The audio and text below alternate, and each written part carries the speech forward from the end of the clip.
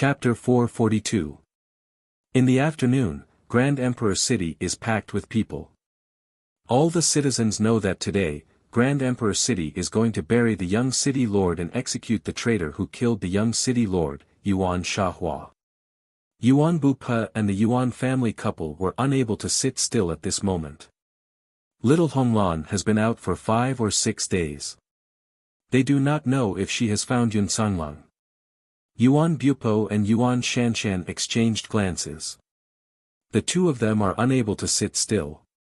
Madame Yuan's expression is miserable.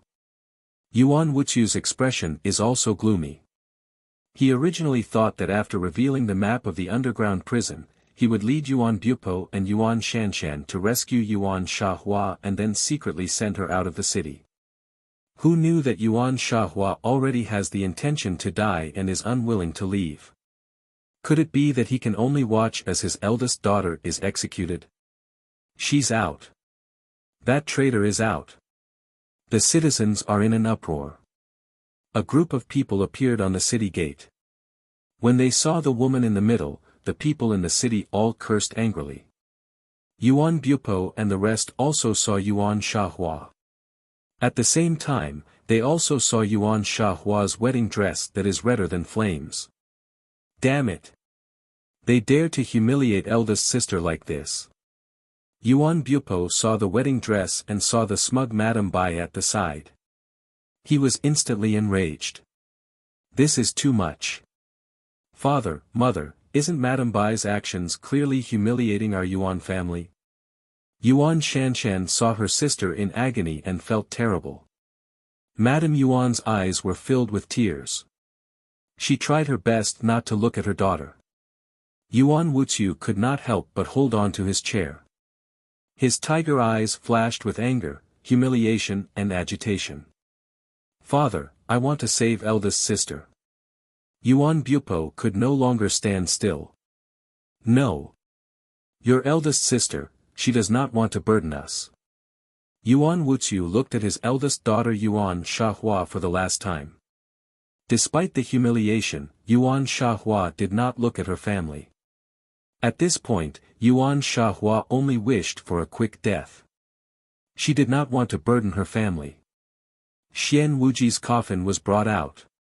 Beside his coffin, there was another coffin. It was prepared for Yuan Shahua. They wanted to nail her to the coffin and bury her with Xian Wuji. At noon, Yuan Shahua, dressed in red, was escorted to the coffin. Yuan Shahua was pushed towards the coffin. With every step she took, Yuan Bupa felt pain in his heart. The moment Yuan Shahua was pushed into the coffin, Yuan Bupo couldn't stand it anymore. No, father, I can't do it. He held the dragon flute in his hand and was about to rush into the crowd. At this moment, the crisp sound of birds chirping came from the sky. Following the sound of birds chirping, a clear male voice could be heard echoing outside the Grand Emperor City. I am Yun Sanglang from Zhou State. I am here to pay my respects to the city lord of Grand Emperor City. Outside the city gate, there were 3 people standing in the air. They were Yun Sanglang in the middle, Zhong Yi on the left, and Yun Sheng on the right. Yuan Shahua, who already had 1 foot in the coffin, trembled when she heard that familiar yet strange voice. She looked up at the sky in disbelief. The city lord of Grand Emperor City, Xian Sitian, also noticed the 3 people in the air. He noticed that the 3 of them didn't have any flying demonic beasts. 3 experts with flying abilities came all of a sudden. Even the city lord of Grand Emperor City couldn't help but look askance. Yun Sanglang looked down from above. He struggled to find Yuan Shahua's figure in the crowd. Although he didn't see Yuan Shahua's face clearly, Yun Sanglang recognized that familiar figure at a glance. When he saw that Yuan Shahua was wearing a wedding dress, a ruthless aura surged wildly around him. City Lord, that person is Yun Sanglang. Beside him is the sacred beast summoner, Zhong Yi, and his niece, Yun Sheng. Yun Sheng is the female magician who stole the Emperor Jade. She seems to have the elf clan's Hellfire brand on her body. Also, I heard that her medical skills are very good. She was the one who cured Yun Sanglang's hand. When the great elder saw Yun Sanglang again, he realized that he had indeed become a martial saint after being tempered by heavenly lightning. In less than half a month, Yun Sanglang's strength had increased by a lot. In his rage, he wasn't sure if he could defeat Yun Sanglang. When Xian Sitian heard this, Lady Ro, who was beside him, hurried forward. City Lord, you said that girl is a divine doctor. Then can she help Mimi see her face? Lady Ro was Xian Mimi's mother. She only had one daughter and doted on Xian Mimi very much. Xian Mimi was burned by the hellfire and no one in Grand Emperor City could heal her. Although Lady Ro was only a concubine, she was Xian Sitian's personal maid. If it wasn't for Xian Sitian wanting to snatch the city lord's position and having to marry Lady Bai, she would have been the city lord's wife. However, Xian Sitian was deeply in love with her and didn't hesitate to take her as his concubine. When Xian Wuji died, the happiest person was Lady Ro. Without a child, Lady Bai would definitely fall out of favor in a few years. On the other hand, Xian Mimi's talent was better than Xian Wuji's. It was only because she was a girl that she lost the right to inherit the city lord's position. However, Lady Ro had already planned this in her heart. Although her daughter's chance of inheriting the city lord's position was very small, it wasn't just a matter of a day or two that her daughter admired Yuan Bupo. If she could take this opportunity to sell a favor to House Yuan, then in the future, when the two families become in-laws, she would still be the future city lord's mother-in-law and her power wouldn't be weakened. Thinking of this, Lady Ro didn't hate Yun Sanglang and the others. Instead, she was grateful to them. However, before that, she had to find a way to heal Mimi's face. Coincidentally, at this moment, Great Elder mentioned that one of them was a divine doctor. Lady Ro became cautious and kindly advised him. Lady Ro, what do you mean by this? Yun Sanglang is the enemy of Grand Emperor City. How can we let him enter the city? City Lord, although Wuji was killed by Yuan Shahua, in the end, it was because of Yun Sanglang. In my opinion, we should immediately kill them with arrows. After Lady Bai finished speaking, she had already summoned archers and aimed at the people in the sky. Wait. Xian Sitian looked at Yun Sheng and Yun Sanglang meaningfully. As the city lord, he definitely wouldn't let hatred get to his head. Although he had to avenge his son's death, 3 powerful experts couldn't be killed in an instant. Moreover, these 3 people weren't ordinary people. Behind them, there was a high possibility that Zhou State and immortal Zhou Nation. Although Grand Emperor City's strength wasn't bad, they obviously didn't have much chance of winning against 2 powerful nations in the continent. It's her. Yuan Bupo also saw the 3 people in the sky. However, his gaze immediately landed on Yun Sheng, who was on the right. Yun Sheng was in the sky. Her long hair was casually tied behind her back and she wore a moon-white magic robe. Her delicate face was like a piece of beautiful jade under the sunlight, white and flawless. Yuan Bupo was mesmerized by her. Only then did he realize how much he missed the beautiful figure in the sky. The city lord of Grand Emperor City pondered for a moment. He suddenly soared into the sky and a boundless and powerful aura instantly attacked. Chapter 443. Yun Sheng, Zhong Shi, and Yun Sanglang all sensed the intimidating aura emanating from the other party. It was rumored that the Grand Emperor City's city lord had already surpassed Emperor Zhao. Was this the strength of Emperor Zhao? Yun Sheng couldn't help but feel shocked.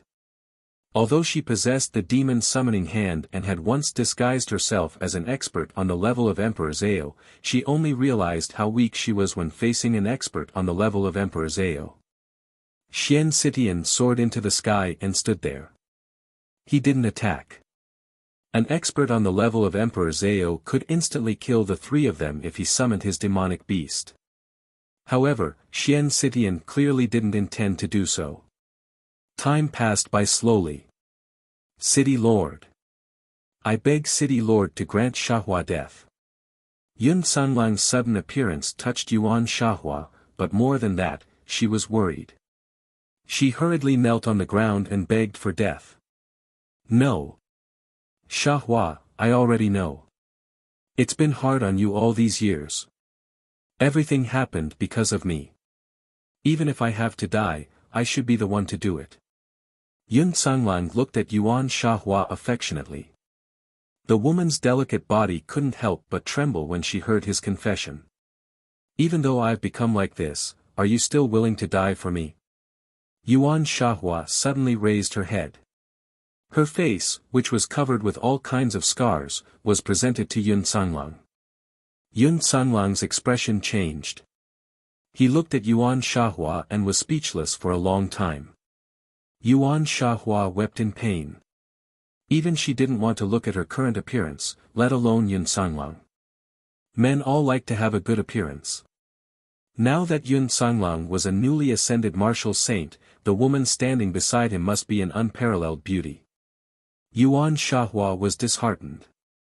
She suddenly took out a hairpin from her body. The tip of the hairpin was extremely sharp. She had prepared that hairpin long ago. She had already prepared herself.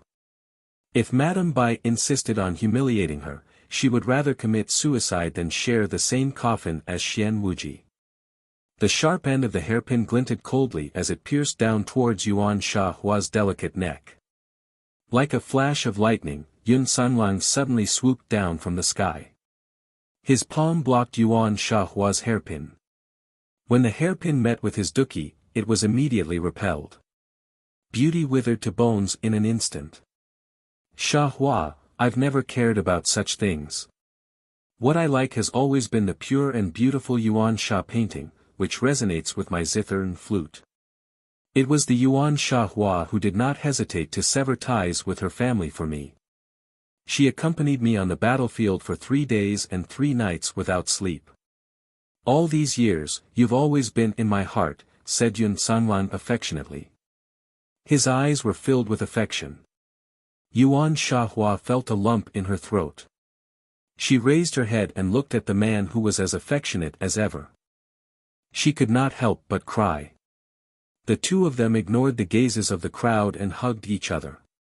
At that moment, the citizens of Grand Emperor City were also deathly silent.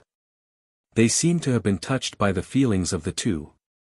The eyes of the Yuan clansmen could not help but moisten. Madame Yuan kept wiping her tears. Yuan Bupa and Yuan Shanshan heaved a sigh of relief. Only Madame Bai had an angry look on her face. The Grand Emperor City Lord coughed a few times. Yun Sheng and Zhong Yi, who were in the sky, were also a little embarrassed. They did not forget that they were in a dangerous situation. Second uncle, if you want to confess to second aunt, you should at least look at the situation. We seem to have more important things to discuss. Yun Sheng landed lightly on the ground. The wings on her back had disappeared. She gave Yuan Shahua a friendly wink. When Yuan Shahua heard Yun Sheng call her that, she was extremely shy and hid her face in Yun Sanlang's embrace. Yun Sanlang smiled awkwardly. The two of them had been so emotional that they had forgotten the situation. Xian Sitian also noticed it. Only then did he realize that the wings on Yun Sheng's back were not ordinary battle chi wings or magic wings. This made him even more suspicious of Yun Sheng's identity. City Lord Xian, the matter between me and Shahua has caused a lot of trouble for Grand Emperor City. If you want to investigate the death of the young city lord, Sanlang will not shirk his responsibility. However, the young city lord is already dead. I hope that city lord can take into account Sanlang and Zhou State's Yun residence and handle this matter appropriately, Yun Sanlang said to Xian Sitian in a clear voice. In order to resolve the many years of grievances between Grand Emperor City and Yun residence, I hope that city lord can find a quiet place for us to sit down and discuss. Yun Sheng was very clever. She could also see that the city lord of Grand Emperor City had some misgivings about them. Xian Sitian ordered someone to invite Yun Sheng alone to discuss the matter. When Yuan Shahua saw this, she wanted to stop her but was stopped by Yun Sanlang. Don't worry, Sheng is very clever. She won't be taken advantage of. Why don't you take me to visit your parents? Before he left, Yun Sheng had said that once they entered the city, she would have a way to make the city lord promise to let Yuan Shahua go. Yun Sheng followed the city lord into a side hall. Zhou Ni wanted to follow but was sent away by her. Seeing Yun Sheng so fearless, the city lord became even more suspicious of her identity. City lord, Yun Sheng has come to visit and disturbed you. I have specially prepared 2 gifts for you. She took out a bottle of pills and a box and handed it to the city lord. The Grand Emperor City Lord ordered the Great Elder to accept it. The Great Elder opened the medicine bottle and saw 3 purple gold myriad ginseng pills inside. As for the wooden box, there was a stack of letters. They were all evidence of the correspondence between the Blood Hand Tycoon and Xian Wuji in the past. City Lord, these are Saint-grade pills. The first elder saw the myriad golden pills and was overjoyed. Saint-grade pills had always been monopolized by the Medicine Emperor Pavilion. Moreover, these 3 myriad golden pills were refined from the purple ginseng. For ordinary people, they could preserve their youth. For warriors and magicians, they could be reborn. The other party had taken out 3 pills at once. It was clear that she was a true genius doctor who could refine Saint-grade pills. When he looked at the wooden box again, Xian Xitian's expression turned ugly. He glanced at Yun Sheng and realized that this female magician was very cunning. This was a classic example of giving a sweet date and then a slap in the face. What do you mean by this? Are you threatening this city lord? Xian Xitian said angrily. As the city lord, he had never been threatened in such a way. City lord, please don't misunderstand. Yun Sheng is just returning it to its rightful owner. From now on, no one will know the relationship between the Blood Hand Tycoon and the City Lord, Yun Sheng said with a smile. City Lord. Lady Ro walked in from outside. Beside her was Xian Mimi who was wearing a gauze hat. Lady Ro was indeed gentle and graceful. Compared to the fiendish Lady Bai, she was much more likable. She softly said a few words to the city lord. It's you. Why did you come to the city lord? Father, it's this woman who caused me to become like this. Xian Mimi was filled with anger when she saw Yun Sheng. Miss Xian, you should be careful when lying. Your face was clearly injured by Bai En's fire array. Why are you blaming me? To think that I even planned to help you recover your appearance this time. Yun Sheng rolled her eyes. Chapter 444. Did this woman eat gunpowder? She's jumping up and down every time she sees me. Yun Sheng was considered slow when it came to relationships. She did not know that the reason why Xian Mimi hated her was because she vaguely felt that Yuan Bupo had feelings for this female sorcerer with the surname Yun. Previously, she did not pay much attention to Yun Sheng and only thought that her appearance could only be considered delicate. However, after fusing with the hellfire in the Earth's core, Xian Mimi realized that Yun Sheng's aura was slightly different. Yun Sheng's facial features had changed to a certain extent. From time to time, she would exude a terrifying charm that was as bright as a flame. In a few more years, who knew what kind of devastatingly beautiful appearance she would become. Thinking of this and thinking of her current appearance, Xian Mimi became even angrier. She wanted to take out a knife and cut Yun Sheng's face into pieces. Lady Ro and City Lord Xian knew their daughter's temper well. When Lady Ro heard this, she ignored Xian Mimi's complaints and asked Yun Sheng earnestly, "Little magic doctor, do you really have a way to cure Mimi's face?" Xian Mimi's face had become a sore point for Lady Ro these days. She only had one daughter, Xian Mimi.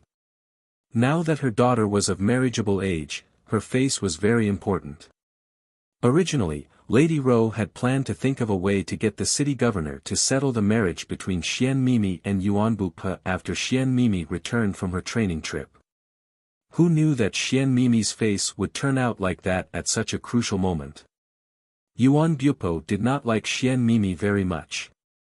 If she had a face that was burned by the hellfire, it would be even more difficult to settle the marriage. Mother, don't listen to her nonsense. What ability could she possibly have? Even the doctors in the city can't do anything about the injuries on my face. Xian Mimi couldn't help but burst into tears at this point. She even tugged at Xian Sitian as she cried, "Father, you must find a way to heal this face. I don't want to end up like Yuan Shahua and live with this ugly face for the rest of my life." Yunxing frowned when she heard that. She really hated Xian Mimi. What was wrong with Yuan Sha's face? In her eyes, her second aunt's face was 1,000,000 times prettier than Xian Mimi's. It was all because of the coercion of the Xian clan that she had no choice but to scratch her own face. Such an unyielding woman should be worthy of admiration. However, Yunxing had already made up her mind. No matter what, she had to cure Yuan Shahua's face. Although second uncle didn't care about these things, second aunt would inevitably hold a grudge in her heart. For the sake of their marriage, she had to cure Yuan Shahua. As for Xian Mimi's face, she would just treat it as a convenient treatment. City Lord. Young Master Yuan Bupe is outside seeking an audience. After the report, that rash kid, Yuan Bupe, barged in. This kid didn't care about the occasion. The moment he entered, he said, "City Lord, Mimi's injury has nothing to do with Miss Yun. Please don't blame her." After Yuan Shahua was rescued by Yun Sanglang in time, the city lord didn't say anything about pursuing Yuan Shahua's crime. The entire Yuan residence was naturally overjoyed. However, Yuan Bupo's face was filled with worry. He was worried that Xian Mimi would frame Yunsheng when she saw her. Hence, he ignored his parents' objections and insisted on rushing to the city lord's residence. Just as he entered, he discovered that Xian Mimi and Lady Ro were both present. Yunsheng was standing there perfectly fine. When she saw him, she nodded in a friendly manner. When Yuan Bupo saw Yunsheng standing there with a sweet smile on her face, he suddenly blushed. His voice, which was originally shouting, immediately quieted down. He did not know where to look and where to put his hands and feet. When the city lord and Lady Ro saw this, they looked at Xian Mimi, who was so angry that her eyeballs were about to fall out. They instantly understood. Everyone in the city lord knew that the genius of the Yuan family, Yuan Bupe, had always been arrogant. He had never shown any good attitude to any woman in the city, not even Xian Mimi. However, looking at his current appearance of being in love for the first time, it was clear that he had a good impression of Yunsheng. Perhaps Yunsheng was the only one present who didn't feel anything. The city lord couldn't help but complain. He looked at Yunsheng, who was standing at the side. She was like a proud snow plum, smiling sweetly. No matter when, she was calm, polite, and natural. Then, he looked at his own daughter, who was unruly and willful. With such a comparison, anyone would know who to choose. "Bupe, you child, you're also impetuous. Why did you barge in so recklessly? If your mother knew, she would scold you again." Lady Ro had followed the city lord for many years. She was very clear about a man's mentality. She didn't expose him. Miracle Dr. Yun is an important guest. How could we neglect him? Just now, I brought Mimi to see Miracle Dr. Yun. Miracle Dr. Yun said that he has a way to cure Mimi's face. That's right, I have a way. Miss Xian's face was injured by the elven hellfire. There's only one way to cure it, and that's the water of life from the elven imperial court. The moment Yunxing said that, the city lord and Yuan Bupo's expressions changed slightly. When Xian Mimi heard that, she immediately shouted, "Father, what are we waiting for? Quickly order someone to find the water of life. Mimi, don't mess around. Do you think it's so easy to find the water of life?" The city lord was considered a top expert on the mainland. However, when he heard about the elven imperial court, he still revealed a cautious expression. The Elven Imperial Court had always been a very special existence on the mainland. It was the only one among the 5 major countries on the mainland that had never been at war. Even during the most turbulent years on the mainland, the Elven Imperial Court had always existed in a neutral position. This was because whether it was the Elven race or their descendants, they all liked peace and didn't like to invade. However, this didn't mean that the Elven Imperial Court was easy to bully. In the past, the Tang Yuan Kingdom had tried to invade the Elven Imperial Court because it was adjacent to the Elven Imperial Court. However, just as they approached the border of the Elven Imperial Court, countless Elven warriors appeared. In just a moment, the Elven Imperial Court's invading army, which had a powerful sorcerer, was annihilated. The Tang Yuan Kingdom's army was completely annihilated. In the end, no one was left alive. That was the most tragic defeat since the founding of the Tang Yuan Kingdom. As there were no survivors, no one knew what kind of defense the Elven Imperial Court had sent. Some people said that it was countless Elven warriors. Others said that the Elven Imperial Court had only sent a powerful Elven sorcerer.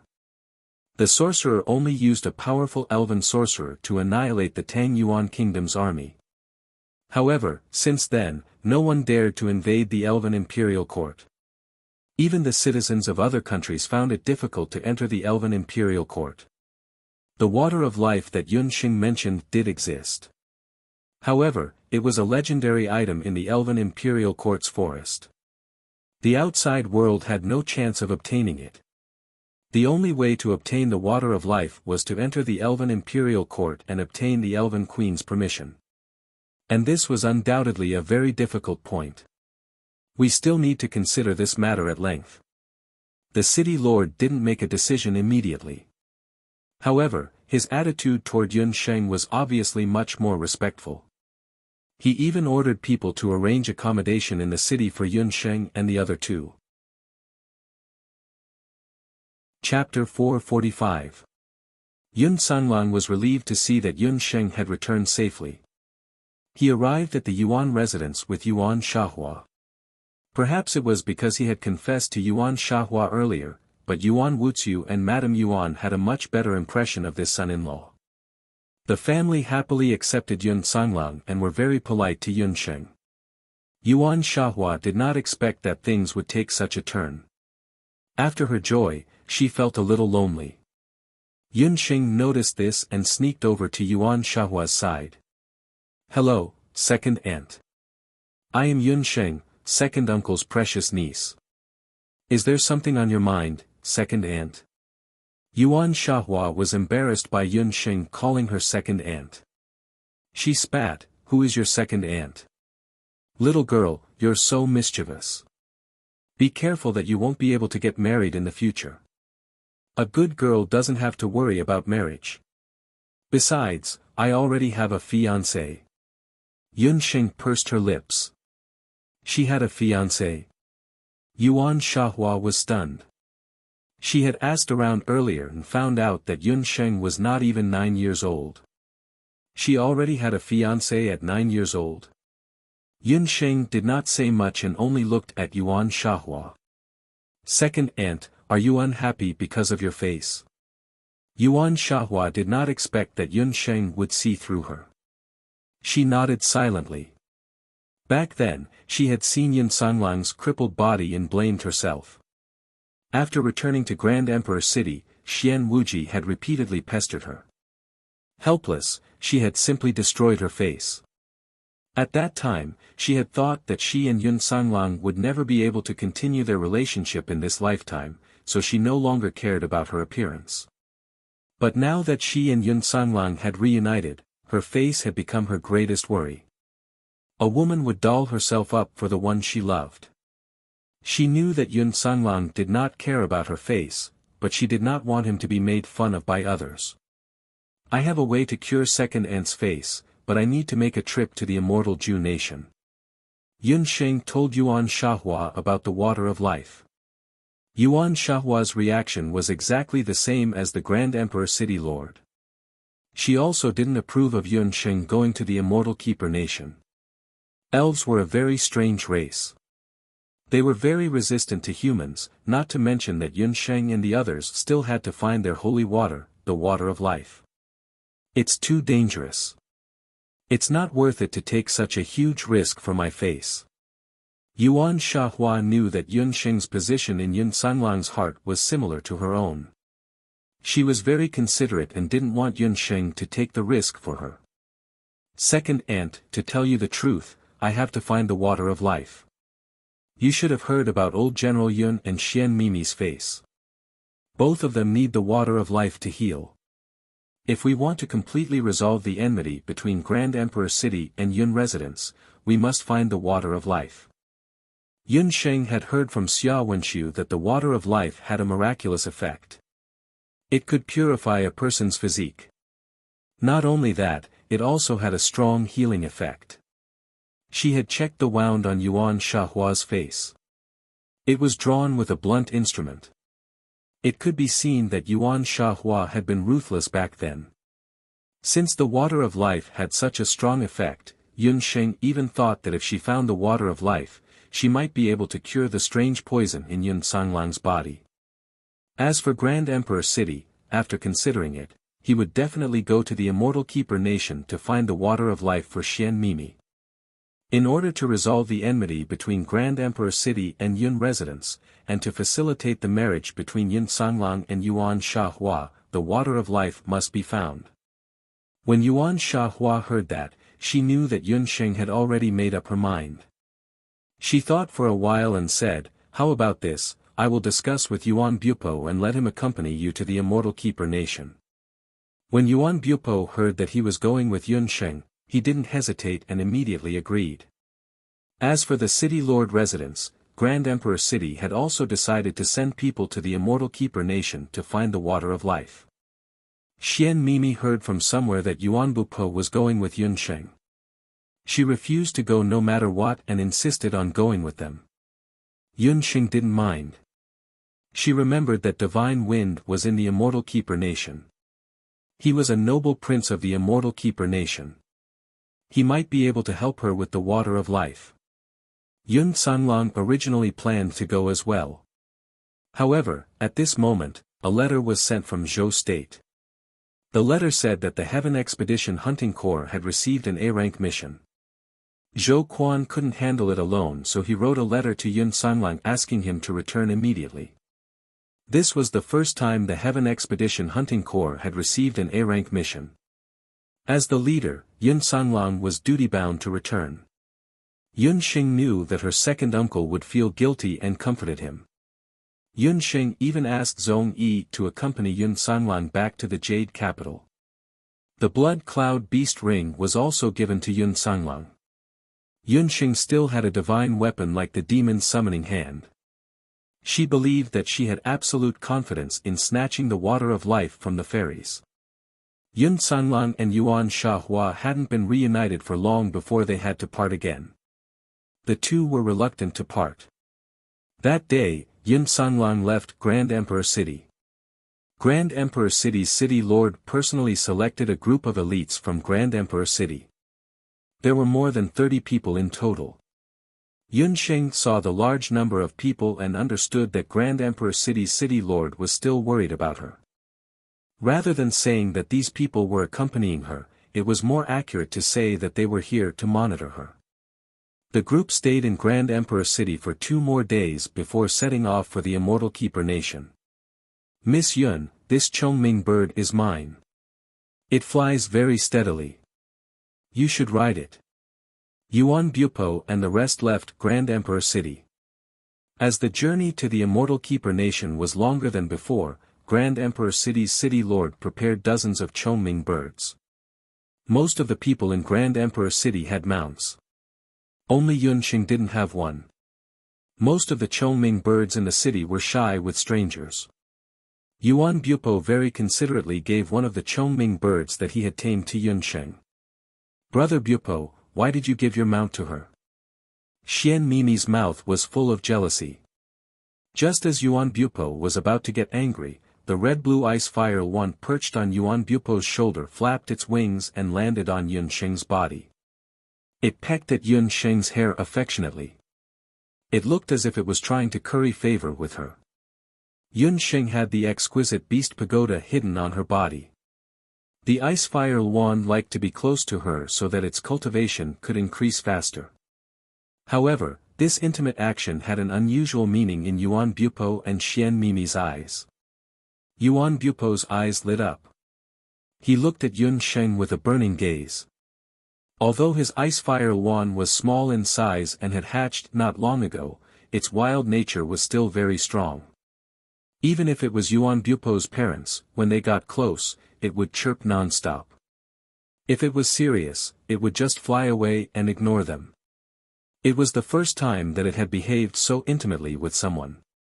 It could be seen that the ice fire Luan liked Yunxing very much. Xian Mimi snorted and went up to touch the ice fire Luan's feathers. "Little Honglan, come to me. I have delicious demon beast meat here." Just as her hand got close, the ice fire Luan's feathers stood up. Like a red-eyed rooster, it stretched its neck and pecked at Xian Mimi's hand. This peck scared Xian Mimi. She wanted to retract her hand, but it was too late. Suddenly, a deep wound appeared on his hand, and blood kept flowing out. Chapter 446. Yud *mn bird. Xian Mimi clenched her teeth and wanted to catch the ice fire Luan. However, the ice fire Luan was smart enough to dodge her. "Mimi, that's enough. Why did you provoke little Honglan for no reason?" Yuan Bupo felt a headache coming on. He nodded apologetically at Yun Sheng and pulled Xian Mimi to the side to bandage her wounds. Seeing that the evil woman had left, the ice fire Luan landed on Yun Sheng's shoulder again. The group left the Grand Emperor City quickly. In a dark corner above the city gate of the Grand Emperor City, Madame Bai watched the dozens of Chongming birds leave. Her eyes were as venomous as a poisonous snake's. She said darkly, "Don't think that I can let this go just because you killed my son. I don't believe that you will be able to reach the immortal residence nation alive." Behind Madame Bai, a servant who looked like a summoner said softly, "Madam, everything has been done according to your instructions. We have sent the news to the Tang Yuan nation. I believe that the second prince should have received the news by now." Yun Sheng and the rest rode the Chongming birds to the west. The immortal residence was an otherworldly place. It was Yun Sheng's first time coming to such a remote place. She heard from Yuan Bupo that they had to pass through the Tang Yuan nation to reach the immortal residence. "Yuan Bupo, how much do you know about the sorcerers in Tang Yuan?" Yun Sheng was a sorcerer. She had heard that Tang Yuan had the most sorcerers in the mainland. Even the headquarters of the Dharma Temple was located in Tang Yuan. Yun Sheng decided that if she had enough time, she would stay for a while after passing by Tang Yuan. Or, after finding the water of life, she would go to the Dharma Temple to pay Xia Wenxiu a visit. After all, she didn't know how to use the water of life. "I don't know much. It was all my father who told me. There are indeed many sorcerers in Tang Yuan nation and many of them are very powerful. There are also many sorcerer families in the nation. We have to be careful not to offend them. I'm afraid we'll have to be more careful when we head to the immortal residence this time. We'll have to pass through the Tang Abyss in order to reach the immortal residence. While passing through the Tang Abyss, we'll have to draw the symbol of the Grand Emperor City on every Chongming bird." Yuan Bupo was a little embarrassed when he heard Yun Sheng's question. The rule of Grand Emperor City was that one could not leave the city without permission before reaching adulthood. Therefore, Yuan Bupo did not have many chances to leave the city. Most of the major cities in the Tang Yuan kingdom had implemented a flight ban. If the flying beasts of other kingdoms wanted to pass through, they had to show specific signs. The Grand Emperor City had a close relationship with the Tang Yuan kingdom. Therefore, whenever the citizens of the Grand Emperor City passed by the Tang Yuan kingdom, they would draw special magical markings on their flying magical beasts. What will happen if we don't draw the magic symbol? It was the first time Yun Sheng had heard of such a prohibition. When she was in Zhou State and later Qin, she seemed to have never heard of such a special rule. The consequences are serious.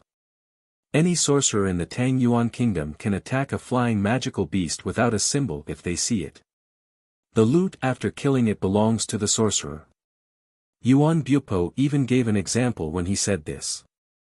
According to Yuan Wuxia, there was once a warrior from another kingdom who still did as he pleased even after knowing the rule of the Tang Yuan kingdom.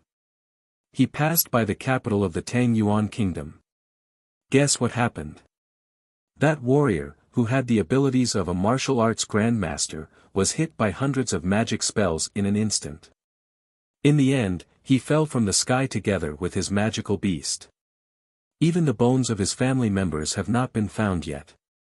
Yuan Bupo's fearless personality could not help but reveal a taboo expression at this moment. The number of sorcerers in the Tang Yuan kingdom was much more than the number of warriors in Zhou state and later Qin. Moreover, sorcerers were good at long-range attacks.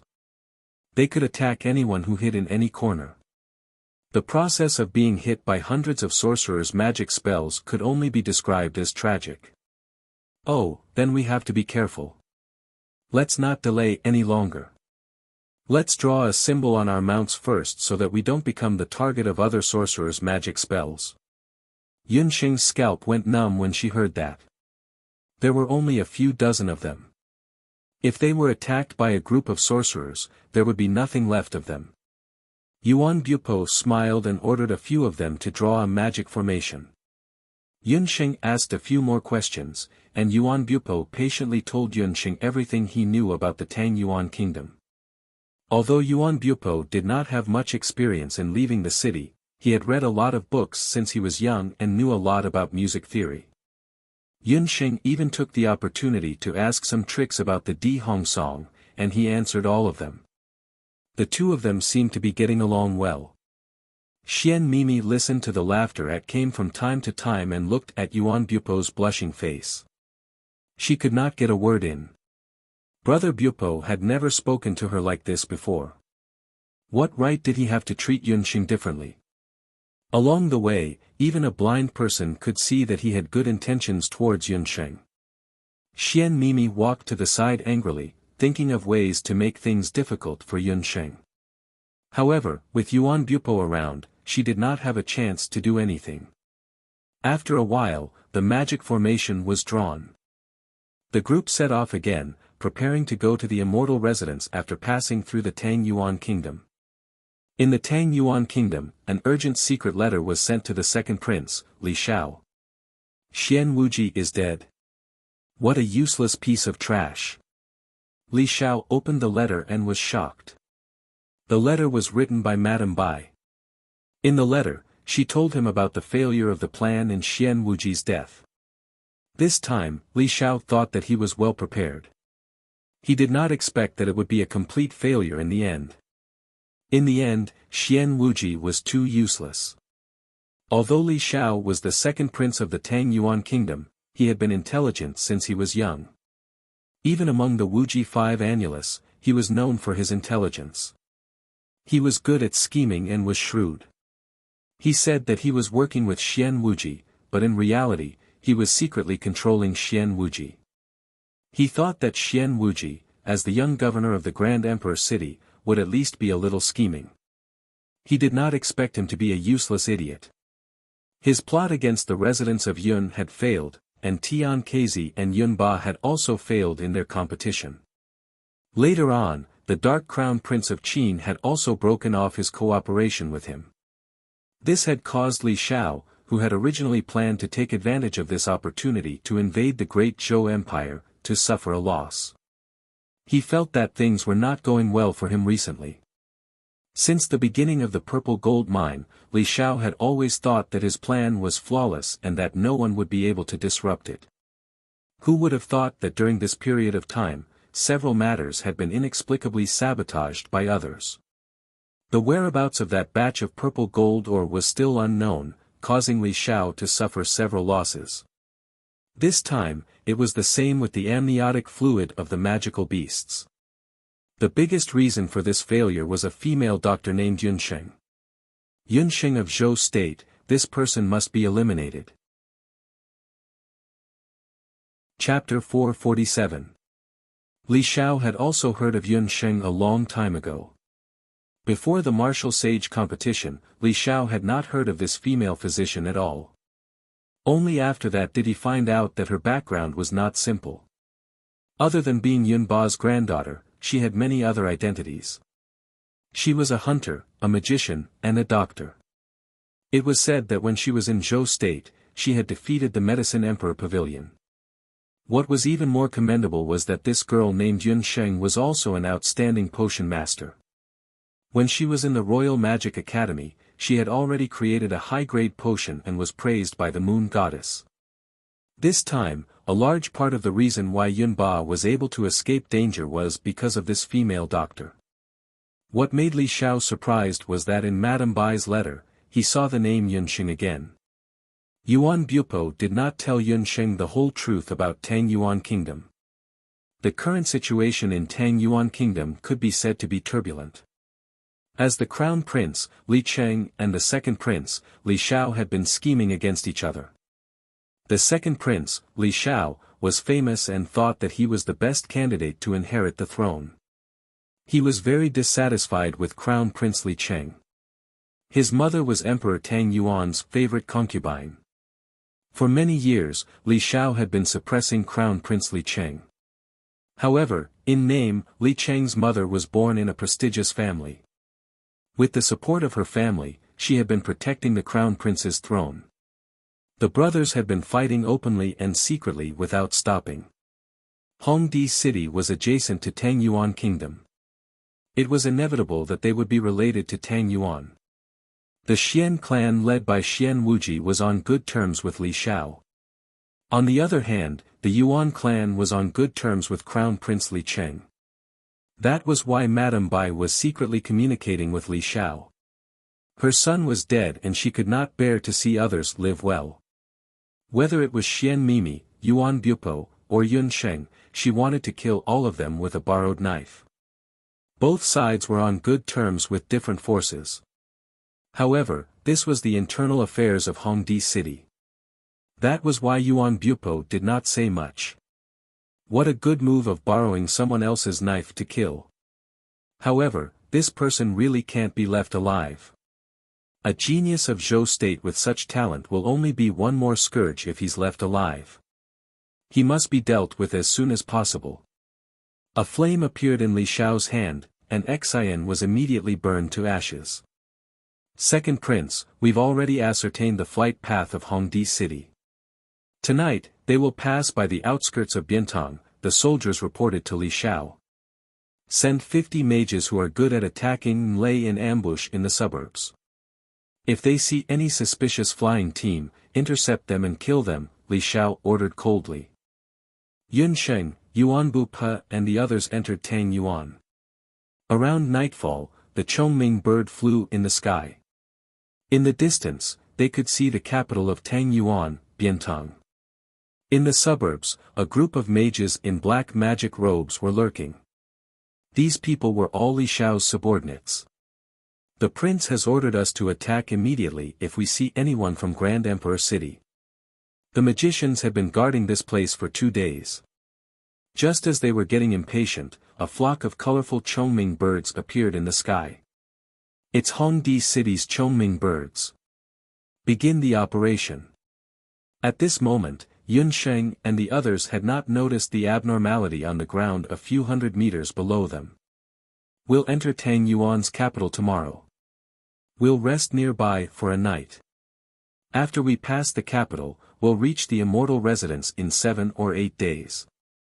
Yuan Bu-pa commanded the team in an orderly manner.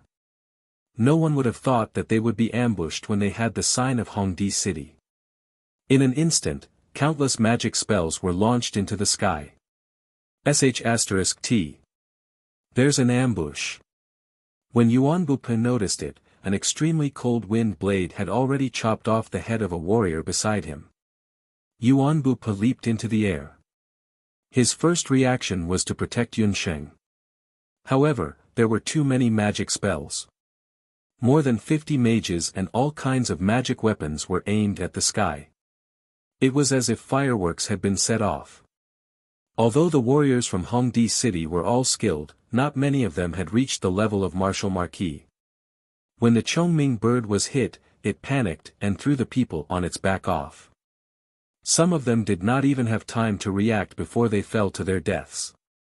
Some of them were hit by the magic spells in the air and were torn into pieces. It was a horrifying sight. In an instant, screams could be heard. Blood rained down like rain. Yun Sheng. Yuan Bupe could not find any trace of Yun Sheng. His eyes were bloodshot. The Chongming bird that he was riding on shrieked in agony. It was hit by a thunder magic spell. Brother Bupe, save me. Xiao Honglan. The ice fire wand flew up from Yuan Bupe's back. A blue and a purple glow was emitted from its tiny body. Its body enlarged and turned into a beautiful red and blue feather wand. The wand was a unique magic beast. It was immune to normal magic attacks. Yuan Bupe grabbed the wand and pulled Xian Mimi, who was in a panic, up. Brother Bupe, let's go down. Xian Mimi took the opportunity to hug Yuan Bupe's waist and snuggled up to him. On the other side, there was a sudden ambush. Countless magic spells were launched at Yun Sheng. Yun Sheng had never been attacked by so many magic spells in one go. No matter how fast she reacted, she was caught off guard. No. She could only hear Yuan Bupe's screams of agony. Yun Sheng could only feel that the Chongming bird that she was riding on was torn into pieces by the magic spells. In the next moment, she felt her body falling. A golden figure appeared in front of Yun Sheng. Mimi, let go of me. I want to find Yun Sheng. Yuan Bupe lost track of Yun Sheng. His heart was burning. Let her fall to her death. What's so good about that bitch? Xian Mimi was jealous when she saw how agitated he was. She won't die. If you say another word, I'll throw you down. Yuan Bupe heard the word die and felt his heart being pierced. Looking at the magic attacks on the ground, his heart suddenly turned cold. There was only one person who dared to attack them directly on Tang Yuan's territory. Tang Yuan's Li Xiao. Li Xiao, if anything happens to Yun Sheng this time, Yuan Bupe will not let you off. The wind howled as the magic spells were launched one after another. When Yun Sheng fell from the Chongming bird, numerous magic spells surrounded her. It was difficult for Yun Sheng to perform the body fusion technique in midair. Just as she was hesitating, Tycoon Gold appeared. Tycoon Gold did a beautiful somersault and blocked the magic spells with its body. Tycoon Gold was refined with hellfire. Weapons and magic spells were almost useless against it. Tycoon Gold protected Yun Sheng in its arms. It slid down from the sky nimbly and landed on the ground. After Tycoon Gold was trained by Yi Baiming, it would appear to protect Yun Sheng immediately whenever she was in danger. Yun Sheng quickly reached a safe place under its protection. Chapter 448. However, due to the urgency of the situation, Yun Sheng could not inform Yuan Bupe in time. She looked up and saw that the troops from Grand Emperor City had been attacked by magic. Yuan Bupe had flown to a safe altitude under the cover of Little Red and Blue.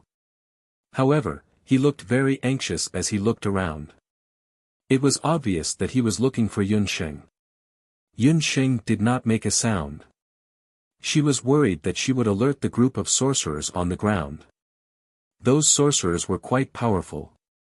They were indeed from the Magic Kingdom, Tang Yuan. When Yun Sheng landed, she had already noticed that the sorcerers had a variety of attacks. There were fire and wind elemental magic attacks, and there were also lightning elemental attacks. Those people were very vicious. Their first attack was mid-level magic. It was obvious that they wanted to kill them. When did she make such an enemy in the Tang Yuan kingdom? Yun Sheng thought about it. She did not move around much in the mainland. The only one who could be considered as her enemy was the Medicine Emperor Pavilion, Tang Yuan. Yun Sheng recalled something and took out a waste token. Could it be Li Xiao from Tang Yuan who had a grudge with her because of the purple gold mine? The amniotic fluid from the magical beasts seemed to have come from the Tang Yuan kingdom. Xian Wuji was dead, Li Xiao's conspiracy was exposed, and they could not find the purple gold mine. Someone must have told Li Xiao about the purple gold mine. Humph, Li Xiao. I haven't settled the score with you and you came knocking on my door. Since that's the case, don't blame me for being rude. Yun Sheng looked coldly at the sorcerers who were lying in ambush in front of her. Previously, Yi Baiming became the Oriole and killed more than 100 sorcerers from Li Xiao's smelting factory. It seemed that the lesson from Li Xiao was not enough. Should she return the favor and teach him a lesson? The sneak attack in the sky was almost done. Yun Sheng and Tyrant Jin approached the sorcerers quietly. Compared to Yi Baiming who killed 50 sorcerers in one go, what she did was considered merciful, right? She was too merciful. A fierce light flashed in Yun Sheng's eyes. She quietly used Earth Meld and approached the group of magicians. Are they all dead? Dozens of Tang Yuan's mages looked at the sky, which had returned to calmness. The people of Grand Emperor City are only so, unable to withstand a single blow. This time, the second prince must be very happy, a magician said proudly, being able to wipe out the enemy so cleanly. After confirming that there were no survivors at the scene, Tang Yuan's sorcerers relaxed. Some of the greedy sorcerers even took the valuables from the corpses or cut open the bellies of the Chongming birds to dig out the soul stones and magical beast meat. The people of Grand Emperor City were not to be offended. The second prince had said that they must clean up the scene as if nothing had happened. The magicians released fire magic to burn the corpses left on the ground, destroying all traces of the corpses. A sorcerer was cutting open Chongming bird's chest and digging out a soul stone.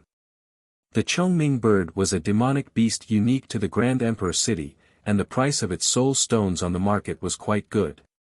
That sorcerer was digging with all his might when someone behind him asked.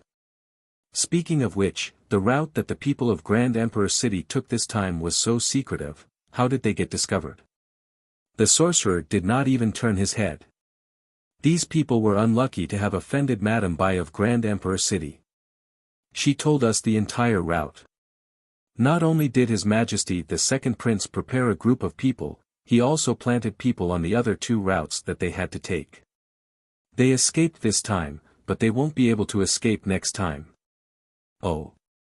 His Majesty the Second Prince? Li Xiao.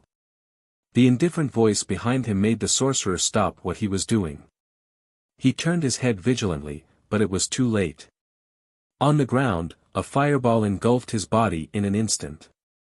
Yun Sheng and Tycoon Jin stood in the night. The second Prince Li Xiao and Madame Bai. Yun Sheng said lazily, Tycoon Jin, kill the rest of them. Remember, pay them back in their own coin. Yuan Bupo could not find Yun Sheng's whereabouts, and he could not fight against dozens of sorcerers alone. Helpless, he could only take Xian Mimi and hide first. Around daybreak, in the outskirts of Biantang, when the morning light fell, the hillside was still green, and round dew rolled down from the leaves. Tycoon Jin was agile, and he had already cleaned up all 50 sorcerers. Yun Sheng kept the treasures in her hands without hesitation. Looks like we have to enter the capital of Grand Tang and find Yuan Bupo and Xian Mimi first.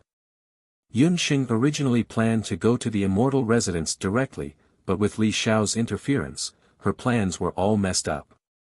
Yun Sheng and Tycoon Jin, who was disguised as a sorcerer, rushed towards Biantang. As soon as the two of them left, Yuan Bupo brought Xian Mimi and rushed over from another direction. Yuan Bupo's eyes were a little dark. He searched the hillside and did not find Yun Sheng's corpse. While he was relieved, his heart was in suspense, because he realized that the corpses of his brothers in Grand Emperor City were all gone. It was as if this place was cleaned up overnight. Or could it be that Yun Sheng had already? Yuan Bupo did not dare to think further. Xian Mimi watched from the side and said, Brother Bupo, don't look anymore. We haven't eaten anything since last night. Why don't we enter Biantang and send the news back to Grand Emperor City? Yuan Bupo thought that maybe he could get some information in Biantang City. In Biantang City, the second Prince Li Xiao just got up, and one of his concubines was helping him undress. Did the people from last night come back?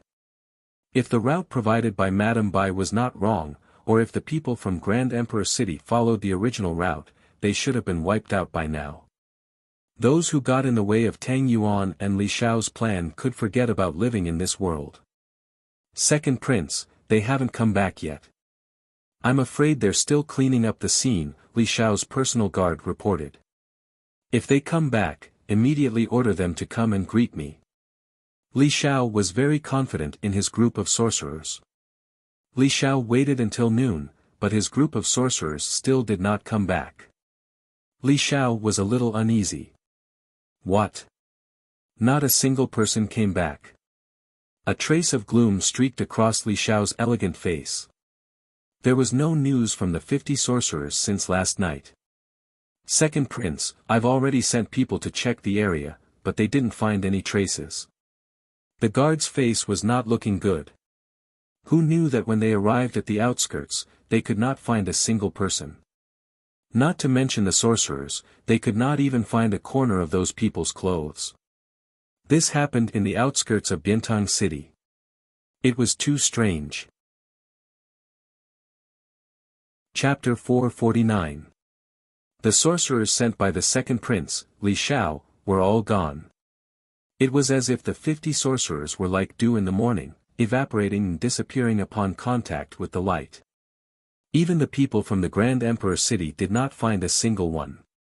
After the second prince's guards investigated carefully, they could only find some traces of magic being used. However, they were only traces of magic being used by the sorcerers in the residence. There were no other clues.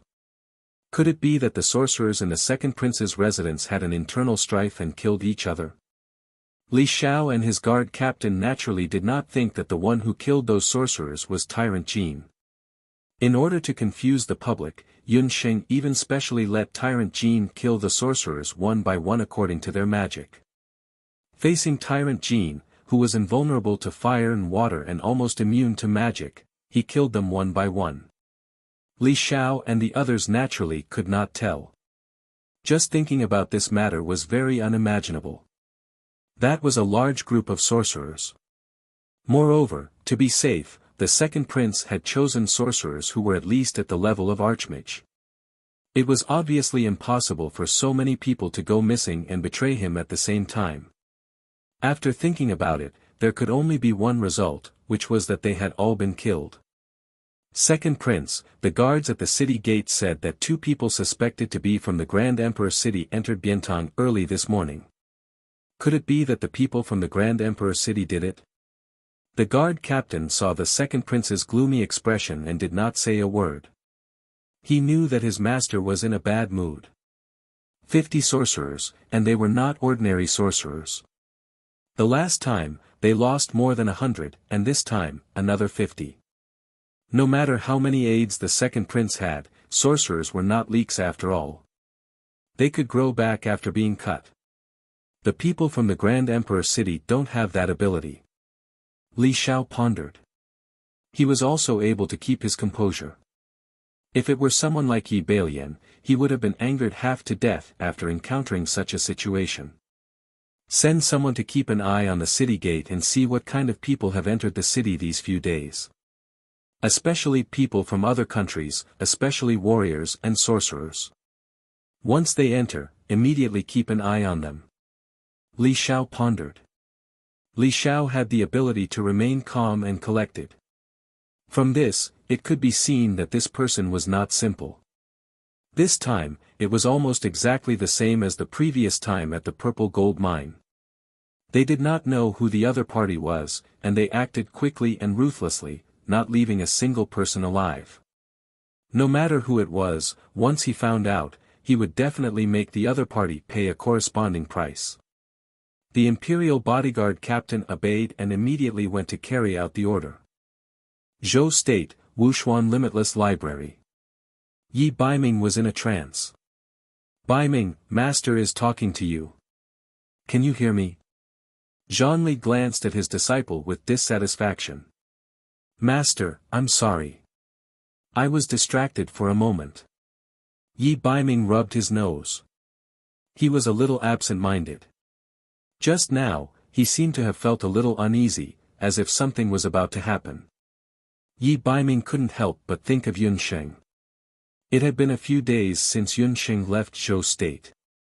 With Tycoon Jin's protection and her intelligence, she shouldn't be in any danger. You've been absent-minded for a while.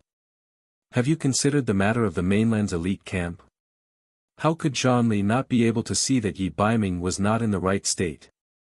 It seemed that after Yunsheng left, he was always absent-minded. Master, your disciple wants to take it slow. Yi Baiming pushed away the letter in front of him. Baiming, 2 years ago, you said that you wanted to take it slow. Master agreed. But this time, Master can't indulge you anymore. The signs of your body turning into a beast are becoming more and more obvious. Zhonli looked at Yi Baiming.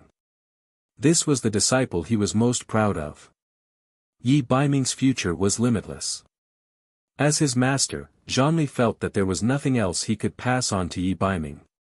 Zhou State's current situation was that Empress Qi favored Yi Baiming. Ever since Yi Baiming's Dharma soul was damaged and it was difficult for his cultivation to improve, Yi Baiming became even more hostile. He targeted Yi Baiming every day. Although Zhonli vaguely knew that Yi Baiming wouldn't just sit and wait for death, he was still not strong enough to compete with the Zhou State Emperor and the others. The best way was for him to temporarily leave Zhou State. 2 years ago, Yi Baiming had been faced with a similar opportunity. But at that time, he had used his insufficient cultivation as an excuse to temporarily reject it. But ever since he met Yunsheng again, especially with Yunsheng's help, he had fused with the beast blood. The mysterious beast energy in his body had been catalyzed and accelerated, and his strength had improved by leaps and bounds. Zhonli had previously exchanged blows with him and discovered that his strength had actually surpassed his own. If it was under the influence of that mysterious beast energy, he would have probably reached the martial sage realm. This was a terrifying test. Yi Baiming was only 13 years old, but he had already reached the martial sage realm. If this news were to spread, it would probably force Empress Qi to retaliate fiercely. Empress Qi didn't mind, but would the Dharma temple behind the Zhou State Emperor let the matter rest?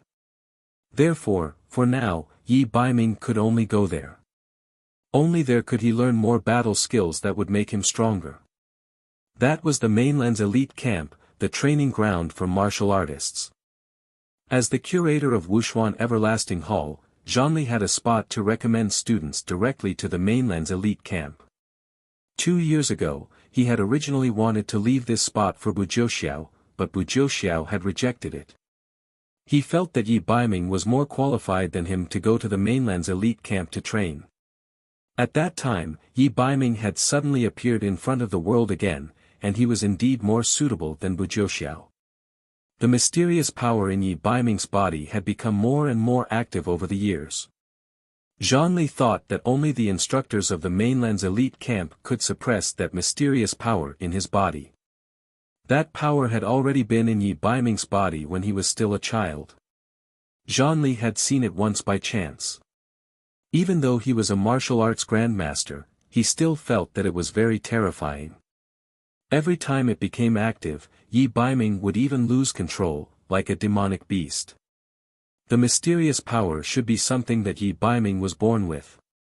Zhonli sometimes wondered if it was related to Empress Li.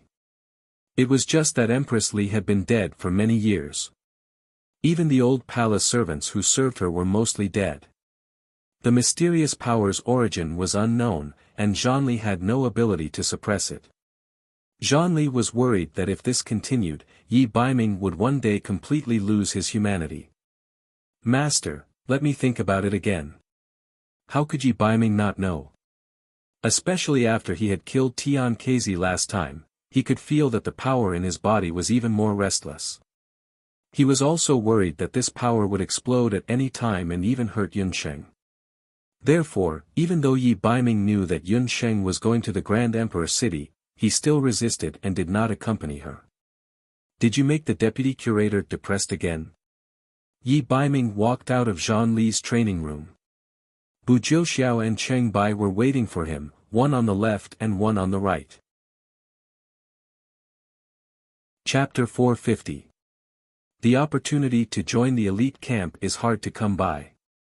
In a few years, the Octaterra artifact will be unearthed. This time, there are rumors that the artifact is likely to be the halberd of the divine warrior. If you don't join the elite camp, I'm afraid we will clash with the warriors there. It was rare for Bu Jiuxiao to say so much at once. Any warrior would cherish the opportunity to train in the elite camp. If the other party wasn't Yi Baiming, Bu Jiuxiao would have already won this spot. In the past 2 years, the news of the Octaterra artifact that was about to be unearthed had spread like wildfire. Recently, there was reliable news that the artifact was most likely to be the halberd of the divine warrior. If it was really the halberd of the divine warrior that was once the #1 warrior of the continent, even the elite camp would fight for it. For martial artists, especially those young martial artists who had yet to mature, the Continental Martial Artist Elite Camp was undoubtedly a holy land. All of the geniuses hoped to have the opportunity to train there. Baiming, are you worried about the little miracle doctor? Don't worry, if you go to the elite camp, we will take care of her for you. But then again, the little miracle doctor is vicious and cunning. It's good enough that she doesn't scheme against others. Cheng Bai patted his chest. Yi Baiming rolled his eyes at Cheng Bai. His words didn't sound like a compliment at all. Since you're worried, let her go to the elite camp. I heard that after the Royal Magic Academy worked hard, they also managed to get a spot in the elite camp. Bu Jiuxiao was speaking the truth. The elite camp was divided into the elite camp for warriors and the elite camp for magicians. They recruited the best warriors and magicians on the continent respectively. But there was a requirement. The students of the elite camp had to be under 16 years old. If they were over 16 years old, no matter how powerful they were, they wouldn't have the right to enter the elite camp. This was because it was publicly acknowledged that only warriors and magicians under 16 years old could develop their potential to the greatest extent. After the establishment of the Royal Magic Academy, because the standard of the school was too average, they never had the chance to get a spot in the elite camp. But the Crown Prince, Yi Bailian, had always wanted to enter the elite camp. The royal family had spent a lot of effort and a lot of money to get a spot. Who would have known that Yi Bailian was a disappointment? His Dharma soul was damaged. Even if he had gotten in through the back door, after entering the elite camp, his Dharma soul would be tested and he would be exposed. The continent's elite camp definitely wouldn't accept students with problems with their law souls. As such, the Royal Magic Academy had no choice but to reselect suitable candidates to enter the continent's magic elite camp. Speaking of which, you all know the popular candidate this time. It's the Crown Princess, Chen Lian, Bu Jiuxiao said. When Cheng Bai heard this, he said disdainfully, Chen Lianer's magic cultivation is very ordinary. What qualifications does she have to participate? Then we have to ask Empress Qi. Her son is useless. Maybe she wants Chen Lian, to replace him. TSK, it's embarrassing. In the future, Zhou state shouldn't be ruled by a woman, Bu Jiuxiao said with disdain. As for Empress Qi's special favor, it had even started to affect the Zhou state emperor. The military officials in the court had always been very disdainful. Yi Baiming frowned slightly. If it was Chen Lian, things wouldn't be so simple. Recently, Chen Lian's strength had improved very quickly. Especially after Yi Bailian's Dharma soul was destroyed, Chen Lian had already broken through to become a master magician a few months ago. Speaking of which, she was indeed one of the top figures among the younger generation in Zhou state. If Yun Sheng was still young before, he wouldn't be very worried. But ever since the Dark Crown Prince proposed marriage, Yi Baiming had no choice but to be careful. Yun Sheng was no longer that inconspicuous little girl in Banana Leaf Village. As her cultivation and age increased, her silhouette and aura changed greatly. Perhaps in the eyes of some people, Yun Sheng wasn't as beautiful and eye-catching as Chen Lian her. But that was because Yun Sheng deliberately hid it. Yun Sheng was that kind of person. If she didn't want to attract attention, she could stand quietly in the crowd and be inconspicuous. But if she wanted to attract attention, she could reveal her sharpness in an instant and exude a breathtaking aura. He really couldn't be at ease leaving the little wild cat alone in Zhou State. The mainland warrior elite camp and mainland magician elite camp were in the same place. If he went with Yun Sheng, his future cultivation would be much better. Thinking of this, Yi Baiming couldn't help but smile. When will the recommendation for the Academy of Magic be confirmed? Yi Baiming was indeed worried about Yun Sheng. About 2 to 3 months. After the new year, the mainland magician elite camp will arrive in Jade Capital, Bu Jiuxiao said. 2 to 3 months. There was still time. The matter in Grand Emperor City should be more or less settled. What Yi Baiming didn't know was that Yun Sheng was no longer in Grand Emperor City. Just as Yi Baiming thought, when Yun Sheng wanted to hide herself, no one could tell. After finding out that the person who killed them was the second prince of Tang Yuan, Li Xiao, Yun Sheng decided to go to Biantang, the capital of Tang Yuan Kingdom. Yun Sheng used the disguise spell. After her magic cultivation increased, the duration of the disguise spell also increased. Right now, she looked like an ordinary girl with a sallow complexion and a slightly sickly appearance. She was exactly the same as the sickly girl Lin Yao had met earlier. After Yun Sheng walked for a while, a city gate appeared in front of her. The city gate looked to be heavily guarded. The soldiers were checking the passers-by. Yun Sheng didn't panic and walked over unhurriedly. "Where are the two of you from?" After the city guards received second Prince Li Xiao's order, they started to check the city gate strictly. Especially people from Zhou State or Grand Emperor City. If they encountered them, they had to be carefully monitored. "Sir, I'm from Zhou State." Yun Sheng took out her identity card. Zhou State. Upon hearing that she was from Zhou State, the city guards immediately became alert. "I'm a doctor. I'm here to practice medicine in Tang Yuan." Yun Sheng was calm and collected. She took out her doctor's card. A doctor. Between countries, the exchange of doctors was relaxed. On the boundless continent, there was a type of person who was very respected even during wartime. That was doctors. Doctors crossed borders. Most of them practiced medicine to help the world. Yun Sheng's reason for coming to Tang Yuan was very simple. Her medical qualification examination period had expired. She wanted to break through to the next level of traveling doctor. Her master, the imperial physician of the Medicine Emperor Pavilion in Zhou State, wanted her to travel to other countries and learn the way of medicine. Not only was she a doctor, but she was also the personal disciple of an imperial physician. The city guards couldn't help but be in awe. Chapter 451. Knowing that Yun Sheng was a traveling doctor, the city guards did not question her further and let her in respectfully. There was a summoner behind Yun Sheng. A few city guards stopped him. "Who are you?" "I'm a summoner from Penglai. I came to Tang Yuan to travel." "Why, can't I?" The summoner was very arrogant. He deliberately played with the summoner ring on his hand. It was very eye-catching.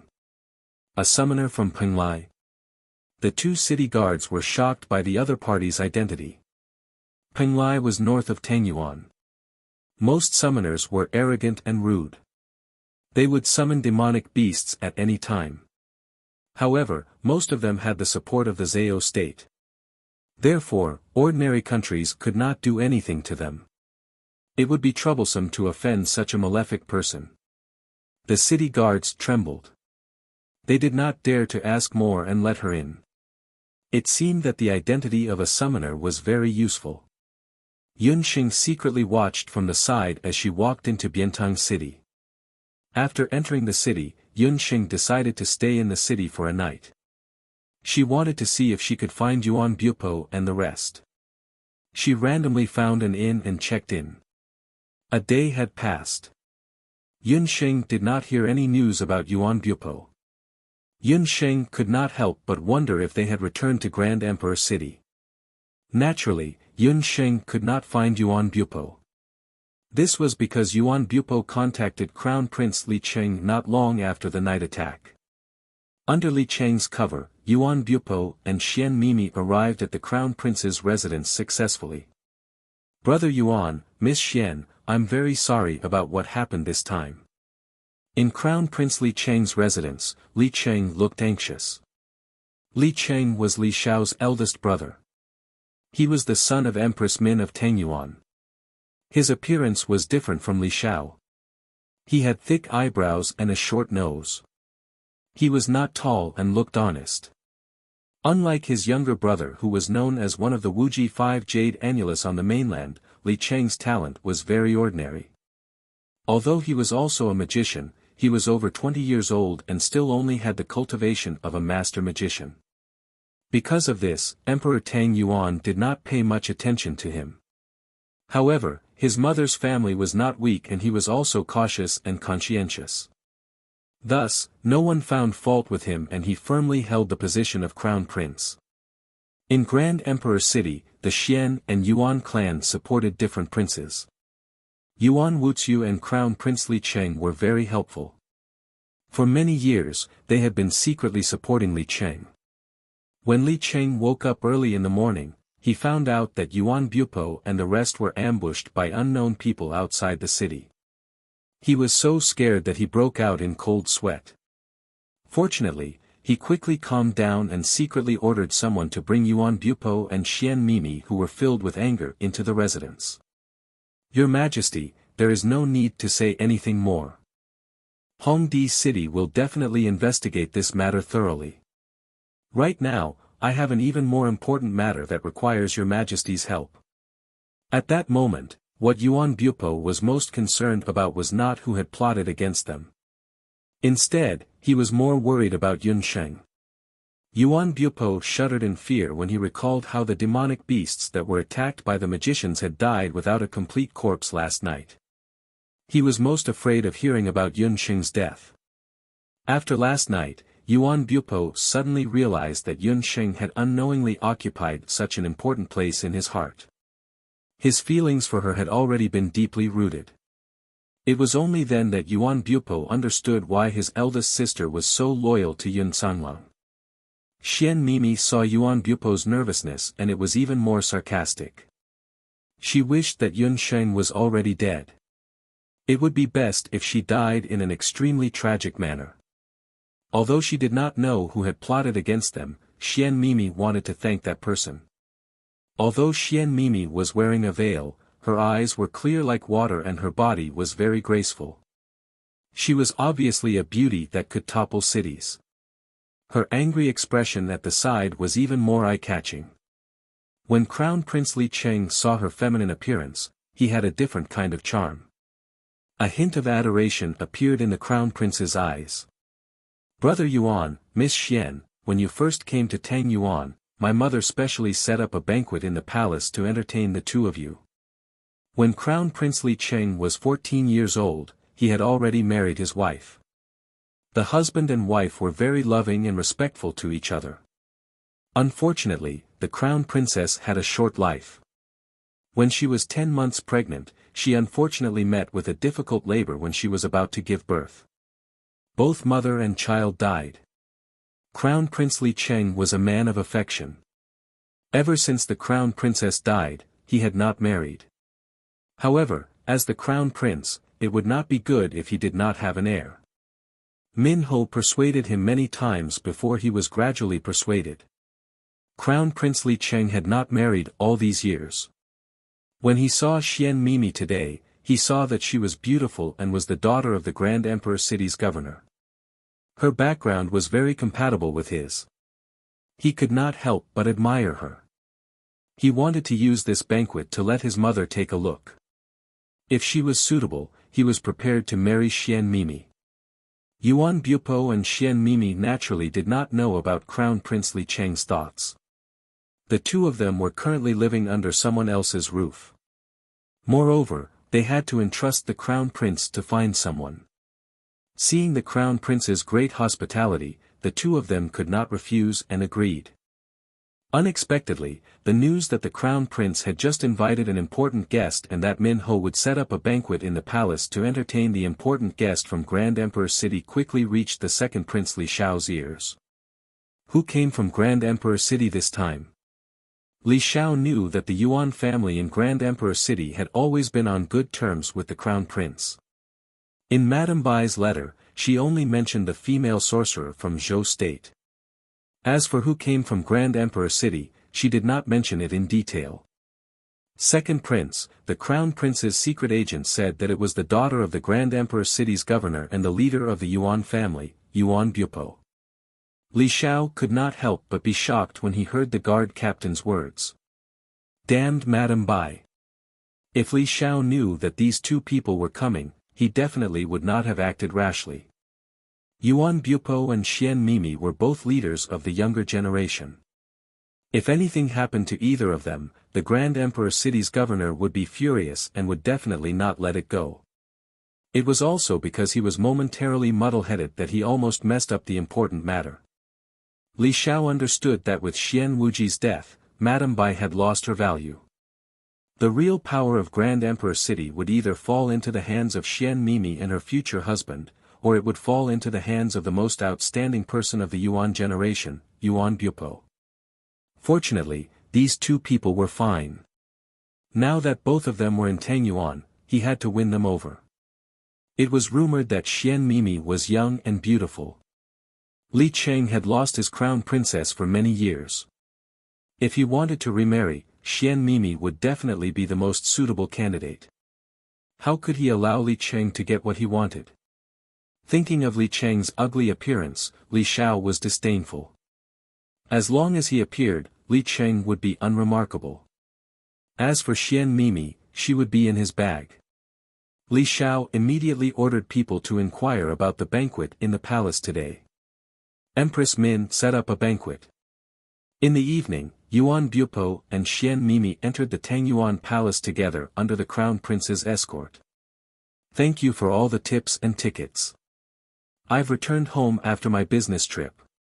Although I have a slight cold, seeing everyone's support warms my heart. Chapter 452. Tang Yuan was located on the southeast side of the mainland. The climate was humid and the flowers were abundant. The Tang Yuan palace was surrounded by colorful flowers. There were many demonic beasts and rare birds. It was a beautiful sight to behold. Queen Min knew what was on her son's mind.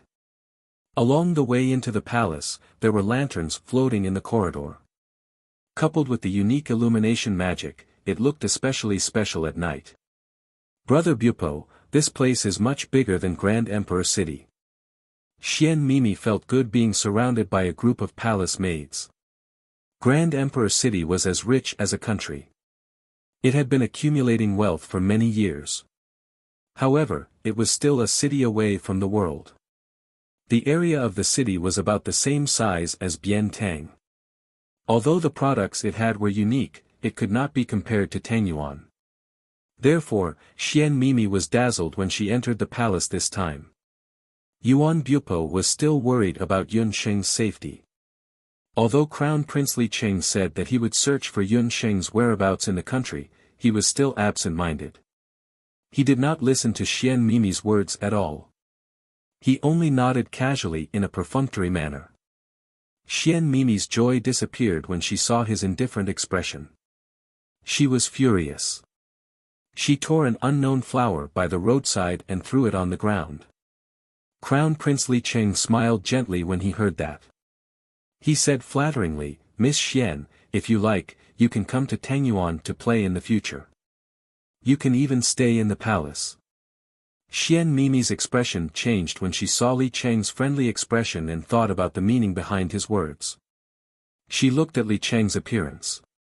He had a narrow forehead, a wide nose and a short body. There was a hint of adoration in his eyes when he looked at her. A sense of disgust rose from the bottom of her heart.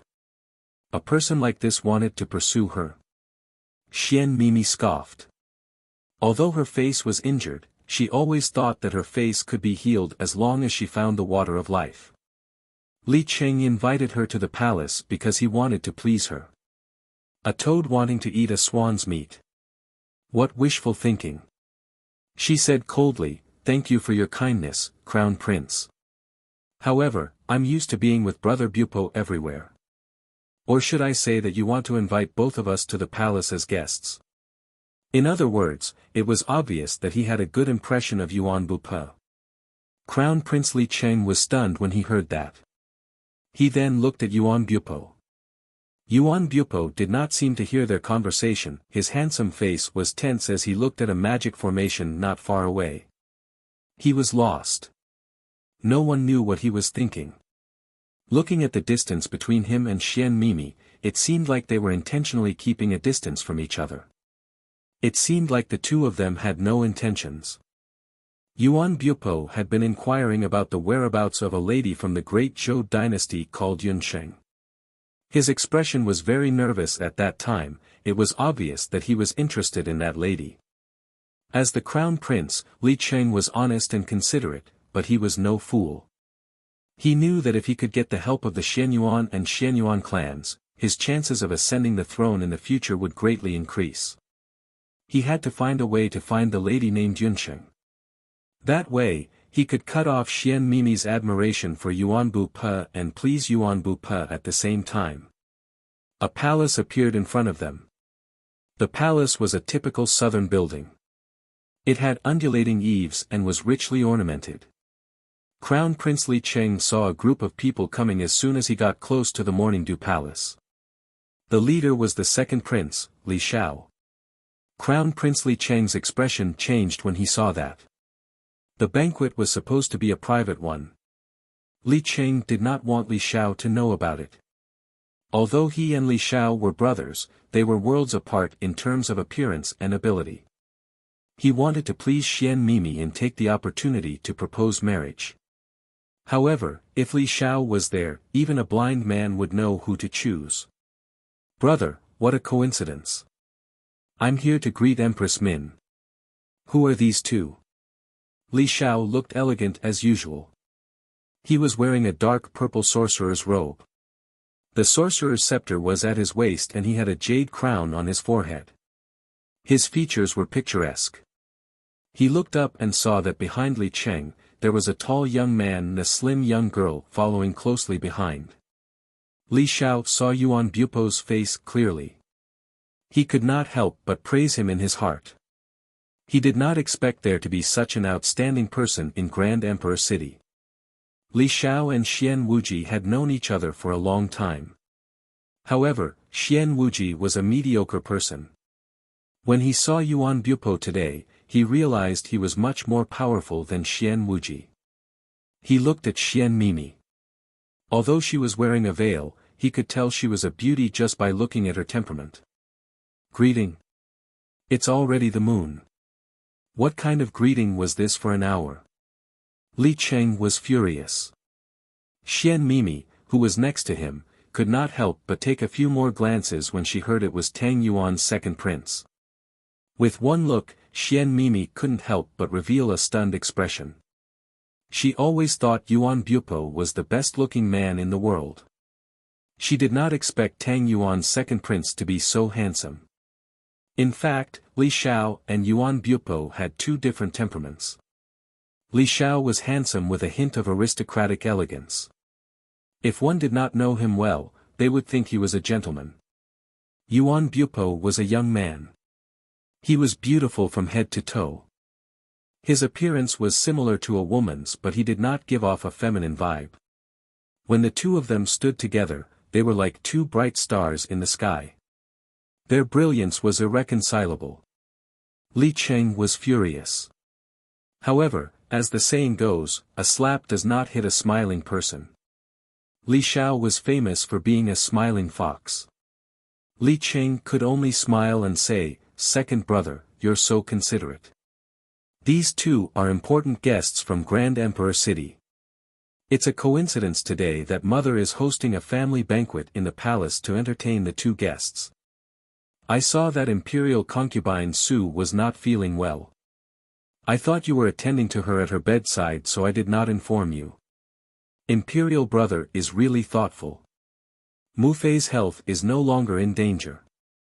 I haven't paid my respects for many days. Coincidentally, someone sent over several bolts of high-quality smoke cloud silk today. I thought of Mu Fei and entered the palace." Li Xiao's gaze seemed to linger on Xian Mimi's body. "If that's the case, follow me into the palace."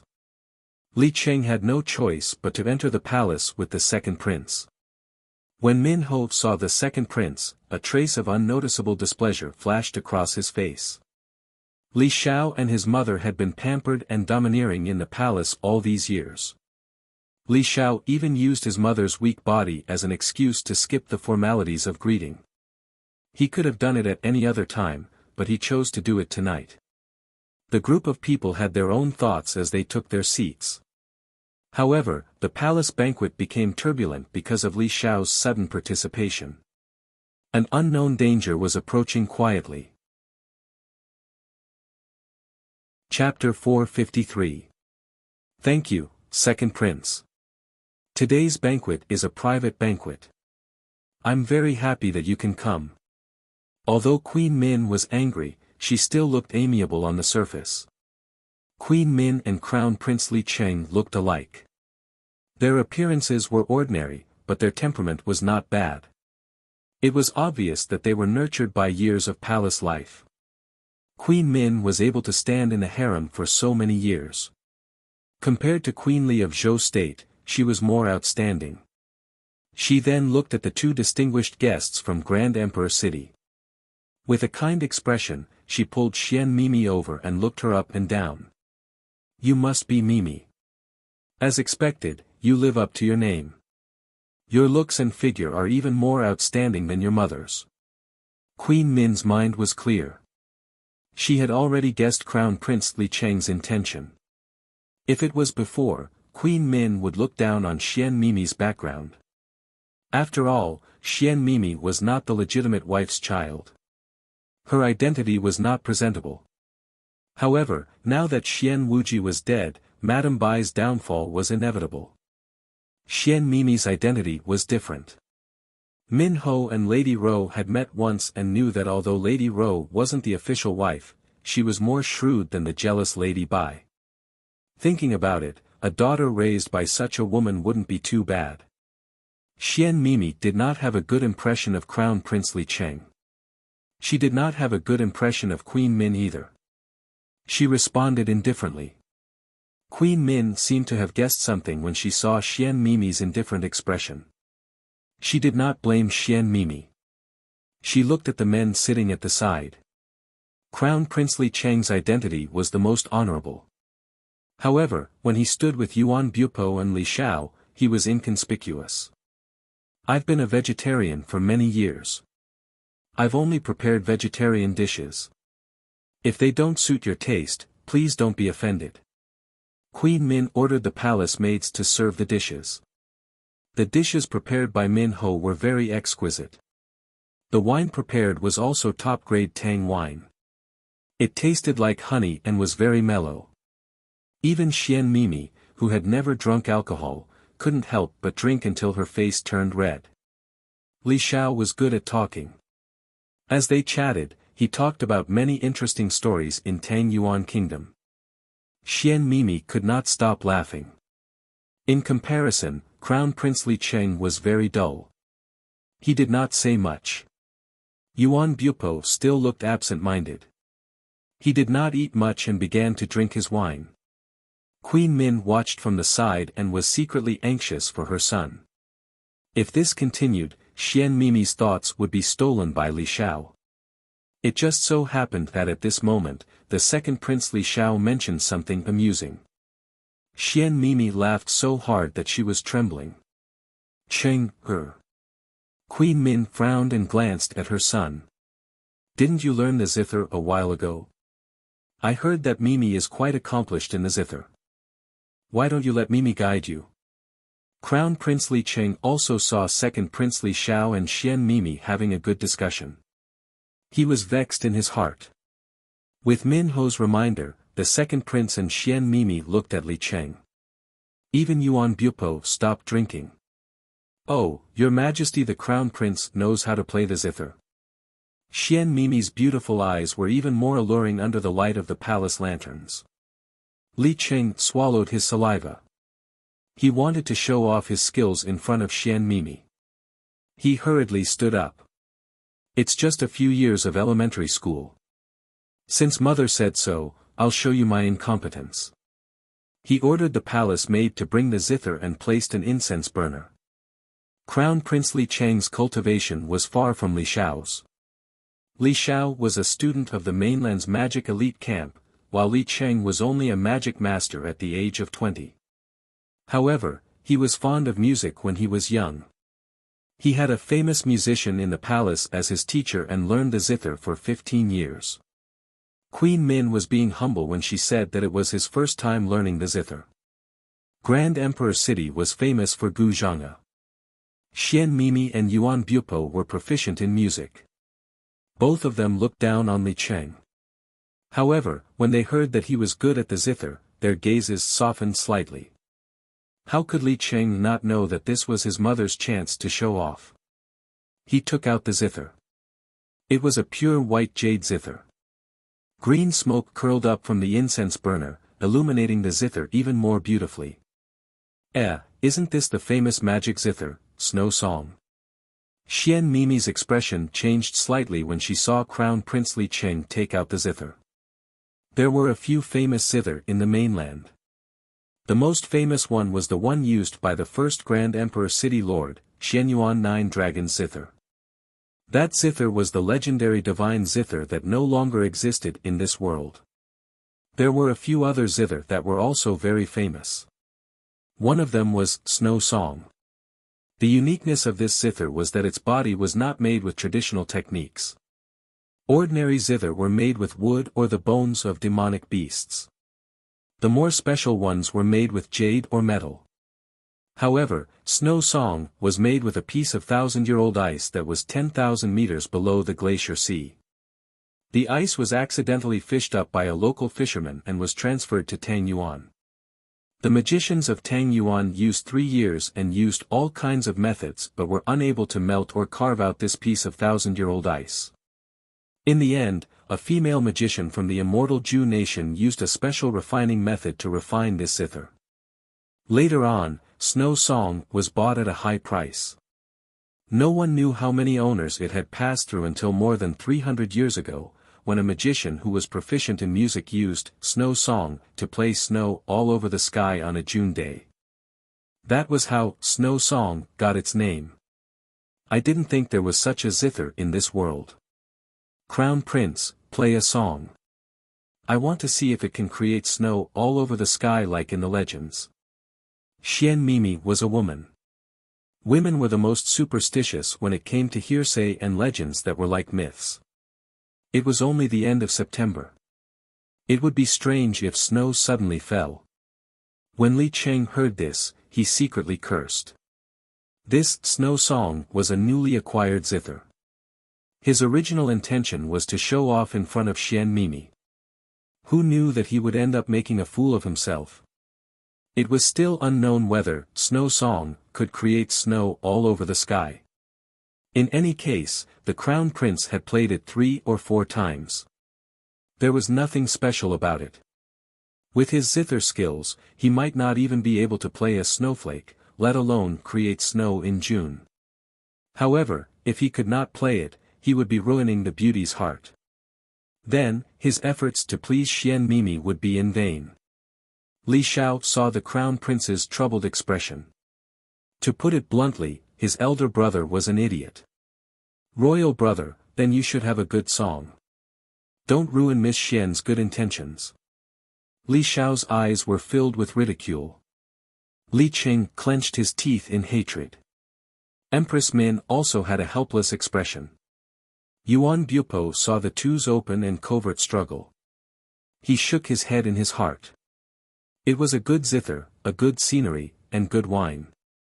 It was a pity that it was ruined by these people who did not know how to enjoy themselves. Yuan Bupo saw the crown prince's attempt to please him. He was not interested in these fights between the royal family. However, when he thought about how Li Xiao might be the mastermind behind the attack, he was furious. If the crown prince doesn't mind, I'm willing to play the zither with you. What do you think?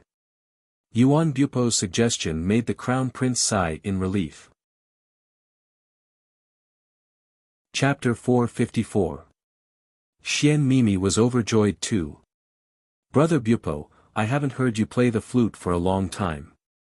Every person in Di Hong City would follow the rules of Di Hong City from the moment they were born to when they turned 1 year old. However, it was different from the boundless continent. The children in the Grand Emperor City were grabbing musical instruments. Yuan Bupo grabbed the flute with one hand. Hence, he used the flute to practice the Di Hong song all these years. As for Xian Mimi, she chose the guqin. It was also because of the musical instrument that Xian Mimi had always claimed that she and Yuan Bupo were destined to be married. It was said that the first person in Di Hong City was the city lord and his wife. One of them was good at the flute while the other was good at the guqin. It was said that the last 3 movements of the Di Hong song also used the flute and the guqin to achieve the greatest effect. Hence, Xian Mimi naturally thought that she and Yuan Bupo were destined to be together.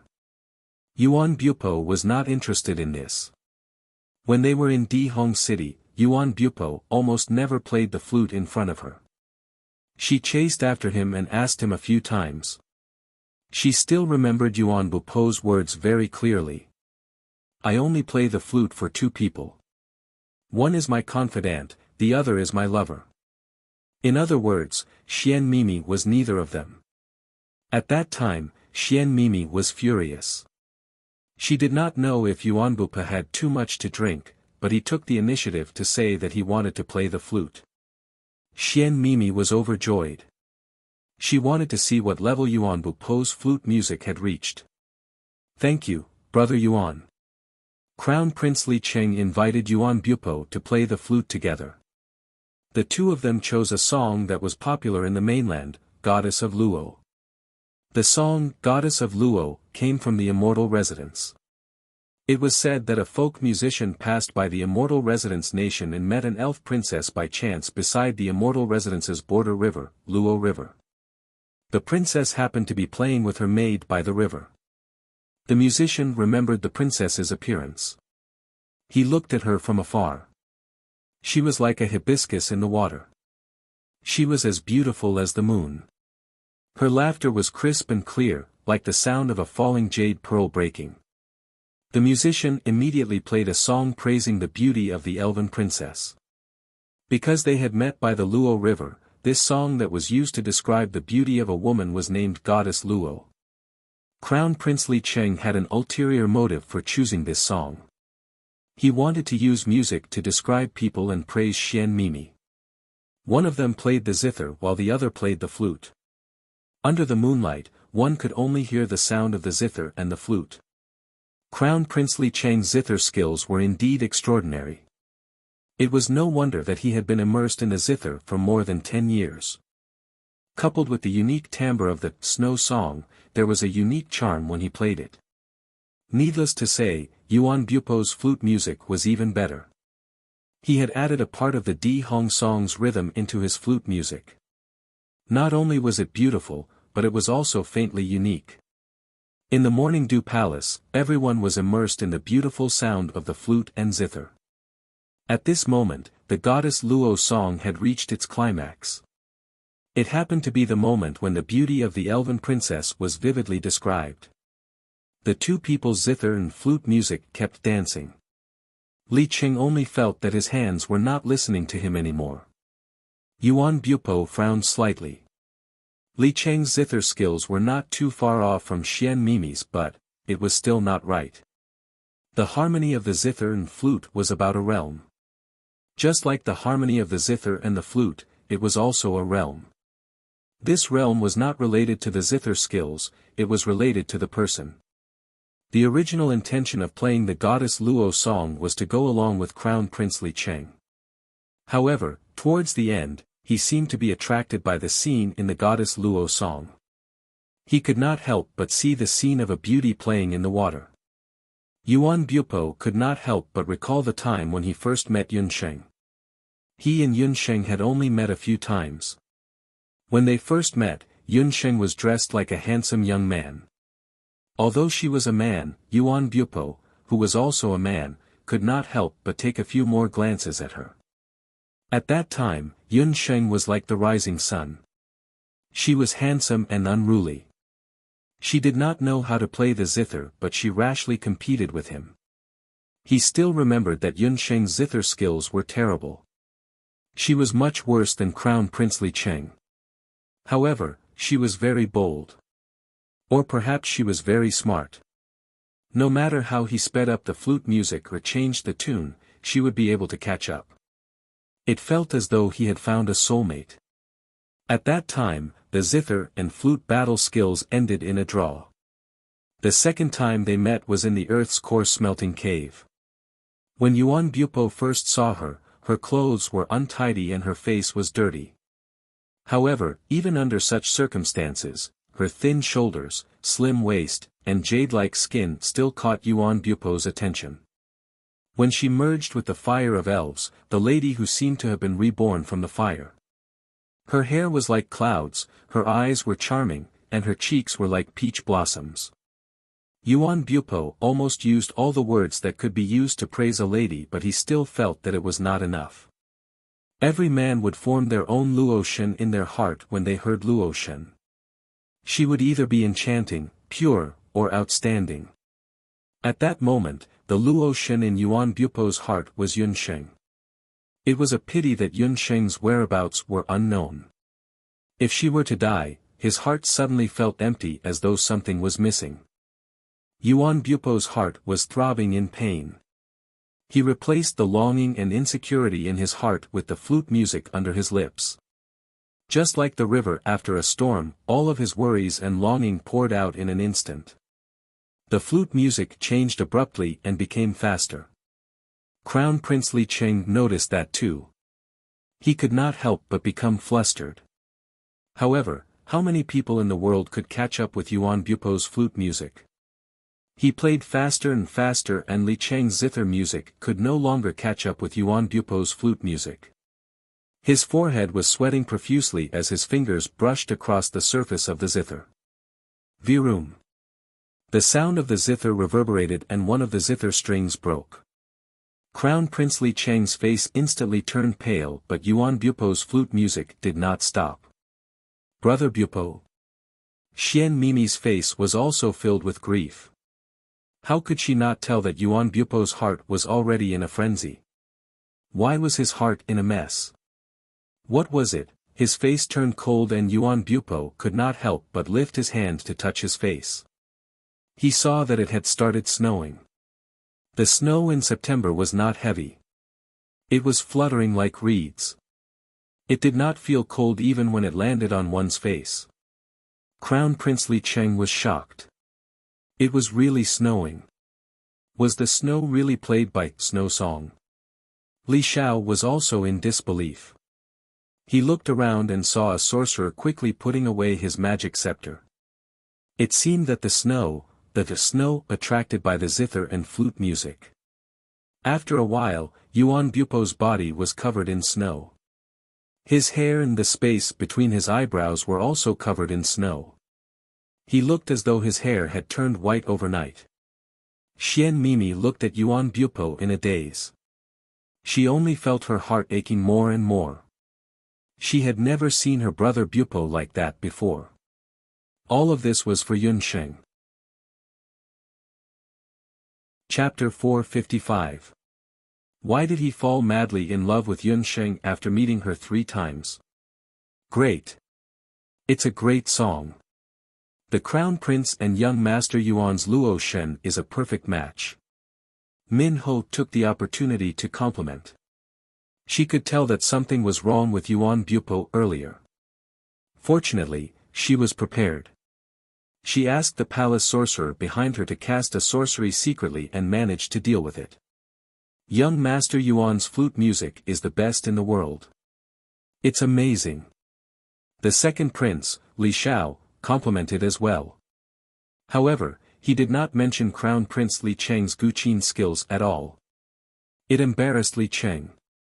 Yuan Bupo held the 9-dragon flute in his hand as his heart turned cold. He suddenly said to Min Ho, I have a favor to ask. I came to Tangyuan with a lady named Yun Sheng. We were attacked on the way and she and I were separated. I hope the Empress can help me find her. She's my sweetheart. Min Ho was shocked when he heard what Yuan Bupo said. On the other hand, Xian Mimi's expression changed. She did not expect Yuan Bupo to say that Yun Sheng was his sweetheart in front of Min Ho. Yuan Bupo had a sweetheart. Li Cheng and Li Xiao were relieved, but Li Xiao could not help but frown. The lady named Yun Sheng should be the female sorcerer from the residence of Yun that Xian Wuji mentioned earlier. Could it be that the 50 magicians that he had lost were related to Yun Sheng? Min Ho understood that Yuan Bupo and Xian Mimi only had one-sided love. Judging from the flute music earlier, Yuan Bupo's talent was quite high. In time to come, his attainments in Di Hongga would not be inferior to the current city lord of the Grand Emperor city. If such a person could help Cheng, it would definitely be beneficial in the future. Young Master Yuan was attacked on the way. Someone dared to attack a demonic beast with Di Hong City's symbol. How dare they? Cheng, get someone to investigate this thoroughly tomorrow morning, Min Ho said coldly as he glanced at Li Xiao. Li Xiao's brows furrowed slightly, and then he relaxed his brows and took a sip of wine as if nothing had happened. Thank you, Queen Min, Yuan Bupo bowed slightly. Min Ho was just about to get up when his expression suddenly changed. He felt dizzy and could no longer stand, falling to the ground. Mother! Crown Prince Li Cheng hurried forward. Yuan Bupo and Xian Mimi were also surprised. Even the second prince, Li Xiao, was shocked. Why are you still in a daze? Immediately call for the imperial physician. Crown Prince Li Cheng helped Min Ho up. Looking at her pale face, he knew that something bad had happened. The Morning Dew Palace was instantly thrown into chaos. The next morning, Yun Sheng stayed in the city for another half a day as she continued to look for Yuan Bupo's whereabouts. After searching for a long time, he still didn't find anyone with the surname Xian or Yuan staying in any of the inns in the city. Yun Sheng was tired of searching, so she casually walked into a lively restaurant in the city and ordered some wine and dishes. After eating a few mouthfuls, he suddenly heard a few guests at the neighboring table discussing. Have you heard? Something big happened in the palace yesterday. Isn't that so? The city was bustling early in the morning. It said that the palace was in a mess. Biantong was under the emperor's rule. In such a place, all kinds of news were spread quickly. Yun Sheng wasn't interested in the news, but when she heard that something happened in the palace, she couldn't help but listen. It said that someone from Di Hong City came and the Empress held a banquet to welcome them. During the banquet, the Empress suddenly fainted and she hasn't woken up yet. Someone from Di Hong City came. Could it be Yuan Bupo and the rest? Yun Sheng was not a fool. Yuan Bupo only briefly explained the distribution of power in Tangyuan the other day. Judging from the situation of the purple gold mine last time, Tangyuan and Di Hong City's relationship wasn't simple. After she entered the city, she searched along the way but couldn't find Yuan Bupo. It turned out that Yuan Bupo had already entered the palace. However, he was in the palace and it was related to the poisoning of the Empress. It was probably very difficult to see Yuan Bupo. Waiter, Yun Sheng stopped a waiter, the guests are talking so enthusiastically. What happened? As she spoke, she took out a silver coin and threw it to the waiter. The waiter immediately beamed, guest, they said that something happened in the palace. Empress Min was poisoned last night and she's still unconscious. It said that all the imperial physicians in the palace were called in. One night has passed and it's still unknown whether she's dead or alive. Oh. When Yunxing heard that, she suddenly had an idea. Waiter, I'm a physician and I know a little about poisons. If I want to recommend myself to enter the palace, what can I do? If she could sneak into the palace, she could reunite with Yuan Bupo and the rest. I'm afraid it's not easy. I heard that Imperial concubine Su's people have sealed the palace gate. She said that she wants to find the culprit. If you're not a famous physician in Tangyuan, I'm afraid it's not easy to get in. The waiter didn't dare to say more. Everyone in Bientong knew that the second prince's mother, Imperial concubine Su, and the crown prince's mother, Empress Min, were like fire and water. One of them wanted the other to die as soon as possible. This time, the biggest suspect for Empress Min's poisoning was Imperial concubine Su. However, no one dared to say it out loud. Imperial concubine Su said that she wanted to strictly investigate the physicians. However, the imperial physicians were helpless. If they couldn't find a solution, Empress Min wouldn't be able to survive the night. If Empress Min died, the palace would belong to Imperial concubine Su and the second prince. Then it's difficult. I have a good antidote. Unfortunately, I can't enter the palace. Yun Sheng's face was full of regret. Young lady, are you telling the truth? A famous drinker suddenly rushed up from the side. He looked at Yun Sheng with a nervous expression, but his eyes were full of hope. Of course it's true. When I was in Zhou State, I cured many poisons.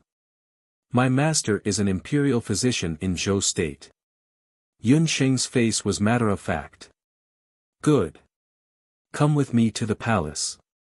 I'm Empress Min's younger brother. It was a coincidence. After Empress Min was poisoned, the Min family was worried sick. They tried to find all kinds of physicians. They even went to the temple. However, they still couldn't find the cause of Empress Min's poisoning. When Yun Sheng heard this, she knew that there was a chance. She remained calm and followed Min Ho's younger brother all the way to the Tang Yuan Imperial Palace. Inside the palace, the crown prince looked anxious as he paced back and forth. He remembered that his mother had suddenly fainted last night. His heart burned with anger. Your Majesty, you should go and rest. You haven't drunk a drop of water since last night. You haven't closed your eyes. The old palace servant next to him was worried. As he spoke, Imperial concubine Su and the second prince, Li Xiao, walked in with a magician behind them. Seeing Li Xiao, Crown Prince Li Cheng rushed forward and grabbed Li Xiao.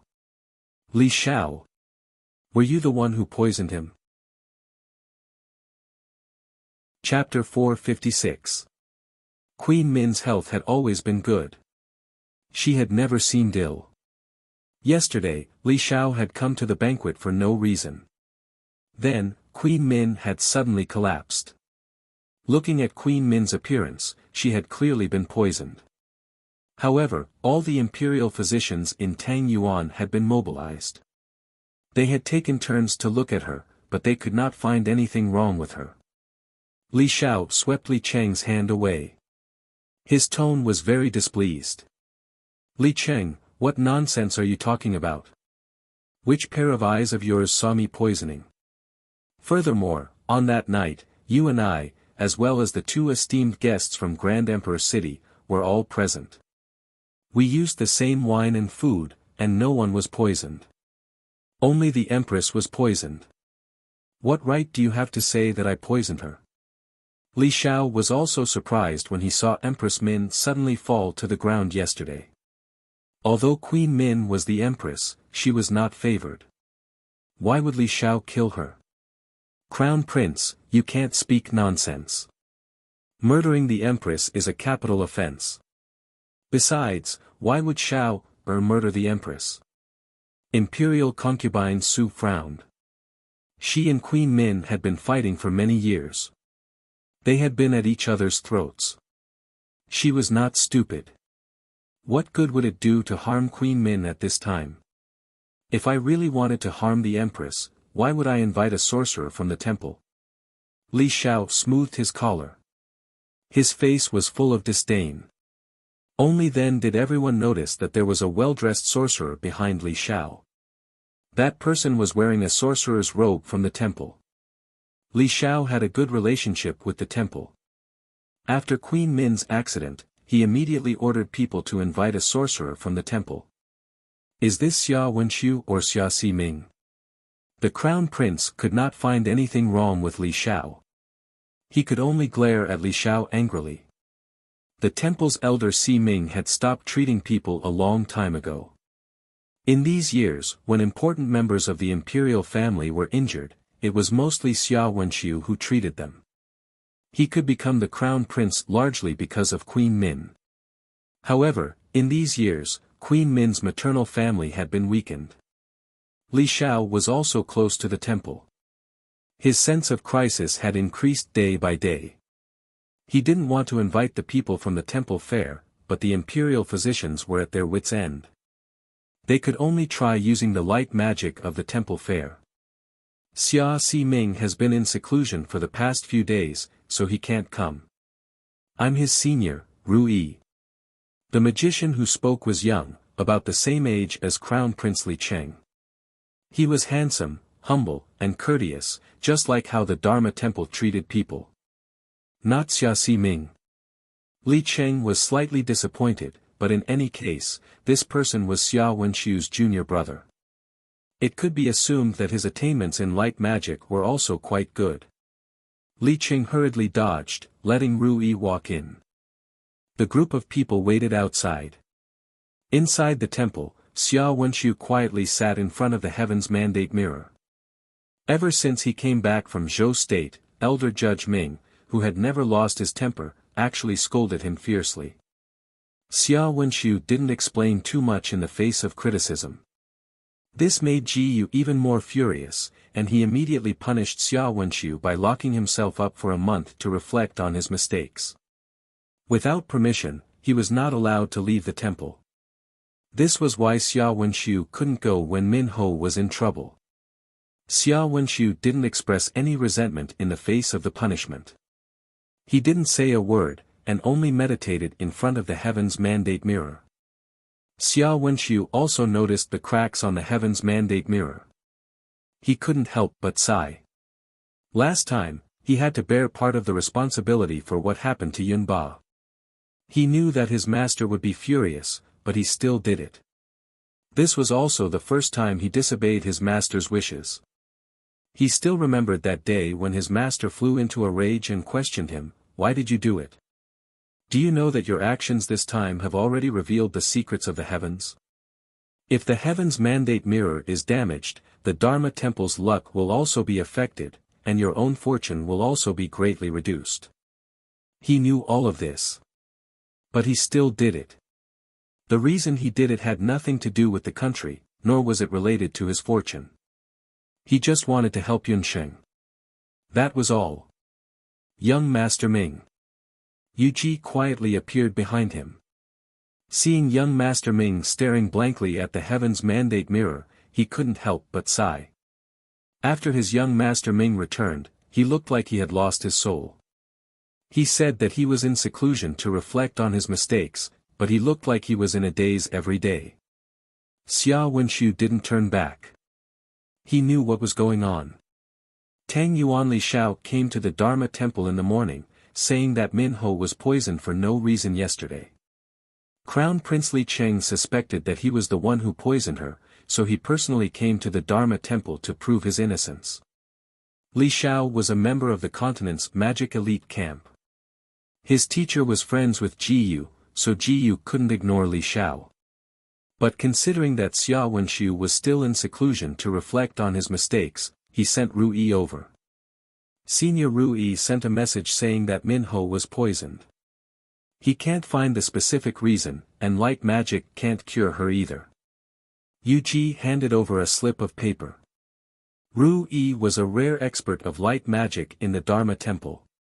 If even he couldn't cure her, then the poison that Tang Yuan and Min Ho were poisoned this time was no small matter. Xia Wenxiu looked at the slip of paper and was slightly moved. What did Master say? Elder Judge of Fate said that Min Ho will be fine this time. What he meant was that Xia Wenxiu didn't have to step in and continue to reflect on his mistakes. It seemed that Master was really angry this time. Xia Wenxiu couldn't help but smile bitterly. He took out the trigram and performed a divination. When the trigram appeared, it was just as Elder Judge of Fate, Ji Yu said. Min Ho's trigram was a blessing in disguise. After the ominous light, there was a benefactor helping her. However, Xia Wenxiu was secretly amazed. What kind of person could cure a patient that even senior brother Rui couldn't cure? Min Ho's trigram was very special. It was a blessing in disguise. It seemed that after being poisoned this time, Min Ho and Tang Yuan's luck would change greatly. Xia Wenxiu looked thoughtfully at the heavenly fate mirror. Suddenly, a ray of auspicious light flashed. That ray of auspicious light flashed by at an extremely fast speed, but Xia Wenxiu still caught it. Ever since the last time Yunba's ominous sign suddenly appeared, the heavenly fate mirror hadn't shown any signs for a long time. Xia Wenxiu couldn't help but ponder. That ray of auspicious light seemed to have come from the west. Could it be that the benefactor who could turn Min Ho's misfortune into a blessing also came from the west? The west of the mainland happened to be Zhou State. Zhou State. Could it be her? Xia Wenxiu couldn't help but smile bitterly at his own thoughts. Why would Yun Xing come to Tang Yuan? He was really crazy. He was still thinking about her at this time. The signs of auspicious light were unpredictable. Perhaps that ray of auspicious light was just an omen. Since Master didn't want him to step in, then he wouldn't step in. Tell Senior Ru Yi to stay in the palace for the time being. Min Ho will have her benefactor to help her. Xia Wenxiu waved his hand and entered a meditative state again. Chapter 457. Inside the palace, Ru Yi was waiting for Xia Wenxiu's reply. Just now, he had checked Queen Min's body in front of everyone's expectations, but he didn't find anything strange. He had hoped that Junior Xia would be of some help, but he didn't expect Junior Xia to reply like this. Queen Min has a benefactor in her life. Benefactor? Even Tang Yuan's imperial doctors couldn't do anything about Queen Min's illness. Where did this benefactor come from? Crown Prince Li Cheng was disheartened when he saw that the light magicians invited by the temple couldn't do anything. At this time, a servant came to report, Crown Prince, Assistant Minister Min is outside the palace. He said he found a miracle doctor who can save the Empress. Imperial concubine Su and the others were stunned. Assistant Minister Min was Queen Min's younger brother. When the Crown Prince heard this, it was as if he had seen a life-saving straw. He hurriedly said, "It's Uncle Min. Let him in." "Wait, Your Majesty, the godly doctors near Biantang have all been invited to the imperial palace. Whether or not the doctor invited by Uncle Min is a godly doctor is still unknown.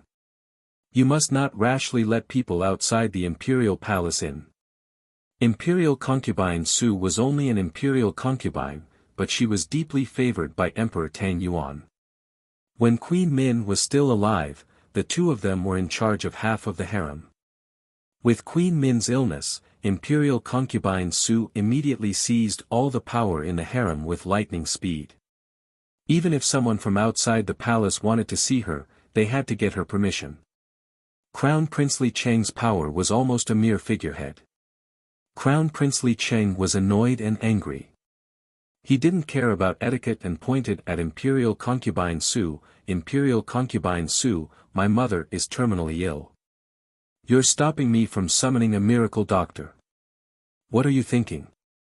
Don't think that I'm afraid of you just because Imperial Father favors you. I'll go see Imperial Father now and let him make the decision." The two of them pulled and pulled until they were in front of Emperor Tang Yuan. The people in Zhaolu Palace couldn't help but shake their heads when they saw such a disgraceful scene. Emperor Tang Yuan still cared about his many years of relationship with Queen Min. After receiving the news, he ordered people to summon Assistant Minister Min and the Miracle Doctor. Assistant Minister Min, Godly Dr. Yun, please enter the palace for an audience. Yun Xing followed Assistant Minister Min all the way to Morning Cloud's palace.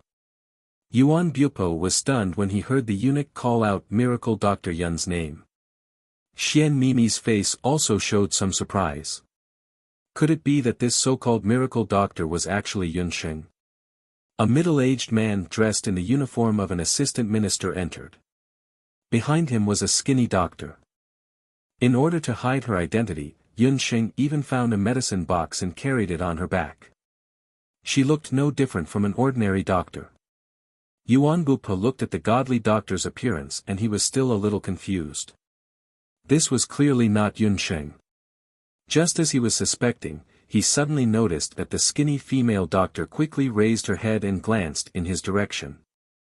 Those eyes, even though she had disguised herself with the disguise spell, Yuan Bupo could still recognize Yun Xing's lively eyes with a hint of cunning in them. Her jet-black eyes did not match her appearance at all. Yuan Bupo's strange behavior attracted the attention of the second prince, Li Xiao. He could not help but take a few more glances at Yun Xing. This woman looked really ordinary. If she were to be thrown on the streets, there would be a bunch of her. Moreover, this miracle doctor looked sickly. She looked like a bottle of medicine. Could she really save Queen Min? You're the miracle doctor from Zhou State.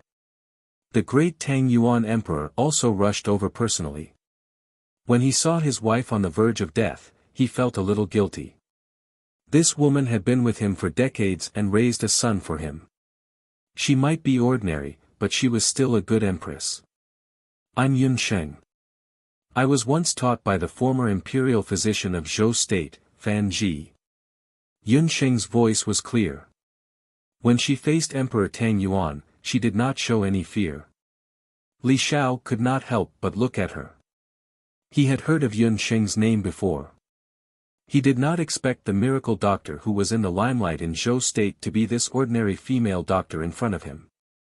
This person was the godly doctor who had saved the great Zhou's general, Yun Songlang. She was also the miracle doctor that Li Xiao wanted to kill. Yun Xing also lowered her head and glanced at the crowd from the corner of her eyes. Other than Yuan Bupo and Xian Mimi, there were two other unfamiliar men standing in the hall. One of them was handsome, but he looked cunning. It seemed like he was the rumored second prince of Tang Yuan. There was another person who looked ordinary. It should be the cowardly crown prince, Li Cheng. These days, the second prince seemed to be more talented than the crown prince. As for the last person, Yun Xing could vaguely feel the fluctuation of light magic from him. People from the temple. Yun Xing quickly recognized the identities of the people in the hall. If that's the case, quickly go forward and take a look at Empress Min, Emperor Tang Yuan urged. Thinking about it, Yun Xing must have used a special method to conceal her appearance. Yuan Bupo did not know why Yun Xing did that, but since Yun Xing did it, he would not expose her. As long as Yun Xing was not dead, everything would be fine. Yuan Bupo felt that the sky had cleared up after the storm. The gloomy mood from a few days ago disappeared immediately. Yun Xing received Emperor Tang Yuan's permission and was about to go forward to take a look. Stop right there. Just as Yun Xing was about to go forward, the second prince, Li Xiao, suddenly stepped forward and blocked Yun Xing's path. He looked at Yun Xing from head to toe. His tone was deliberately difficult. Royal father, this child has heard of the famous physicians of Grand Zhou. But I heard that the royal physician Fan Ji of Grand Zhou has long been banished from the Medicine Emperor Pavilion.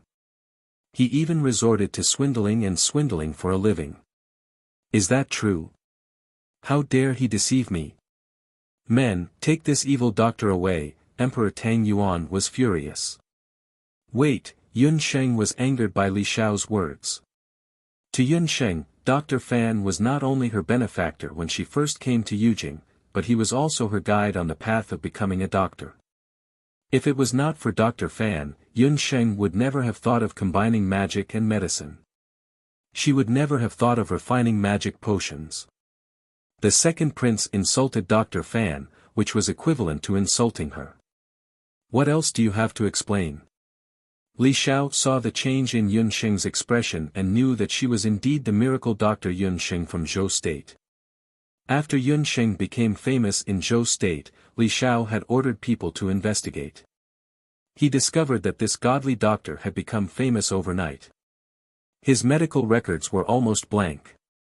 As for her master, Fan Ji, he was a former imperial physician who was expelled from the Medicine Emperor Pavilion. Second prince, I admit that my master was expelled from the Medicine Emperor Pavilion for some reason. However, it's a fact that he's an imperial physician. When he was 25 years old, he was already the youngest imperial physician in Zhou State. When he was 28 years old, he was expelled from the Medicine Emperor Pavilion. The reason was that he wanted to pursue a higher level of medical knowledge and combine it with magic, Yun Sheng said crisply. She was not afraid of Li Xiao's difficulties at all. Chapter 458. Is this doctor talking about Zhou State's Dr. Fan Ji? Ru Yi, who had been silent all this time, spoke up. He was a magician from the Temple of Magic and had a very honorable status. Even Emperor Tang Yuan had to be respectful to him. Oh, could it be that Lord Ru Yi has heard of this person's name before? Emperor Tang Yuan couldn't help but ask. I've met Dr. Fan once. Ru Yi was Xia Wenxiu's senior. Before Xia Wenxiu became an adult, he had always been by Elder Ji Yu's side. At that time, Fan Ji was still in the Medicine Emperor Pavilion. Ru Yi had some impression of Fan Ji. He remembered that he was a doctor with great medical skills and would occasionally have unique opinions. Unlike the Medicine Emperor Pavilion that blindly pursued ancient medical skills, Dr. Fan was a very flexible doctor in Ru Yi's opinion. Later on, he also heard that Dr. Fan left the Medicine Emperor Pavilion for some reason. However, his reputation in Zhou State was still very good. In particular, he had joined a rapidly developing medical center in Zhou State, the Little Ciantong. Emperor Tang Yuan also understood that magic and ancient medical skills were like fire and water. Ru Yi also glanced at Yun Sheng and recalled what junior brother Xia had said earlier. Empress Min had her own benefactor helping her. Could it be that Empress Min's benefactor was this female doctor from the Great Zhou in front of them? Your Majesty, why don't you let this lady take a look? After all, magic and ancient medical skills are unable to immediately diagnose the Empress's illness. Perhaps Miss Yun, who is proficient in magic and ancient medical skills, will be able to see the reason. I won't hide it from your Majesty. When Ru Yi entered the palace, Junior Xia had already sent someone to deliver a message. He said that the Empress's benefactor will naturally come from the southwest. Ru Yi spoke up for Yun Sheng. Rather than saying that Ru Yi had confidence in Yun Sheng, it was more accurate to say that he had confidence in his junior brother Xia Wenxiu. Xia Wenxiu was born with heavenly eyes and his words were never wrong. Xia Wenxiu's words were without a doubt irrefutable and would definitely happen.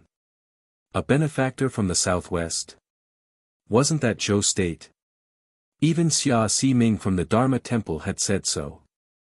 Second Prince Li Xiao could only step aside gloomily.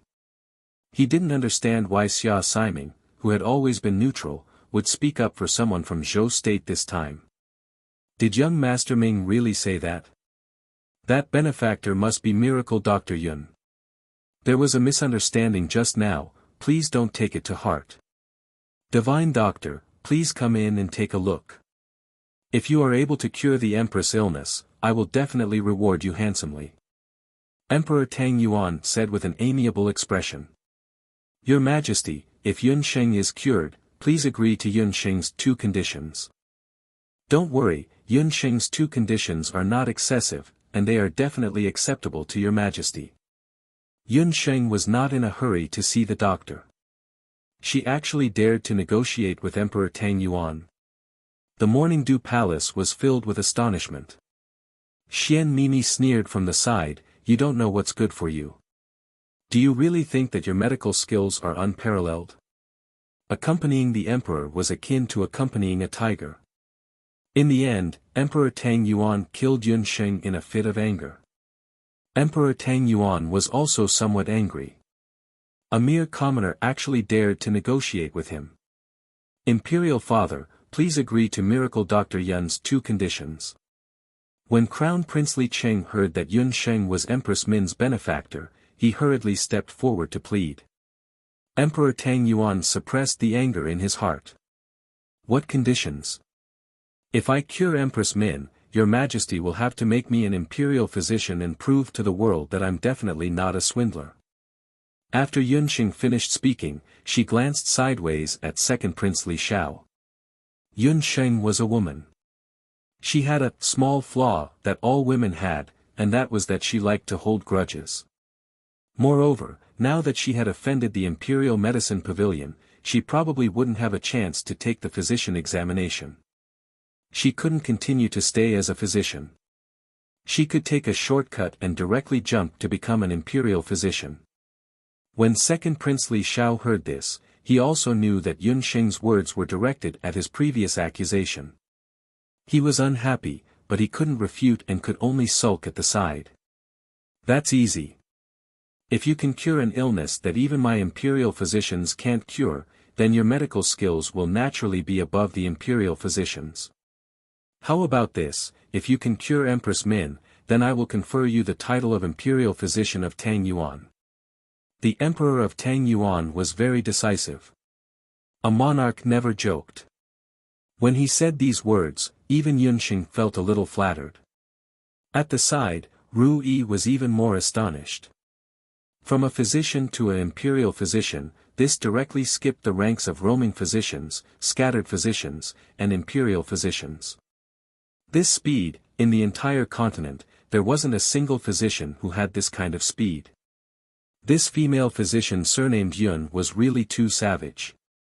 Xian Mimi was also furious. She didn't expect that not only did Yun Sheng not offend the emperor, she was going to be made imperial physician of Tang Yuan. A 9-year-old imperial physician, this was really heaven-defying. On the other hand, Yuan Bupo's face was filled with worry. Although he heard from his brother-in-law that Yun Sheng's medical skills were unparalleled in the world, he had never seen it for himself. Empress Min's illness was very aggressive and there were no symptoms at all. If it was poisoning, at last night's banquet, he, Xian Mimi, and the rest were all present. Li Xiao didn't make any move to poison the food, so there was no chance. As for poisoning Empress Min's food alone, the chance was very slim. Because the imperial palace's dishes were all specially tasted by palace servants. "Thank you, Your Majesty." Yun Sheng's face was indifferent. "This commoner has another condition. If this commoner can cure Empress Min, it proves that this commoner's medical skills are indeed extraordinary. However, Your Majesty Second Prince just said that this commoner's master is a liar. As the saying goes, if a crown prince breaks the law, he will be punished the same as a commoner. Second Prince needs to pour tea and apologize to this commoner." Hiss, Zhaolu Palace was dead silent. However, everyone sucked in a breath of cold air in their hearts. Other than Li Xiao and Empress Su who were green with anger, everyone couldn't help but give Yun Sheng a thumbs up in their hearts. Too awesome. Li Xiao was the most favored prince. In the entire Tang Yuan, no one dared to speak to him like this. "Impudent. You're just a commoner, how dare you ask my son to apologize to you?" Empress Su's face was red. This precious son of hers, even she couldn't bear to let him pour tea. This lowly commoner actually made such a request. "Oh." Yun Sheng dragged out the last syllable. Facing the furious imperial concubine Su, she only raised her eyebrows. Could it be that imperial concubine Su thinks that Empress Min's life is worth less than Second Prince's apology? Second Prince is really pampered. His cup of tea is actually more expensive than Empress Min's life. When Yuan Bupo and Ru Yi heard this, they broke out in cold sweat for Yun Sheng. She was too bold. This was simply playing with fire. Emperor Tang Yuan's face was also filled with anger. He also felt that Empress Su and Second Prince were making a mountain out of a molehill. Imperial Father, Empress Mother's life is in danger. Imperial Father, please reconsider. Crown Prince Li Cheng saw this and knelt down with the palace servants to plead for leniency. Second Prince Li Xiao gritted his teeth. In his heart, he understood that today he had been tricked by Yun Sheng. Helpless, he could only say hatefully, "If you can cure Empress Min, I will pour tea and apologize. But if you can't, don't blame me for asking you for your crimes." Chapter 459. Don't worry, Second Prince. This commoner will definitely not do as you wish. Yun Sheng smiled. Only then did she enter the bedchamber of Morning Dew Palace and check on Queen Min. Time passed by, and the Morning Dew Palace was completely silent. Yun Sheng checked on Empress Min's body in Morning Dew Palace. She frowned and stood up to walk out. Crown Prince Li Cheng quickly walked forward and asked, "Dr. Yun, what illness does my mother have?" "Empress Min doesn't have an illness." Yun Sheng looked around. "Then is she poisoned?" Crown Prince Li Cheng asked. "It's not poison either." Yun Sheng looked at Morning Dew Palace and frowned even more. Seeing her frown, Second Prince Li Cheng mocked, "It's neither an illness nor poison." "Yun Sheng, I'm afraid you didn't even see what illness Empress Min had. You still don't admit that you're a swindler. Who were the people who drank with the Empress last night?" Including the palace maids and kitchen maids, they all came forward. Yun Sheng ignored Li Xiao. In fact, when she entered the palace, she had already roughly determined the cause of Empress Min's illness. After checking just now, she was even more certain of this point. But after seeing the decorations in Morning Dew Palace, she was a little uncertain. A group of palace maids and a few people who were at the banquet all came forward. Yuan Bupo and Xian Mimi were among them. Li Cheng and Li Xiao also came forward. Last night, something happened to Empress Min and a group of people didn't remember to go back. They were all wearing yesterday's clothes. Yun Sheng first checked the palace maid's clothes and hands, but she didn't find anything strange. Even Yuan Bupo and Li Cheng didn't find anything wrong with them. After that, it was Second Prince Li Xiao. Li Xiao was humiliated by Yun Sheng and was furious. He glared at Yun Sheng. He was usually modest and polite, but towards Yun Sheng, it was very easy for her to arouse his anger. "Second Prince, please open your hands." Yun Sheng spoke in a businesslike tone and did not shy away from examining Li Xiao's hands. Li Xiao noticed that Yun Sheng's hands were very long and slender. When she stood next to him, a sweet fragrance wafted over. It was very different from the rouge and face powder commonly used by women in the palace. "Miss Xian, it's your turn." Yun Sheng had already checked most of the people, leaving only Xian Mimi behind. If she still couldn't confirm it, her earlier guess would be completely overturned. "Humph, the one surnamed Yun, don't pretend to be mysterious. Just admit that you can't see the illness." Xian Mimi was unwilling to let Yun Sheng examine her and pretended to leave. Unexpectedly, Yun Sheng suddenly grabbed her hand. "I found it, Miss Xian. The cause of the Empress' illness is in you." "What? What nonsense are you talking about? Are you saying that I poisoned the Empress?" Xian Mimi's face instantly turned pale. She did not poison the Empress at all. She raised her hand and was about to slap Yun Sheng. "You damned bitch, you're framing me." Yun Sheng would not allow her to be so presumptuous. She grabbed Xian Mimi's hand. A hidden force was released from her body and it instantly hit Xian Mimi's arm. Xian Mimi only felt her arm go numb and she could not exert any strength. She was the daughter of the Grand Emperor City's city lord. Usually, people would treat her with respect. She had never been so wronged like today. She could not think straight and burst into tears. As she cried, she shouted, "Brother Bupo, His Majesty the Crown Prince, Second Prince, you have to help me. I didn't poison her, I didn't poison her.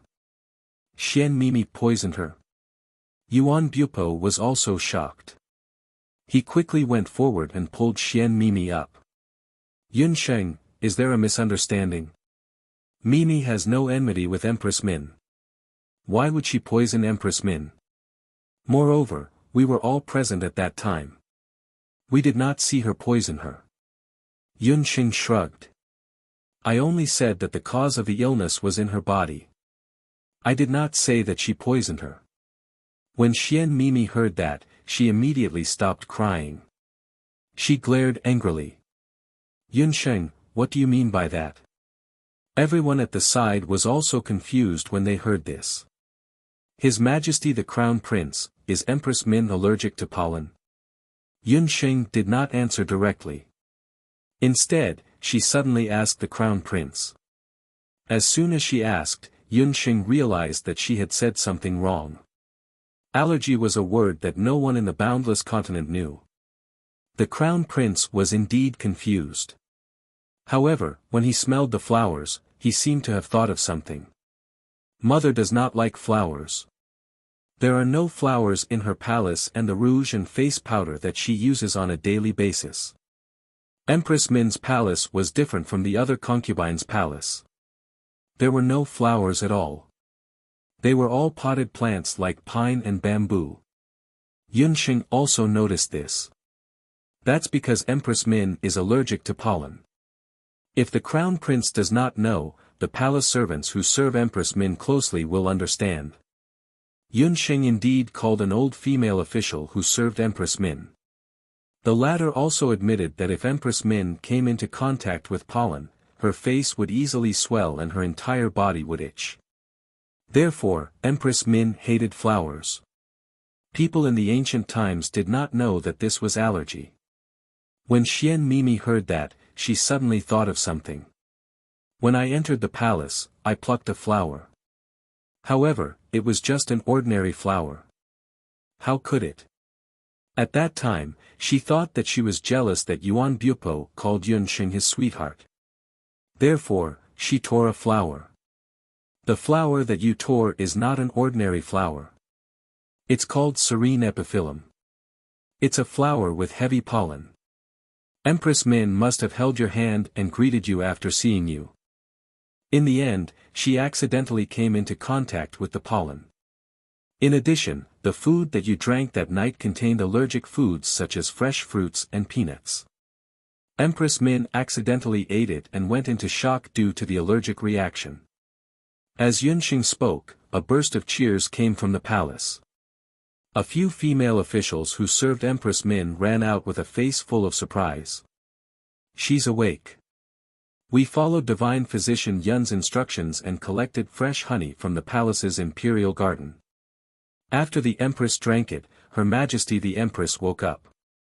Crown Prince Li Cheng was overjoyed when he saw this.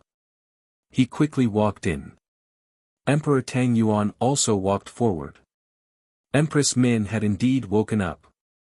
When she saw the worried Crown Prince and Emperor Tang Yuan, she smiled weakly. "This is too miraculous. Yun Sheng, you were clearly not present. How did you know what happened last night?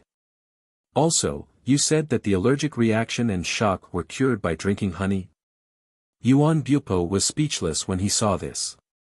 Because he was a physician, he used golden needles or bitter medicine to treat his patients. Who knew that Yun Sheng did not use any of those? She only called them out and looked at their hands and smelled their clothes. Xian Mimi's face was pale as she clenched her fists. However, Empress Min had fallen ill because of her. Although the responsibility for this matter was not on her, Brother Bupo and the Crown Prince's gaze when they looked at her just now carried a hint of blame. How would she know that old woman Empress Min was allergic to some pollen?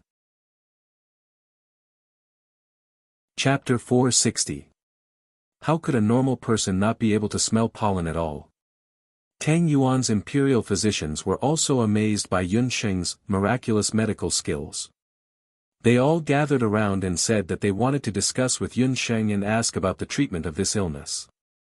Yun Sheng had a bitter smile on his face. How could she explain? She couldn't tell these doctors from the boundless world. The real cause of Min Ho's illness was very simple. It was a coma caused by allergies. Fresh honey, especially the bees raised in the imperial garden, had pollen grains that could resist allergies in their honey.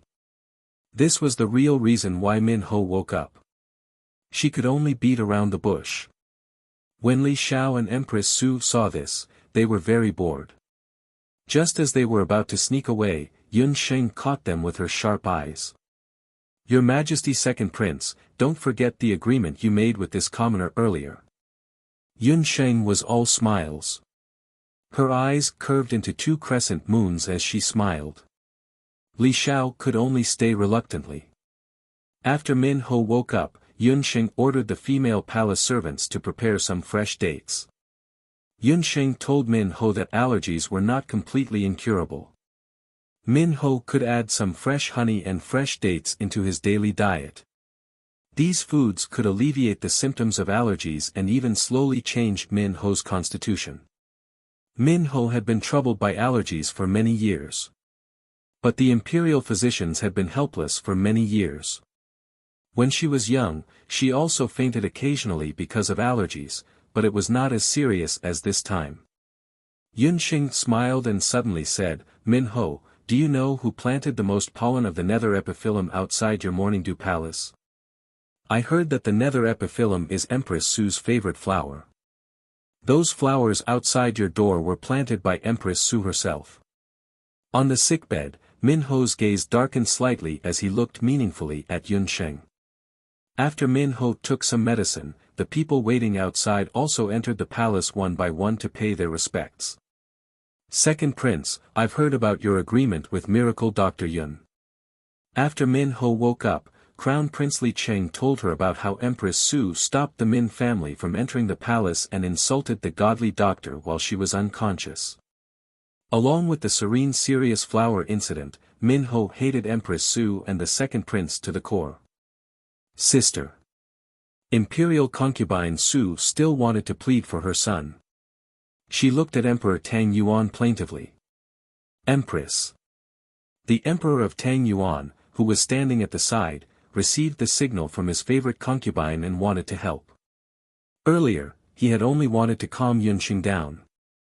After thinking about it, since he had already bestowed the title of national master to her, and the second imperial prince had always been proud, it was indeed difficult for him to pour tea and apologize to her.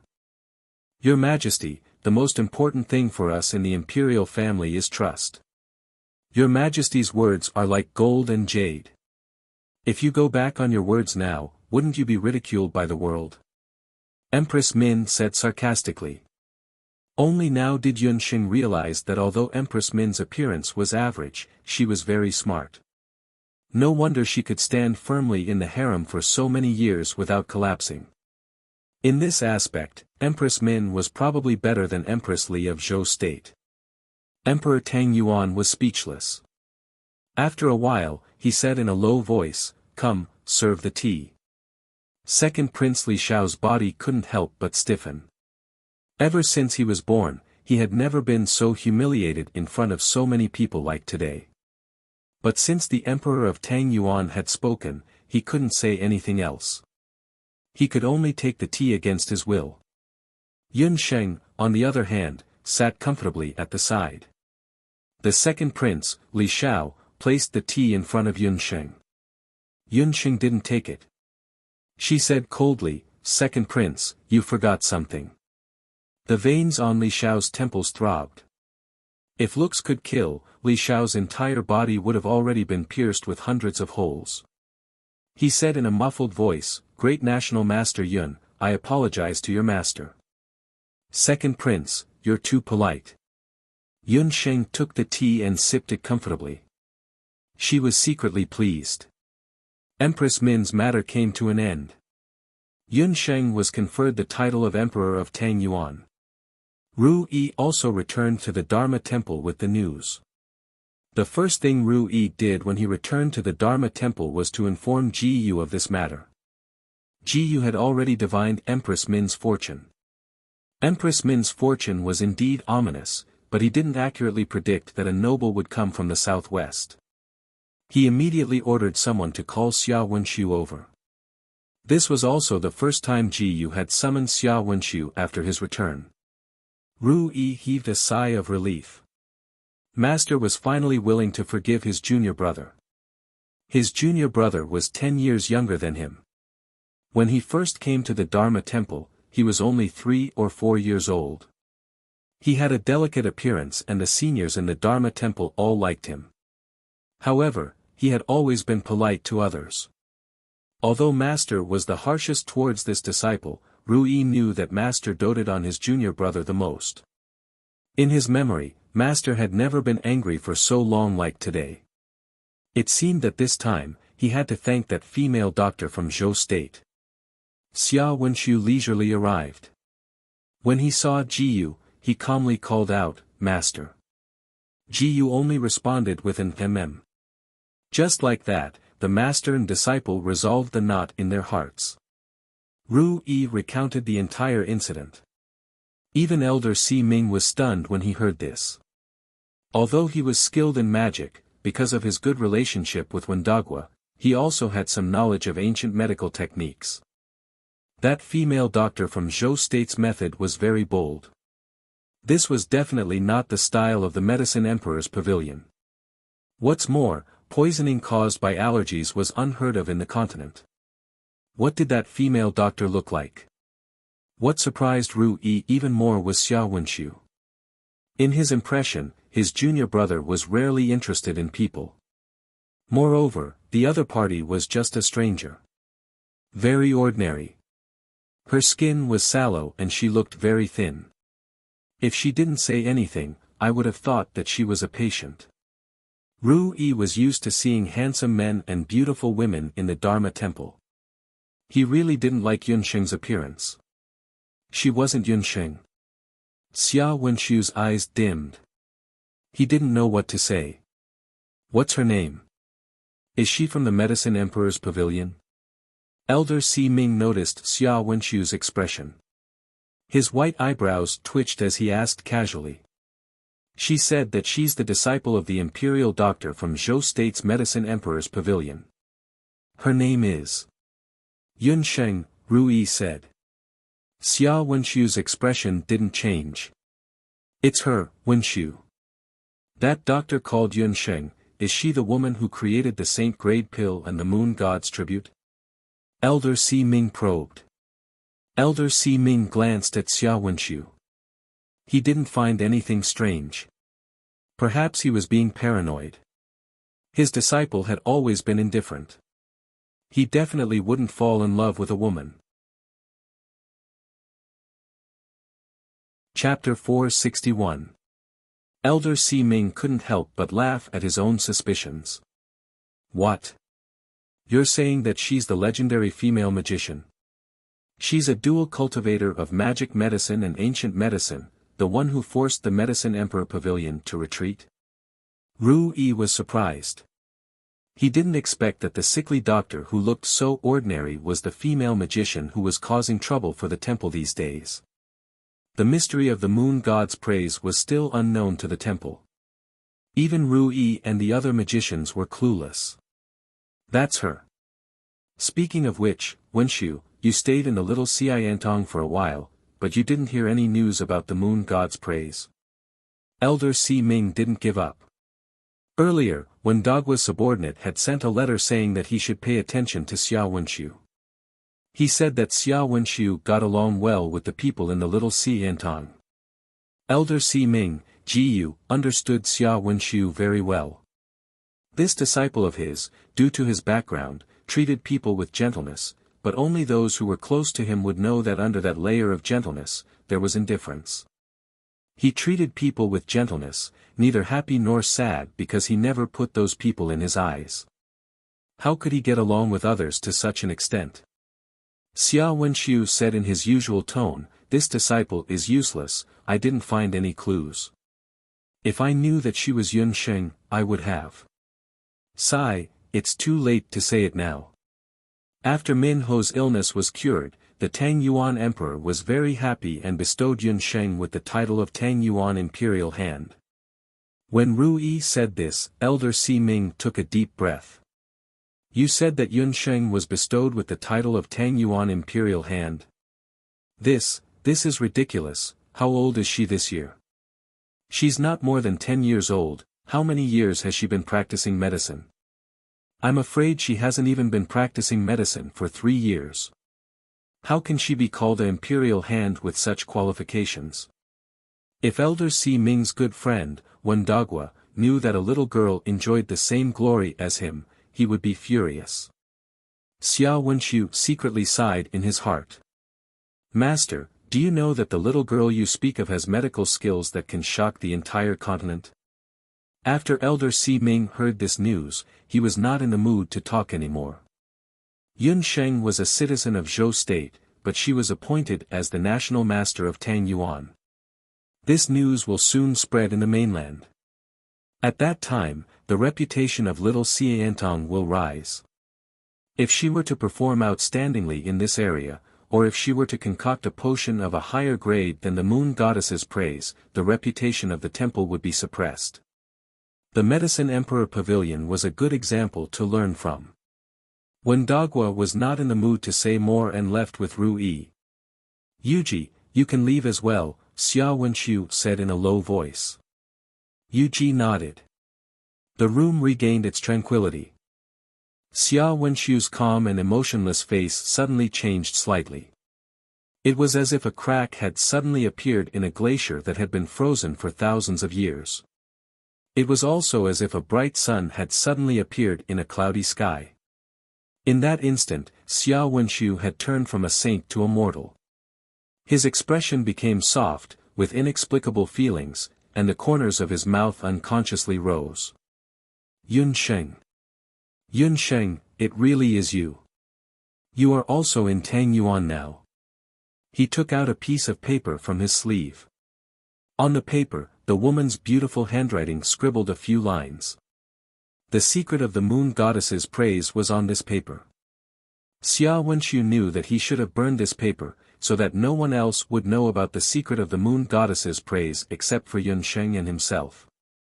However, he was reluctant to burn the only thing beside him that had traces of Yun Sheng. He sighed softly, spread out the paper again, and read it over and over again. The potion formed by the conflict of two opposite magic elements was refined under the high-grade moon goddess's praise. Two opposite magic elements. The world only said that Yun Sheng was a genius doctor, but who would have thought that her biggest secret was not her medical skills, but her secret was, dark magic soul. Only those who possessed a dark magic soul could withstand the magical conflict caused by the conflicting magical elements of the opposite magical attributes. Yun Sheng's body contained a powerful dark magic soul. This secret was also the real reason why Xia Wenxiu concealed the secret of the moon goddess's praise. He put the paper away again. Xia Wenxiu could not help but envy the northern underworld prince of Zhou State. Compared to that man who did not have the shackles of imperial power, although he was a priest of the Dharma temple and was known as one of the Wuji 5 walls, there was never a day where he could truly do things according to his heart. Even if he knew that Yun Sheng was in Tang Yuan, and he missed her day and night, he still could not get close to her. The only thing he could do was to protect her in his own way from the other side. Inside Tang Yuan's Morning Dew Palace. Miracle Dr. Yun, no, I should call you Great Master Yun now. Min Ho and Crown Prince Li Cheng held a banquet to entertain Yun Sheng, Yuan Bupo, Xian Mimi and the others. After Min Ho found out the cause of the illness, she recovered very quickly. This time, Min Ho escaped from death. She rejoiced and felt even more grateful to Yun Sheng. The Empress is too polite. The Empress is blessed by the heavens.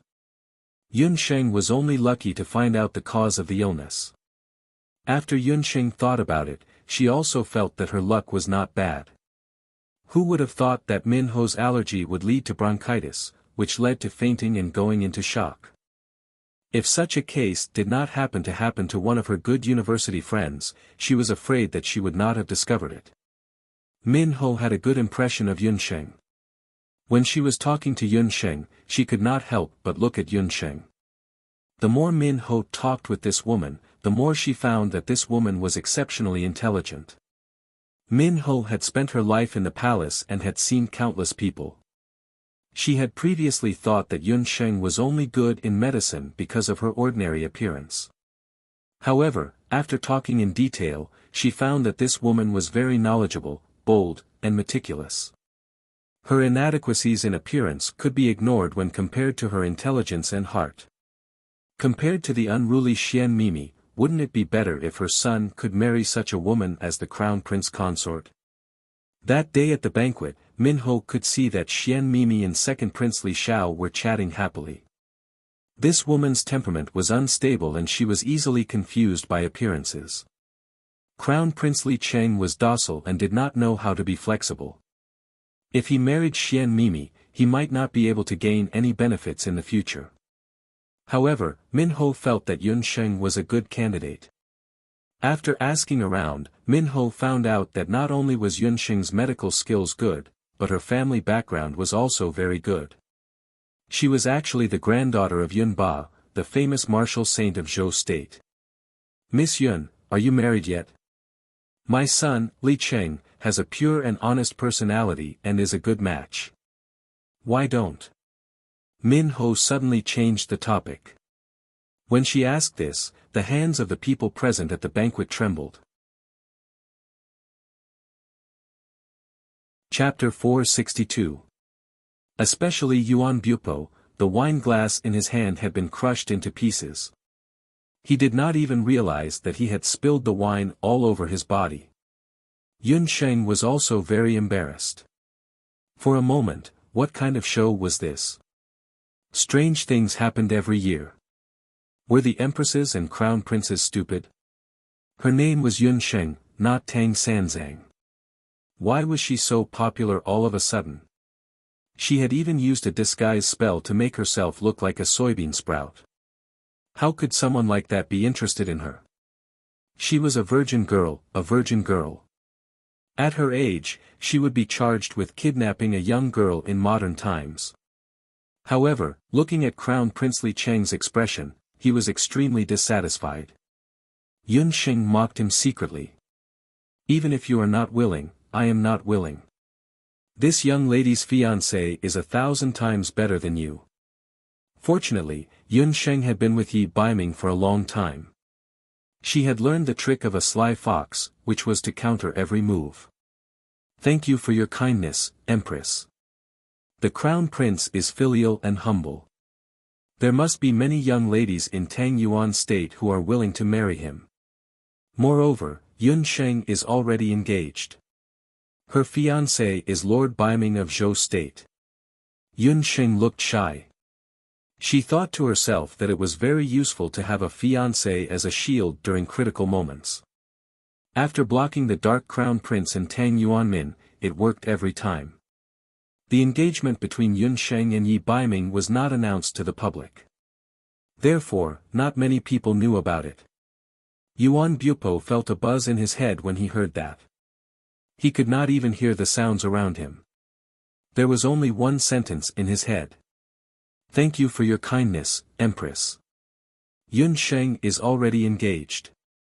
Yun Sheng's fiancé is Lord Baiming of Zhou State." Lord Baiming of Zhou State. She was already engaged. Why had he never heard her mention it? Yuan Bupo felt a dull pain in his heart. Then, he thought of something. It was just a marriage arrangement. It didn't mean anything. Didn't Big Sister and Xian Wuji also have an engagement in the past? However, Big Sister and Yun Sanlang fell in love with each other and ended up together. Although her eldest sister's appearance was completely ruined, her eldest brother-in-law's care for her was not affected in the slightest. He didn't care whether Yun Sheng was engaged or not. She was the daughter of an aristocratic family. She must have been forced into this marriage because of the imperial decree. It was rumored that the crown prince of Zhou State was an idiot. That Lord Biming must also be a good-for-nothing. How could he be compared to him, who was handsome and proficient in music? Yes, that must be it. Yun Sheng was forced. As long as I worked harder, she would fall in love with me. At that time, the engagement and the North Underworld King would be thrown to the back of my mind. At worst, I'll elope with her in the future. Yuan Bupo had already come up with a series of plans in his head. All that was left was the name of their child in the future. Min Ho was disappointed when he heard that. It was a pity that such a good girl was already engaged. However, Min Ho quickly composed himself. Yun Sheng pretended to lead the topic to women's beauty and maintenance. Min Ho was indeed interested. He threw away the idea of matching his son to a matchmaker. On one side, Yun Sheng and the Empress were chatting happily. On the other side, Yuan Bupo's mind was filled with thoughts of eloping. Crown Prince Li Cheng and Xian Mimi heaved a sigh of relief. Li Cheng heaved a sigh of relief. Naturally, it was because he didn't want to marry such an ordinary-looking girl as his crown princess. He still had fantasies about Xian Mimi. Xian Mimi, who had been a delicate guest earlier, was suddenly left out. She was originally very unhappy. However, when she heard that Min Ho was going to arrange a marriage for Crown Prince Li Cheng to Yun Sheng, she immediately perked up.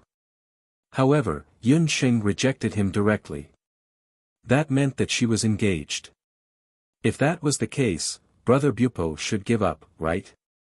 Xian Mimi couldn't help but look in Yuan Bupo's direction.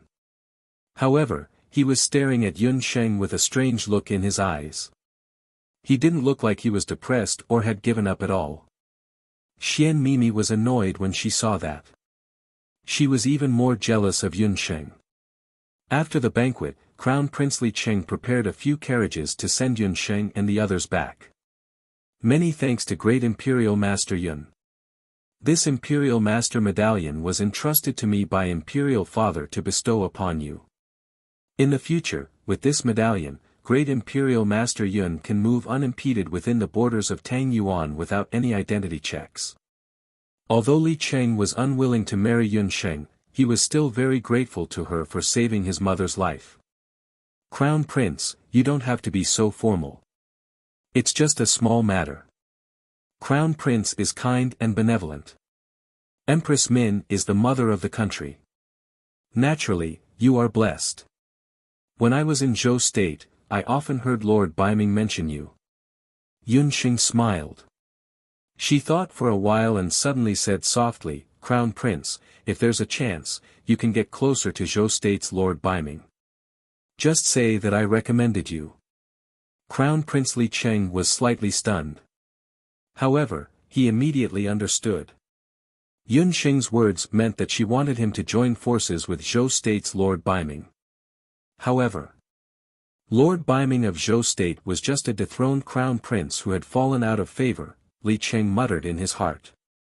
He thought that he should return to the palace and discuss with his mother before making a decision. Yun Sheng didn't say much.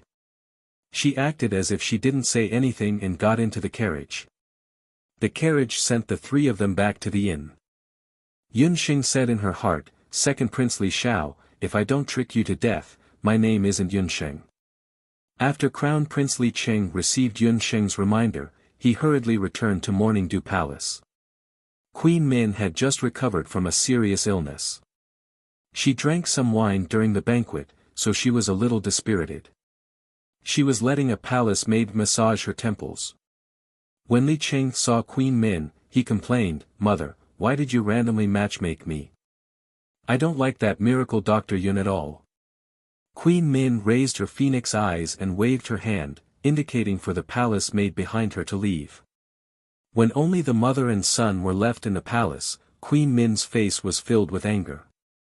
She reprimanded, Cheng He, you're really becoming more and more useless.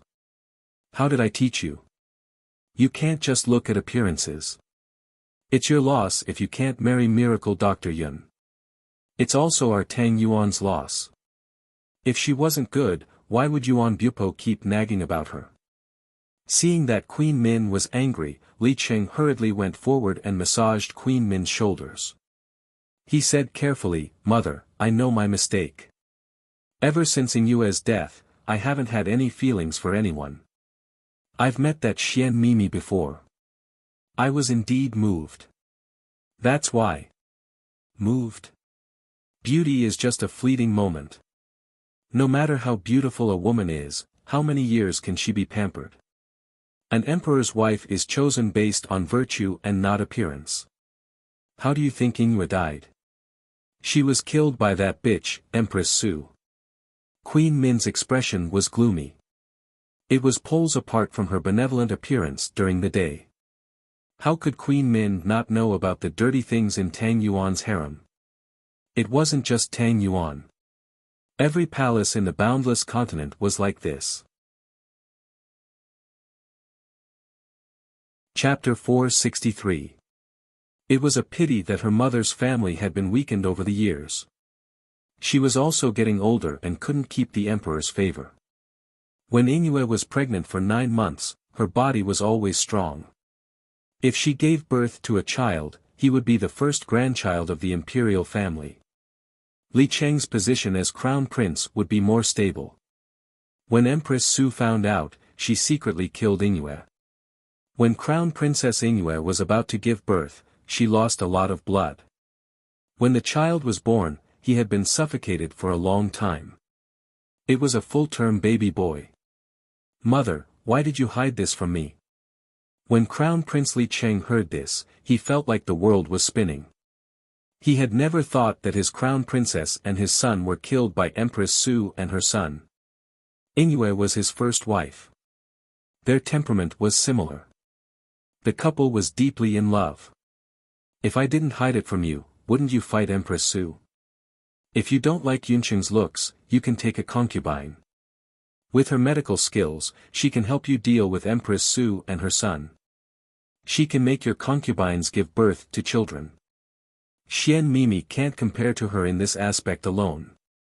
"Baiming Wang of Zhou State is so lucky," Min Ho said enviously. Crown Prince Li Cheng was silent. He understood Min Ho's meaning. This time, Min Ho's poison suddenly flared up. If it wasn't for a coincidence, his life would be even more difficult after his mother died. After knowing the truth, Crown Prince Li Cheng hated Li Xiao and her son even more. But after his mother was poisoned and Empress Su and her son covered the sky with one hand, Crown Prince Li Cheng grew some brains. He suddenly remembered the person Yun Sheng told him about. "Mother, I have another thing to report. Just now, Dr. Yun mentioned Baiming Wang to me. She seems to want to make me cooperate with Baiming Wang," Li Cheng said in a low voice. When Queen Min heard this, she was a little surprised at first, but she quickly understood. "The North Nether King's fiancé saved my life. According to etiquette, you should prepare a gift as a reward." Baiming Wang, Tang Yuan, Crown Prince Li Cheng sent a gift. In Wushuan Wuji Pavilion, Yi Baiming suddenly received a gift. Tang Yuan and Li Cheng. Yi Baiming was a little unfamiliar with this name. He was a nosy prince. He didn't have a position in the court and didn't have much contact with the envoys and princes of other countries. However, some time ago, he robbed Tang Yuan's second prince Li Xiao of a batch of purple gold Oregon. However, Yi Baiming believed that Li Xiao would never know that it was him, a nameless former crown prince of Zhou State, who had stolen his ore. This prince does not have any dealings with the Tang Yuan kingdom, so there's no need for a gift of thanks. "Throw it out," Yi Baiming coldly replied. But the other party said that this gift is related to His Highness's little fiancé, Divine Dr. Yun. About the little wild cat? Yi Baiming raised his beautiful eyebrows. The little wild cat actually ran to Tang Yuan. Shouldn't she be in the Grand Emperor city? After ordering someone to bring in the gift of thanks, Yi Baiming received a gift letter from Tang Yuan's Crown Prince Li Cheng. The letter was personally written by Li Cheng. It said that when Yun Sheng was passing by Tang Yuan, she was ambushed. She happened to pass by Tang Yuan and accidentally saved Tang Yuan Min. After that, she was conferred the title of Great Tang's national champion. When he saw the word ambushed, Yi Baiming's expression changed slightly. Crown Prince Li Cheng's words all pointed to Tang Yuan's Li Xiao as the culprit. Li Xiao again. Yi Baiming's thin lips slightly pursed. A biting cold murderous aura flitted across his eyebrows. When he saw the two words Yunsheng, the murderous aura suddenly disappeared. Like the sun after the rain, a somewhat evil smile appeared on his foxy face. The little wild cat admitted that he was her fiancé in front of outsiders. Although he couldn't help but be a shield, Yi Baiming was incomparably carefree. This little wild cat was indeed someone who didn't know her place. It seemed that Li Xiao had angered her. This fellow was very lazy and pushed her to his side. Forget it. Someone who offended his little fiancé would not be able to escape the word death sooner or later. The Tang Yuan Kingdom was the headquarters of the Dharma Temple. Sooner or later, he would devour Tang Yuan. It was just that the time was not right yet.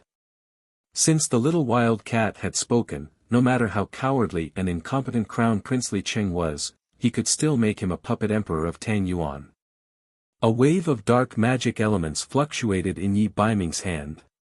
Li Cheng's letter immediately turned into a wisp of green smoke. Li Cheng sent news of Yunsheng. This made Yi Baiming happy, but also somewhat angry. After not seeing the little wild cat for a while, she ran all over the continent. At the end of the letter, Crown Prince Li Cheng mentioned that Yunsheng and the others were going to the Immortal Residence. Immortal Residence country? They were probably looking for the water of life. Yi Baiming immediately understood. Something must have happened in the Grand Emperor city for Yunsheng to change her mind and go to the Immortal Residence. This was too much. Yi Baiming couldn't help but feel a little angry. The Immortal Residence country was not a place where people could go as they pleased. Although the elves were a peace-loving race, they were also the race that hated humans the most on the continent. But with the little wild cat's intelligence and the rich gold, it shouldn't be a big problem. It was just that, the Immortal Residence country was thousands of miles away from Zhou State. Even with flying magical beasts, it would still take 2 months to go back and forth. If there was any delay in the middle, they might miss the selection of the continent's magic elite camp. He hadn't had time to inform Yunsheng about this matter. Because of their Dharma souls, he and Yunsheng had an inexplicable bond. Their thoughts could resonate. However, there was a prerequisite. The prerequisite was that both of them were willing. Last time in the Earth's core smelted cave, after accidentally catching a glimpse of the little wild cat's disheveled appearance, her face was full of disdain. She strongly expressed that if Yi Baiming dared to rashly resonate with her thoughts next time, she wouldn't spare him. Although he liked the little wild cat's appearance when she occasionally lost her cool and bared her fangs and brandished her claws, Yi Baiming was still unwilling to be angry with Yunsheng. It seemed that he could only wait until she contacted him before telling her this news. After leaving Bian Tang, Yunsheng removed the disguise spell on her body. This time, Li Xiao's sneak attack was a blessing in disguise. With the title of Tang Yuan's great national master, Yunsheng's following journey through Tang Yuan's border was very smooth. Crown Prince Li Cheng had even arranged for the best inns for them to stay in. This made Yunsheng feel like she wasn't going to the Immortal Residence to seek the water of life, but was going on a vacation. Moreover, she could clearly feel that there was something wrong with Yuan Bupo and Xian Mimi. Xian Mimi's resentment towards her had increased significantly. She looked as if she had killed her entire family. Yuan Bupo was the exact opposite. His eagerness towards her had obviously exceeded the level of a friend. For example, during mealtimes, he would continuously put food on her plate. Early in the morning, he would play the flute outside her room. Yunsheng, what do you want to hear? I'll play it for you. Yuan Bupo blinked his eyes. Chapter 464. It was another morning where she could meditate properly. Yun Sheng had no choice but to walk out of her room after being played by the flute. Di Hong Song. Yun Sheng was not a fool. Since Yuan Bupo had to play the flute every day, she might as well let him play the last 3 chapters of the Di Hong Song. Yun Sanlang had only taught Yun Sheng the first 3 chapters of the Di Hong Song. Yun Sanlang and Yuan Shahua had only pledged their lives to each other. Yuan Shahua was cautious and did not dare to teach Yun Sanlang the last 3 chapters of the Yuan family. Yuan Bupo was put in a difficult position when he heard that Yun Sheng wanted to listen to the last few chapters of the Di Hong Song. He scratched his head and stole a glance at Yun Sheng. In the morning, Yun Sheng looked as if she had brought morning dew. She was exceptionally beautiful. The Di Hong Song can't be taught to outsiders, unless you're from the Di Hong city.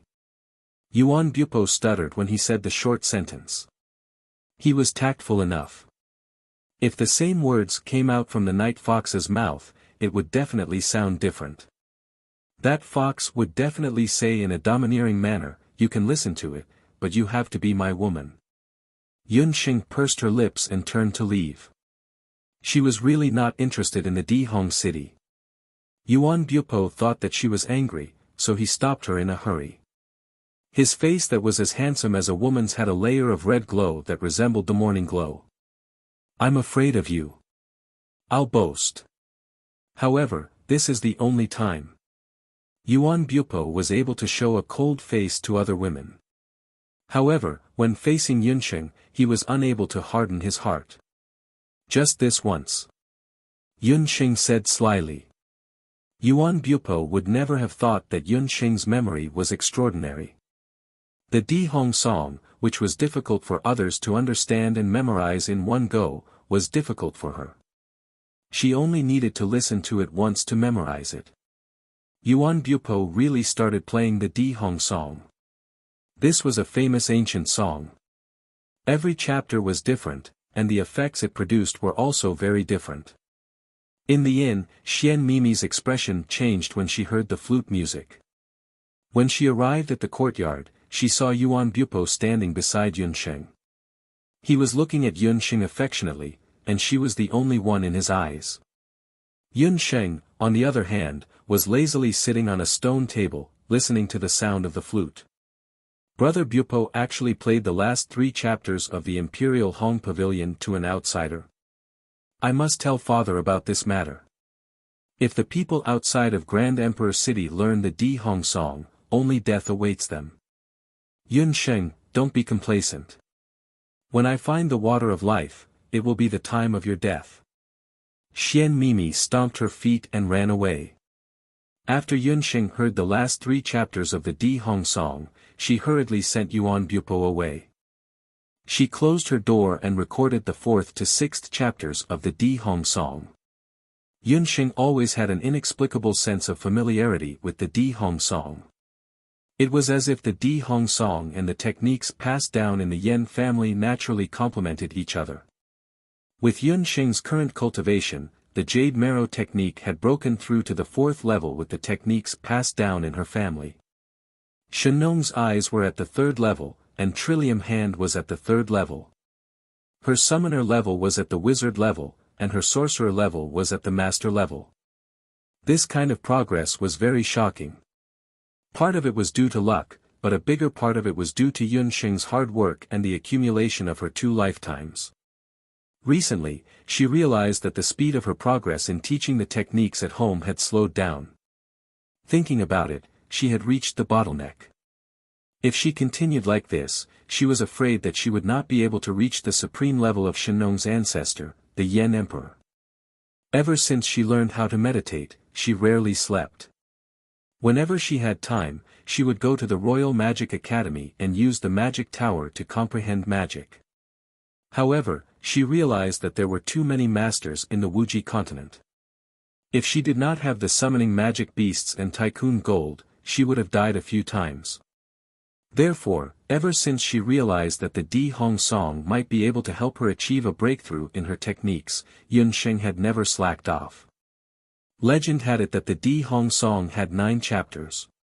Today, Yuan Bupo played the 4th, 5th, and 6th chapters of the Di Hong Song.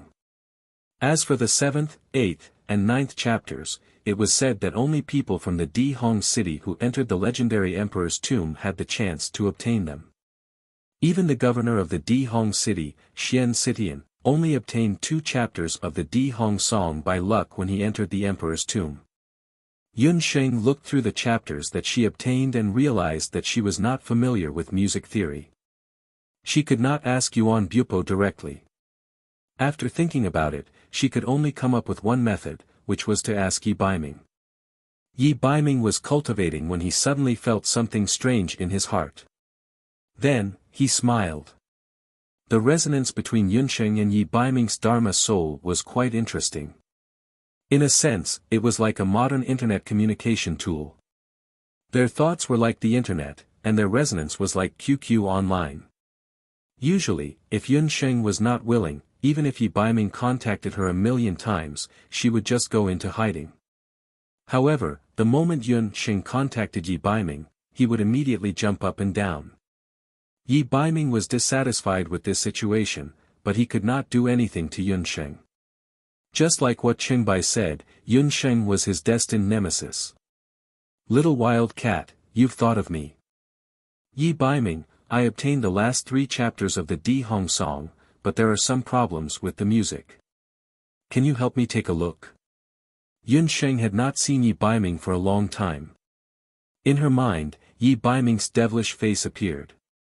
After not seeing him for a long time, Yi Baiming seemed to have become, well, even better looking. Yeah, Yunsheng noticed that this fox had changed. He was wearing a training suit, and there was sweat on his forehead. The Yi Baiming that Yunsheng knew was a nosy prince. The first time they met, he was sleeping on a tree. She had never seen him cultivating. Every time they met, he would hug and hug her. If he could sit, he would never stand. If he could lie down, he would never sit. But today, he was actually cultivating. His sweat soaked his clothes and made them stick to his body, outlining his firm but not too exaggerated muscles. His waist was narrow, his legs were long, and his buttocks were perky. He gave off an aura that made people want to commit a crime. Yunsheng only felt her face turn red. She almost stopped resonating with Yi Baiming's thoughts. Perhaps Yi Baiming noticed Yunsheng's strange behavior, so he lowered his voice and chuckled. There was a hint of pride in his voice. Suddenly, he thought of something and frowned. The last few chapters of the Di Hong Song should be a secret. How did you get your hands on it? Don't tell me that you're also a master thief while you're a master doctor. What nonsense are you talking about? Yuan Bupo bragged to me. I memorized it all in one go. In front of Yi Baiming, Yunsheng did not need to hide anything. Due to the spiritual resonance, Yunsheng always had a feeling that Yi Baiming could see through her at any time. Yuan Bupo, from the Yuan family of Grand Emperor City. Yuan Bupo. A man. Yi Baiming lowered his voice. Thank you everyone for your tips. I can't thank you individually, but I've received your support. Fuzi is not a full-time writer, so I can't explode with a lot of words. I can only promise that I'll try my best to maintain the 10,000 words per chapter. If the subscriptions can go up and I can get the website's recommendation, my little universe will explode. I'll rest for 3 days during National Day, and I'll work hard to write. Thank you to every reader who supported me, voted, and left a message. You're all the motivation for me to become a full-time writer. Chapter 465. In Yunsheng's ears, it was like someone was blowing air into her ear. Yunsheng remembered that day in the medicinal hall when Yi Baiming bit her earlobe. Her heart suddenly jumped. He's second aunt's younger brother, Yunsheng blurted out. However, she thought angrily inside, why did she have to explain it to Night Fox? Little wild cat, you seem to have forgotten something. You're now a married woman. In the future, you're not allowed to mention any other men in front of me. Otherwise, the next time we meet, I'll properly teach you your duty as a fiancé, Yi Baiming said domineeringly. Night Fox, are you jealous? Yunxing suddenly understood. She was jealous. I'm jealous, Yi Baiming said matter-of-factly. Our engagement is just a cover-up, Yunxing said helplessly. This kid actually took it seriously. She would not discuss marriage with a youth who was younger than her by n years. Since the engagement is set, then you're mine. There's one more thing that I have to tell you. Regardless of whether or not you can find the water of life, you have to hurry back to Zhou State in 2 months. Yi Baiming did not want to push Yunxing too far. He had known Yunxing for many years. He also knew that the little wild cat was different from any other woman he knew. She valued friendship, but she was most afraid of restrictions. For some reason, she was especially slow when it came to the feelings of men and women. Whether it was Yuan Bupo, Dugu Xiu, or Xia Wenxiu from the Temple of Dharma whom he hated the most, they all had feelings for her. However, she could ignore them. If she wasn't naturally slow, then she was naturally a little fool when it came to feelings. However, this was also good. Once he kidnapped her into the elite camp of the mainland and cut her off from everyone else, he would have plenty of ways to train the little fool. This was also why Yi Baiming did not hesitate to use a marriage contract to tie Yunxing down. 2 months. We haven't reached the Immortal Keeper Nation yet, so we're still in a bit of a rush. Yunxing wasn't too sure. In 2 months, the selection for the Continental Magic Elite Camp will begin. This time, you must obtain this spot. Yunxing went to the Wushuan Limitless Martial Arts School in the name of an exchange student. At that time, the exchange period agreed upon by the martial arts school and the academy was 4 years, which was limited to the next divine artifact search. However, during this period of time, Yunxing's student status remained in the Royal Magic Academy. This also meant that she had the qualifications to participate in the Royal Magic Academy's selection this time. However, the prerequisite was that Yunxing had to rush back before the selection in 2 months. Elite Mage Camp. I've thought about joining the Elite Camp, but I'm not interested in competing with the people from the Royal Magic Academy. Yunxing still had some recollection of this term. She remembered that when she was in Wuxia City, the female magician called Blue was a member of the Magic Elite Camp of the continent. It was said that the Elite Mage Camp was the headquarters of the geniuses. Geniuses from all over the continent would gather in the Elite Mage Camp to receive the continent's best guidance in magic and battle techniques. However, Yunxing did not intend to join the Elite Mage Camp. She had never liked to interact with these so-called geniuses. Moreover, since it was the Royal Magic Academy's internal selection, needless to say, Chen Lian would definitely participate. She did not like interacting with Chen Lian. Yunxing did not realize that she was already a monstrous genius. You must join. Yi Baiming's tone was non-negotiable. This prince wants to join the Elite Mage Camp. What he meant was, if you don't want to see your dear fiancé and Chen Lian being lovey-dovey for the next few years, then you should obediently follow the man you married and follow him to the elite camp of the continent with me. Yunxing wanted to refute, but for some reason, when she thought of Yi Baiming and Chen Lian's faces overlapping, she felt a little depressed. However, she still refused to admit it. I'm not going. Yi Baiming persisted, if you want to learn dark magic, then you must go to the elite mage camp. When Yunxing heard about dark magic, she was like a cat that had heard a fish. She immediately perked up. Dark magic? Most of Yunxing's magic, including wind, earth, water and fire, had already reached the intermediate level. She had even comprehended some profound magic. However, her dark magic was still stuck at the most basic level. There was no other reason other than the fact that the mage temple had banned it, so there were very few opportunities to learn dark magic on the continent.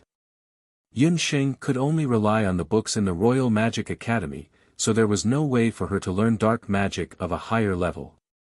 Therefore, when she suddenly heard that the elite mage camp could learn dark magic, Yun Sheng had such a reaction. You're not tricking me, are you? How can the elite mage camp break the rules and learn dark magic? Yun Sheng did not understand. The mainland's understanding of dark magic is a little extreme. However, due to the huge influence of the Temple of Sorcery, most countries, including Tang Yuan, rarely see traces of dark magic.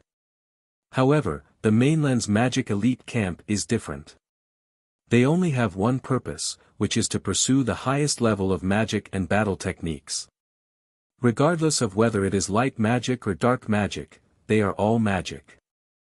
As Yi Baiming narrated, Yun Sheng roughly pictured the mainland's magic elite camp in her mind. It was a concentration camp for warriors and magicians. Everywhere, there were madmen who were obsessed with magic and battle techniques. However, Yun Sheng did not feel the slightest bit of fear.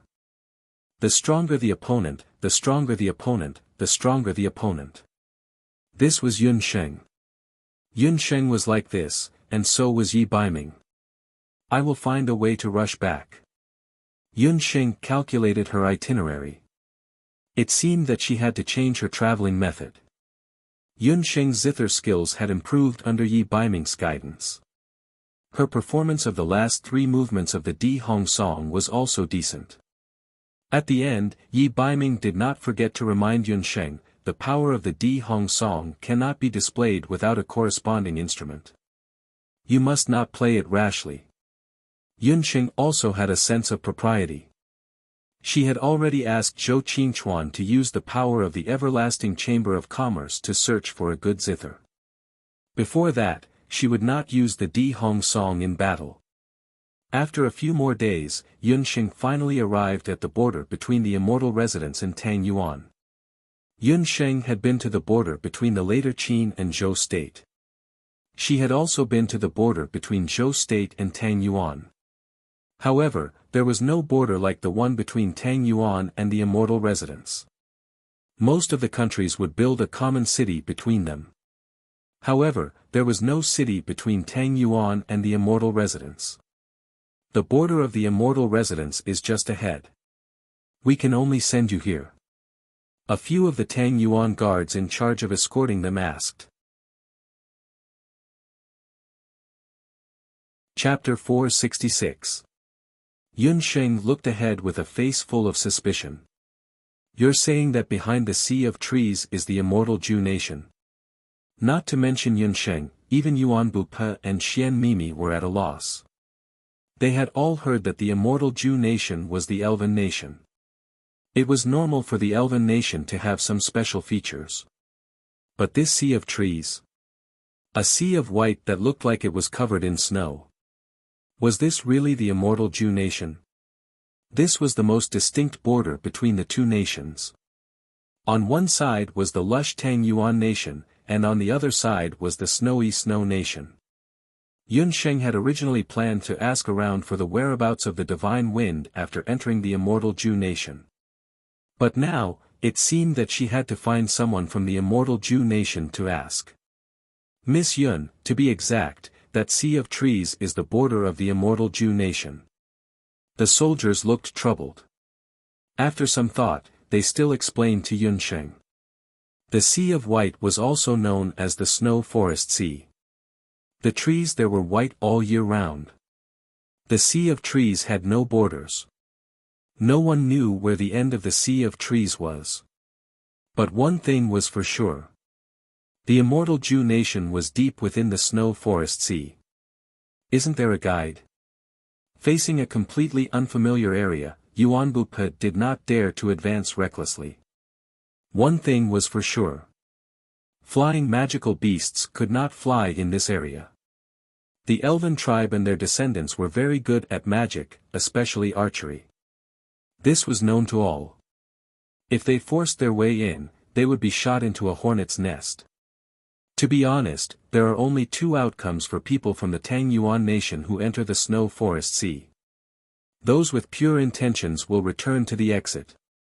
But those with evil intentions will never be able to find the exit. They will be trapped in the immortal Zhu nation forever.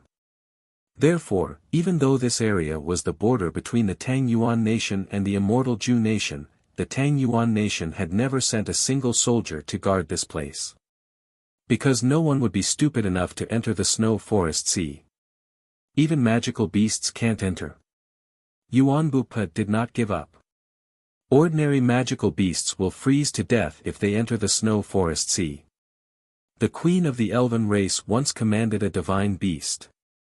Tang Yuan's guards shook their heads. Ordinary magical beasts would be so scared that they wouldn't be able to move once they got close. Yuan Bupa was hesitant. Yun Sheng, Mimi, why don't we retreat to the Tang Yuan nation and discuss if we should enter the snow forest sea? No. We must go in, Yun Sheng and Xian Mimi said in unison. This time, they had the same opinion. The two looked at each other and turned their heads away at the same time. Yuan Bupa was speechless. Mimi Mimi. Mimi Mimi, of course, Mimi of the immortal Zhu nation of the immortal Zhu of the immortal Zhu nation. She was my mortal she of Yun Mimi of the life of life. She didn't have much time left. There was only a little more than a month left until the selection of the continent's magic elite camp. She couldn't afford to waste too much time. Xian Mimi, you really dare to go in? Aren't you afraid you won't be able to return? Yun Sheng wanted to go in, but she was not willing to go in with Xian Mimi. Xian Mimi's chest was not big, but she was not smart either.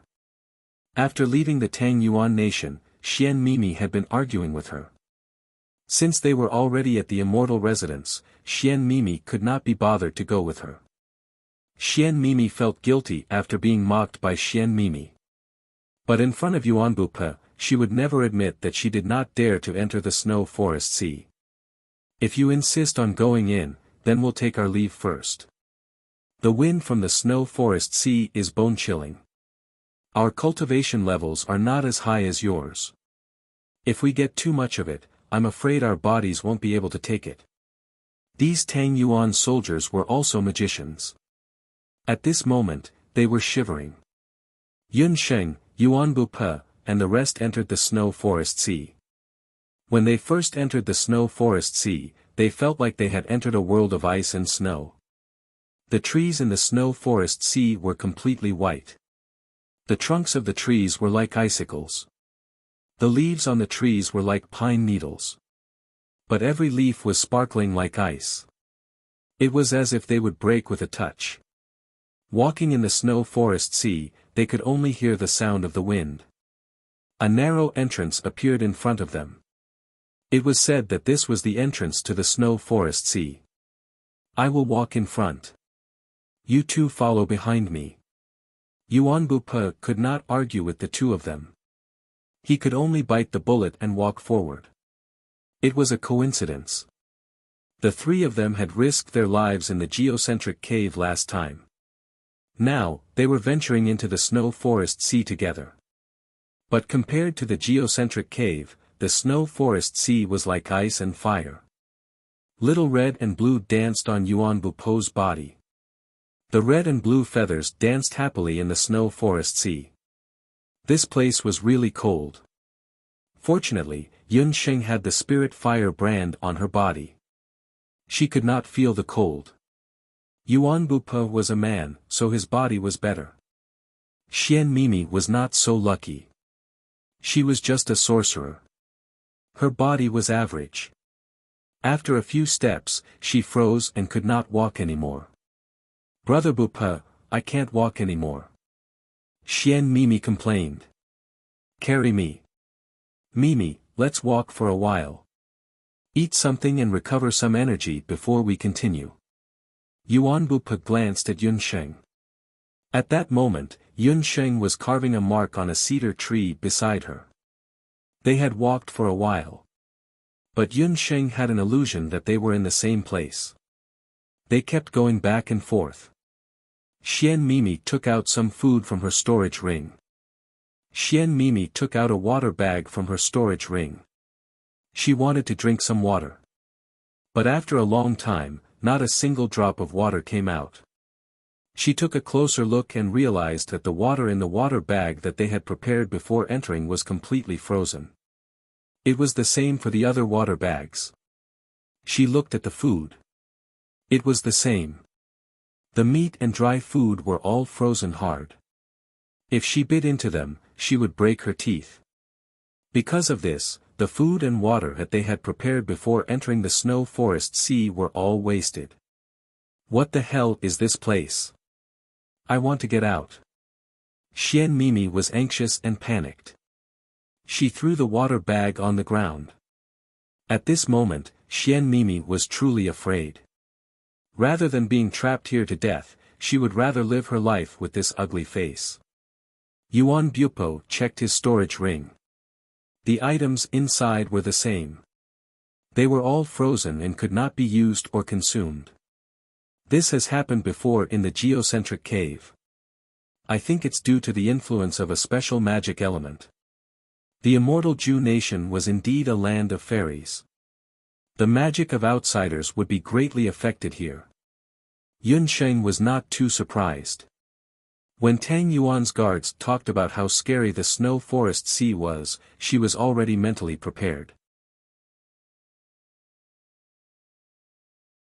Chapter 467.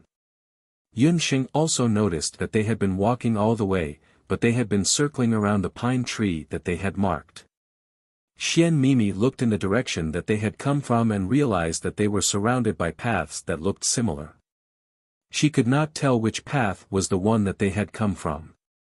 If you want to go out by yourself if you can find a way out. Yun Sheng grabbed a handful of snow from the ground and put it in her mouth. She chewed a few mouthfuls and felt her cheeks turn cold. However, the snow water here was not bad. It had the fragrance of pine trees. Brother Bupo. Xian Mimi did not give up. Shut up. If you make any more noise, I'll leave you alone. Yun Sheng glared at Xian Mimi. Mimi, stop fooling around. Yuan Bupo ordered Xiao Honglan to fly higher. Little Honglan flew over and landed on Yuan Bupo's shoulder, chirping non-stop. Lil Honglan said that there's an obstacle in the sky above the forest. It can't fly too high. Yuan Bupo began to feel nervous. He initially thought that no matter how powerful the elf tribe was, it was just a rumor. However, it seemed that they had really hit a wall. They could not see where they were going and there was no way out. The food in everyone's storage ring was frozen and could not be eaten. If they continued to be trapped like this, only death would await them. Yun Sheng was silent. She listened to the sound of the wind. At that moment, the spirit stone on Yun Sheng's magic scepter glowed with a green color. Demonic Spirit Soul Stone. Yun Sheng's demonic spirit soul stone was given to her by Shenfeng. It was the first time that the spirit stone glowed. The spirit stone glowed brighter and brighter. A beautiful spirit appeared. The elf was very small, like a small green butterfly, but she had the body of a human and a pair of pointy ears that protruded from the wind. She did not expect the spirit stone given to her by divine wind to suddenly wake up after entering the immortal Ju nation. Perhaps it had sensed that it had returned to its hometown, which it had not seen for a long time. The demon spirit butterfly happily danced in the sky, drawing beautiful emerald trails. Chirp chirp. Xiao Honglan seemed to be very interested in this beautiful little thing. It chased after the Chi Mei fairy butterfly. The spirit butterfly quickly flew to Yun Sheng's side and gently touched Yun Sheng with its wings.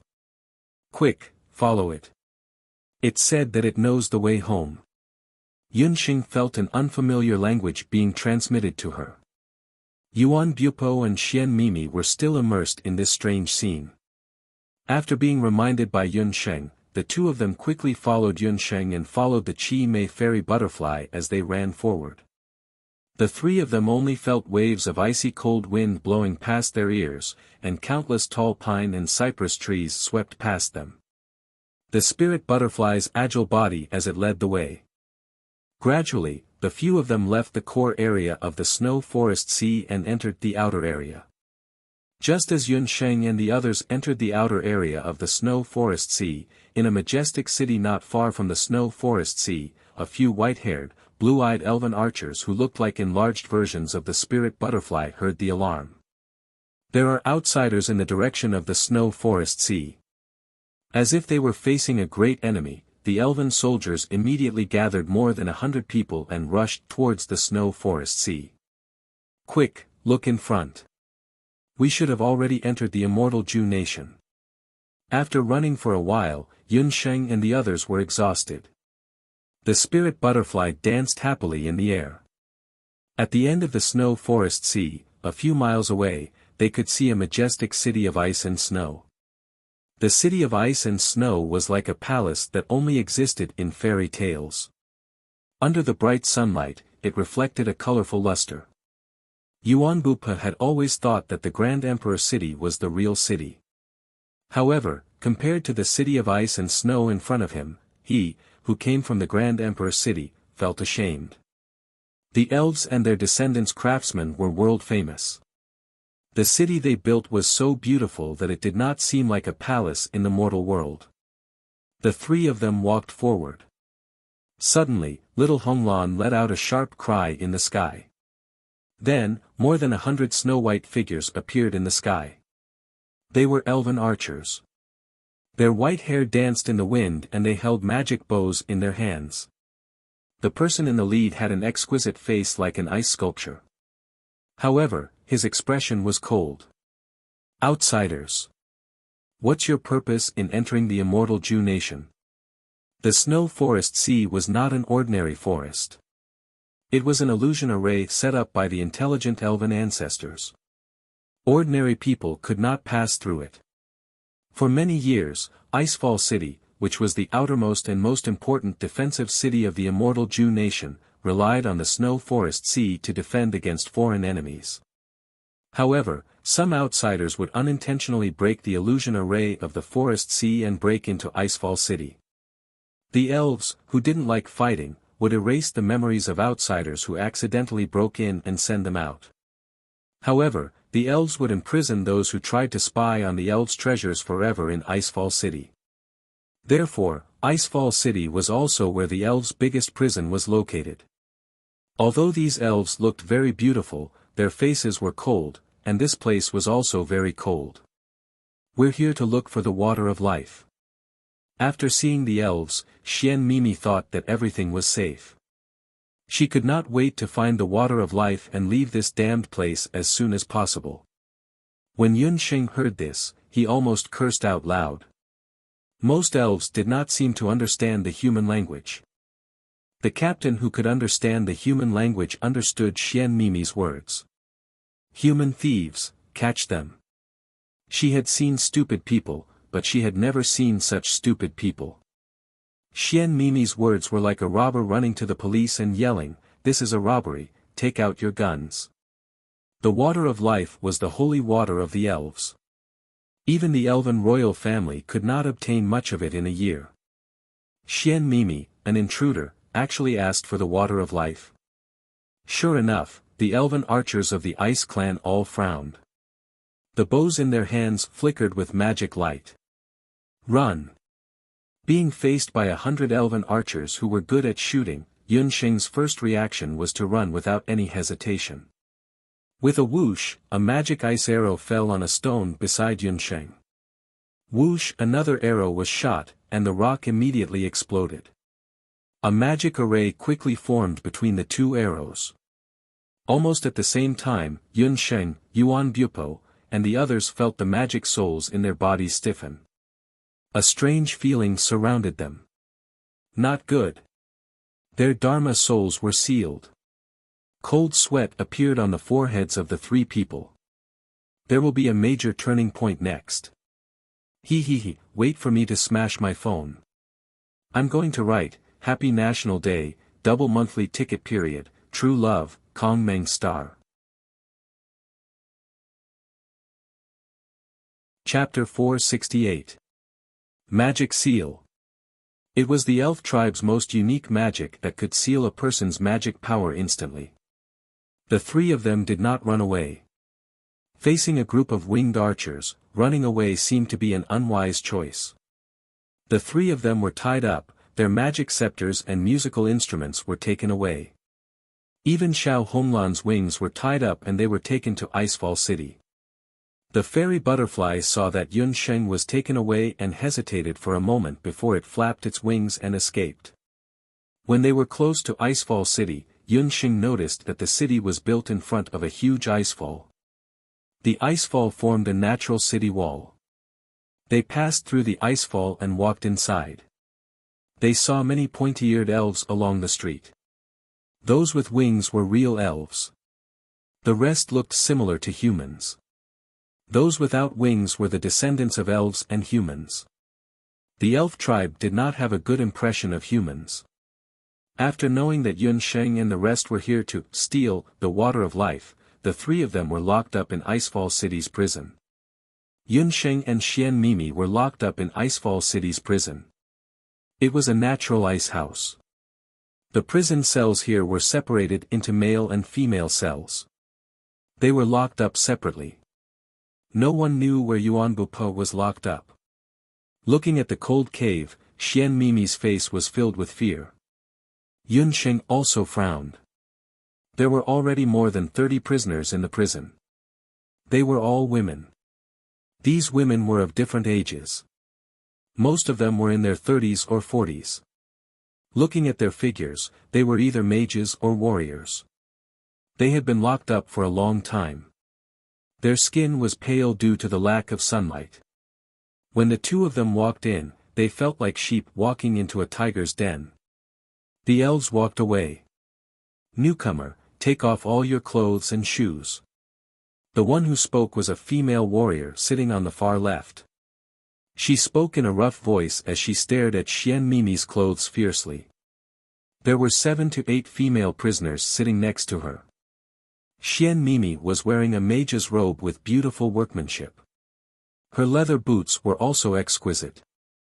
Yun Sheng, on the other hand, was wearing ordinary clothes for convenience. Xian Mimi raised her head in disdain. "Who are you to order me around?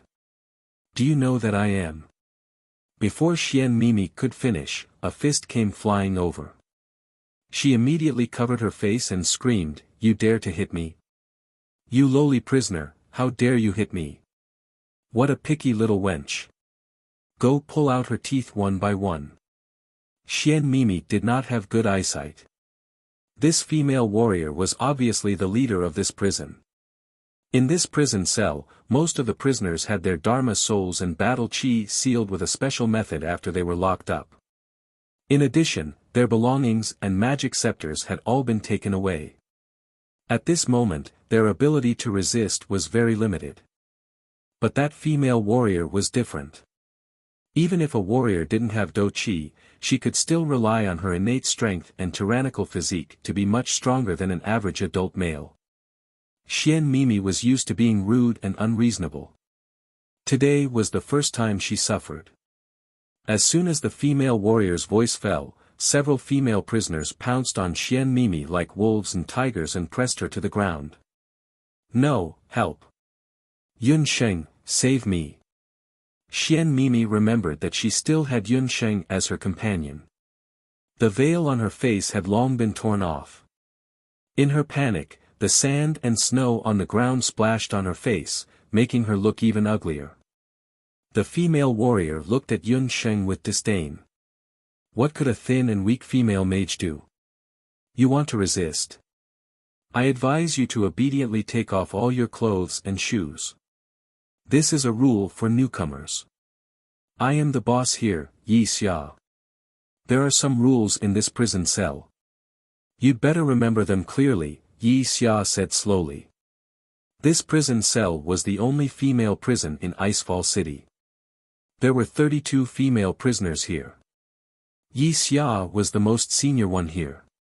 Before she was imprisoned, she was a powerful martial artist from the later Qin dynasty.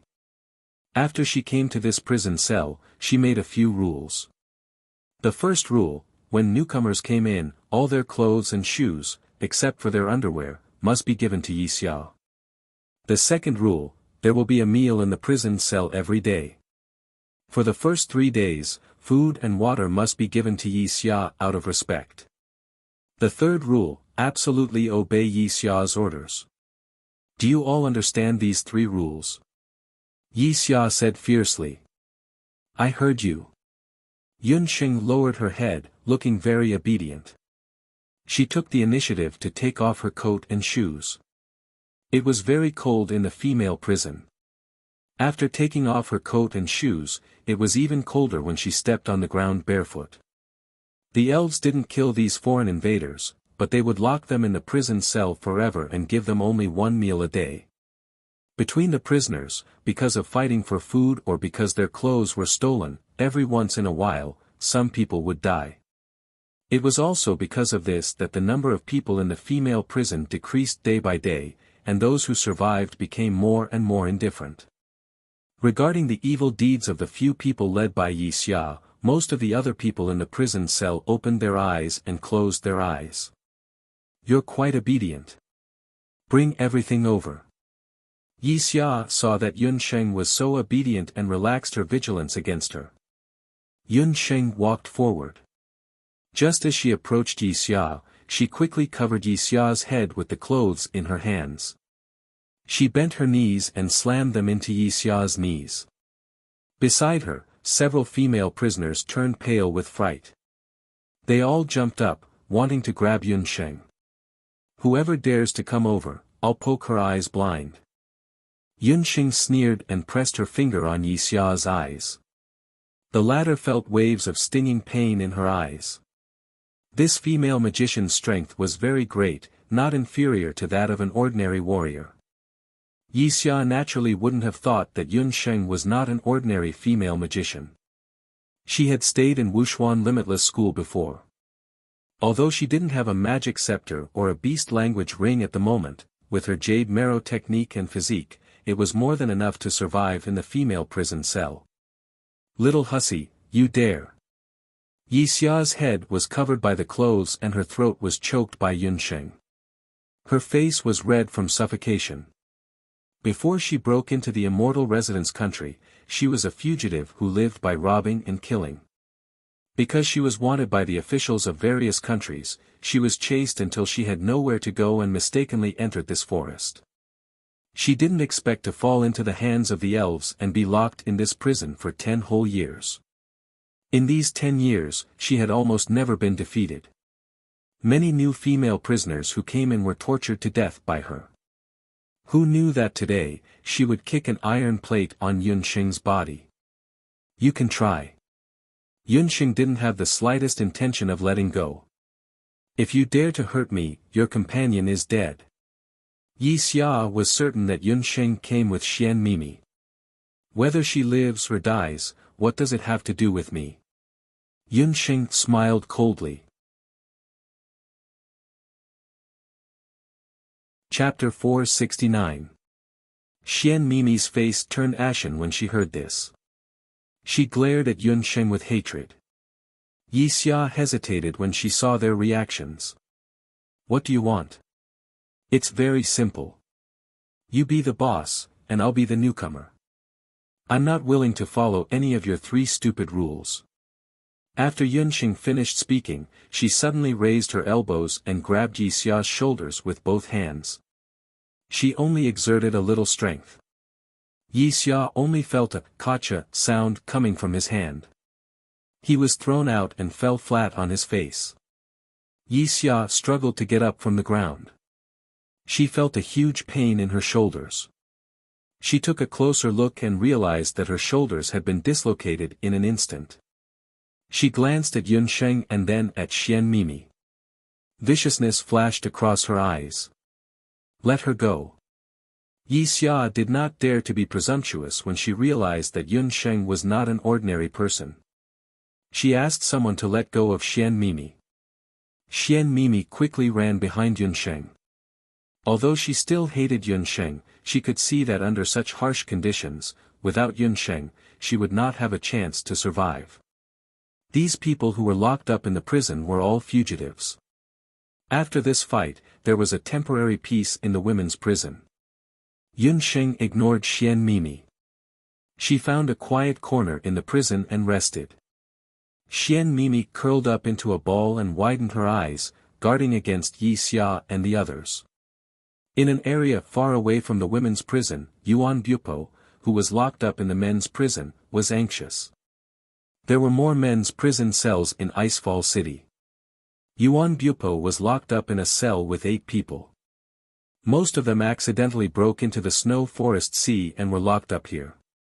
You said that your 2 companions are locked up in the women's prison. Sigh, I'm afraid they're doomed. Yuan Bupo asked around and found out that the living environment of the women's prison was much worse than that of the men's. Why do you say that? I don't think the elves are torturing us, nor are they harsh on us. Yuan Bupo also tried to shout, asking the elves to lock him up with Yun Sheng and the others, but the elves completely ignored him. The elves were known for being peace-loving and not bloodthirsty. Along the way, Yuan Bupo did not see any torture tools. That's what you think. There's nothing scarier than endless imprisonment. The boss of the women's cell is called Yi Xia. That person used to be a murderer. If your 2 companions are more docile, they might be able to endure less torture. But if they have a bad temper, they might be tortured to death. The prisoner in the same cell shook his head. Yi Xia is nothing. At most, it's just a competition of torture. If we meet that she-devil. The person who spoke had a face full of fear. The others also revealed looks of horror. What she-devil? Yuan Bupo was worried. Unfortunately, the Yun Sheng he knew was definitely not a docile person. After an unknown period of time, the elves delivered food once. As soon as the food was delivered, everyone fought for it. Yi Xia's shoulder had yet to be reattached, and it hurt terribly. She did not dare to fight with Yun Sheng again. After eating a few mouthfuls of food that she did not know the taste of, Yun Sheng leaned against the wall. Yi Xia's words earlier still lingered in her ears. She said that she had been in this cell for 10 years.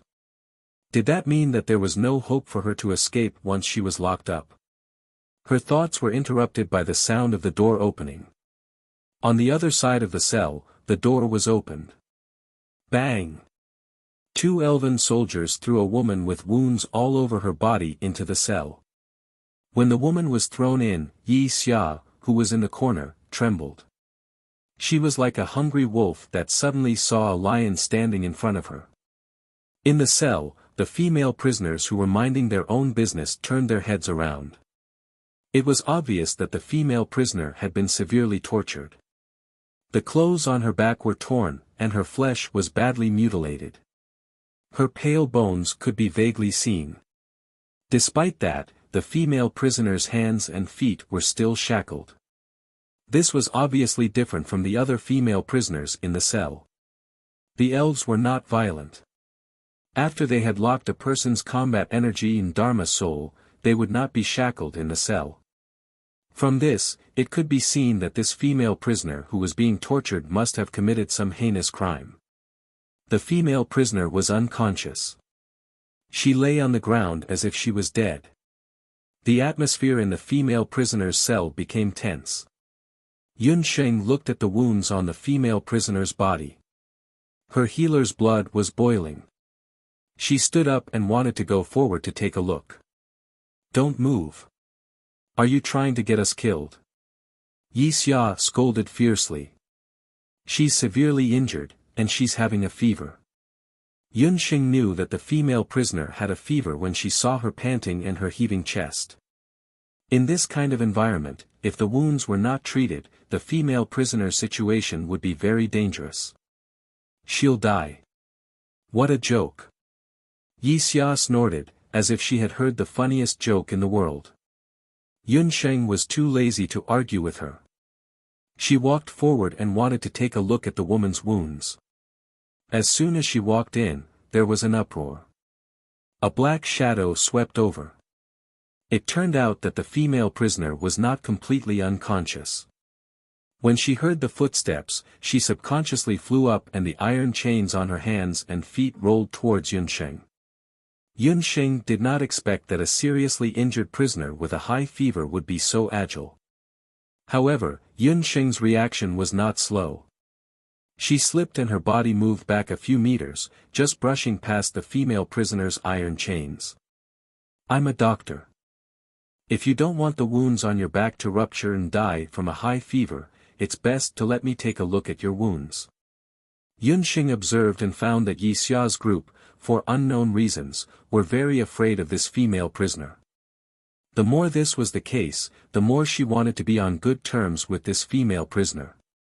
Yun Sheng knew very well that she could not be locked up here forever. Since this female prisoner had been taken out for interrogation, there must be a special reason.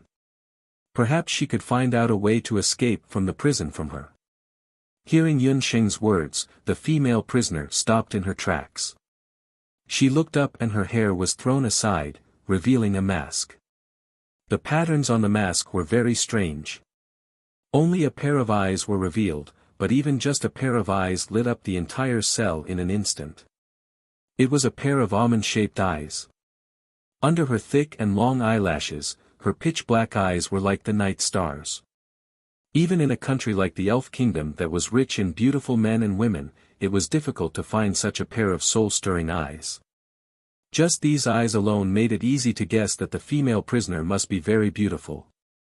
Other than the mask on her face, the woman's entire body was like a jade sculpture.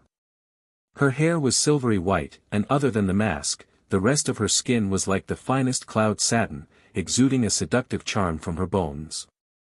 She was a natural beauty, and her entire person was so unreal.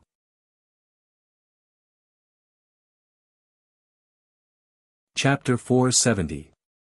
You're a doctor. The woman's eyes were very beautiful, but her voice was very unpleasant. When it landed in her ears, it was as if a file was being scraped hard. "I'm a doctor from Zhou State." Zhou State, a trace of hesitation flashed across the woman's eyes. The female prisoner heard Yun Sheng mention Zhou State. Where was Zhou State? The name sounded a little familiar. The female prisoner felt a dull pain in her head. She wanted to think clearly, but her mind was muddled. There seemed to be a hand in her mind. Every time she vaguely recalled a figure, that hand would quickly scatter her memories. This female prisoner was a felon. After Yun Sheng and the others were locked in prison, their shackles were removed. However, this female prisoner's hands and feet were all shackled with magic shackles. Moreover, upon closer inspection, one would find that her magic shackles were very special. They were actually magic shackles made of a mixture of 4 magic elements. The cold magic shackles made her slender limbs look even thinner. Her body shook and she fell to the ground on her back, making a dull sound. When the people in the ice prison saw that the masked female prisoner had fallen, no one dared to go forward. All of them only avoided the masked female prisoner vigilantly. "Xian Mimi, help me carry her to the corner." Yun Sheng gave Xian Mimi a look.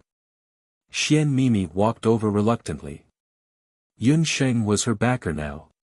Yun Sheng lifted the woman's long hair and saw her wound. What a serious injury.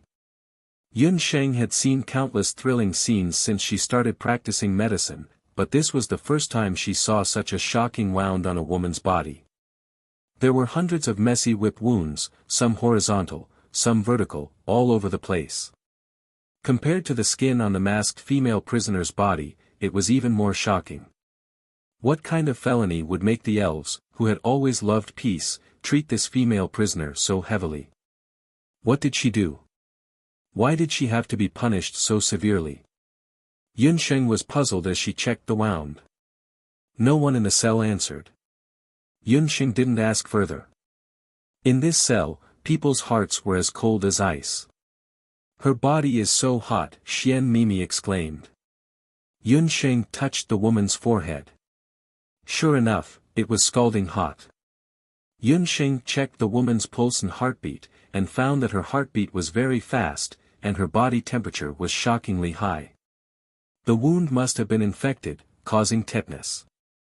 If the fever didn't subside, even if the woman managed to survive by the time dawn came, she would have turned into a retard. Yunxing couldn't help but frown. The facilities in the cell were very simple. There wasn't even a bed. Her orc speech ring and magic scepter had all been confiscated. He didn't have any medicine or tools on hand. What should he do? Yunxing thought for a while. She couldn't cook without rice. In a situation where there was no medicine to be used, she could only use the materials on the ground. She casually grabbed a handful of clean snow from the ground. There was nothing in the ice cell except for snow everywhere. Yunxing quickly squeezed the snow into a small ball and threw a piece to Xian Mimi. "What are you doing?" Xian Mimi was annoyed. "Let's cool her down physically. You use this snowball to follow my method and gestures. Wipe her armpits, knees, armpits, limbs, and her entire body until her body temperature drops." After Yunxing finished speaking, she took the lead and started to move her hands. "You want me to serve a female prisoner?" Xian Mimi's spoiled temper flared up again.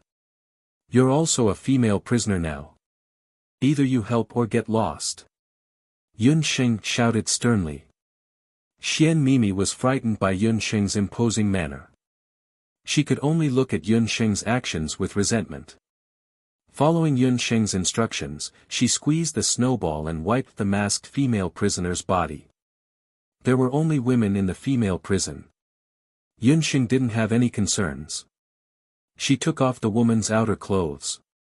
The woman's outer clothes had long been torn apart. The outer clothes were still covered with flesh and blood. With a rip, a large piece of skin on the woman's back was torn off. Even Yunxing's heart trembled for no reason when she made her move. The woman, who had fallen into a coma due to her high fever, stiffened her back and didn't make any unnecessary sounds.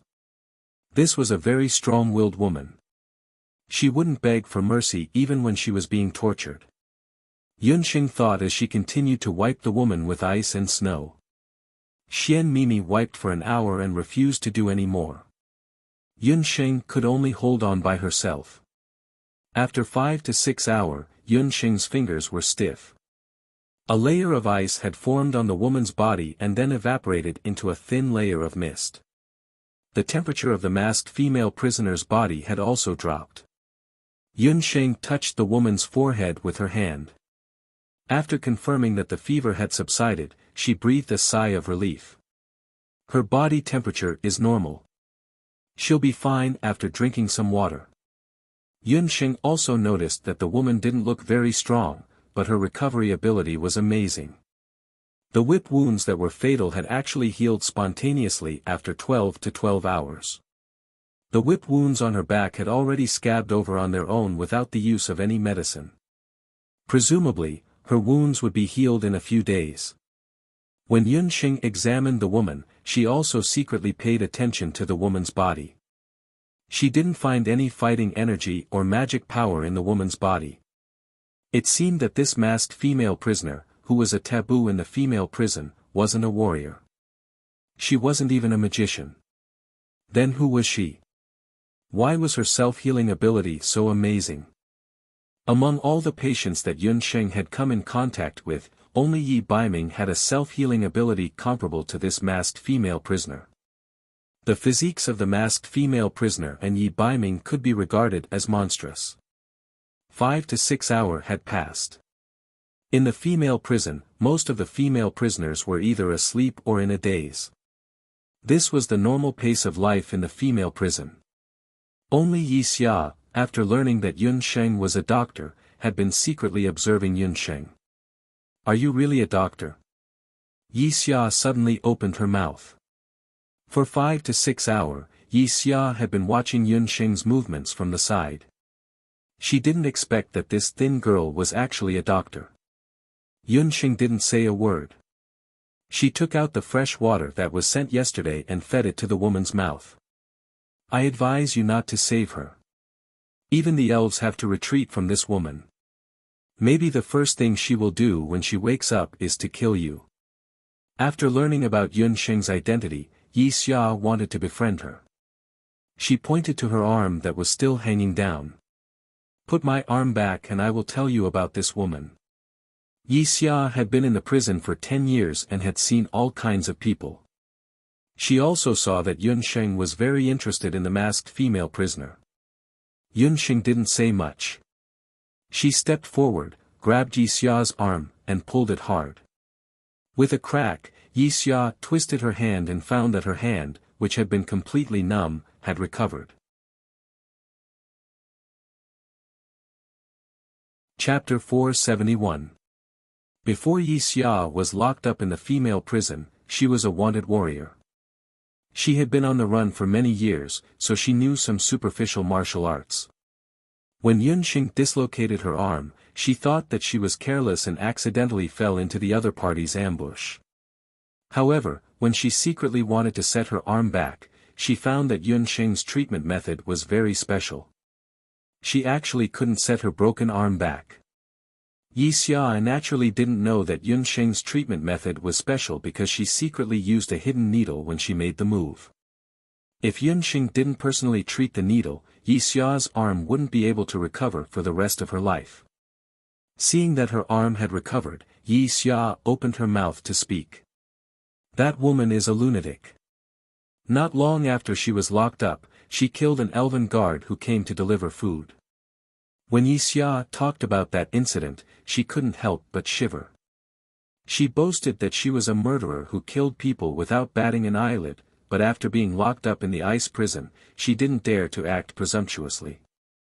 The magic arrows of the elves were really powerful. Anyone who was shot would have their movement restricted, and the magic souls of the magicians sealed.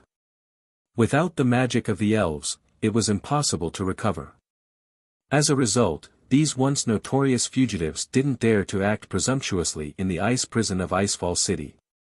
But that masked female prisoner was different. Her skills seemed to have nothing to do with magic power or do qi.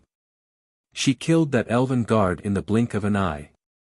It was also because of this incident that the elves, who had always loved peace and didn't want to kill, took special care of the masked female prisoner.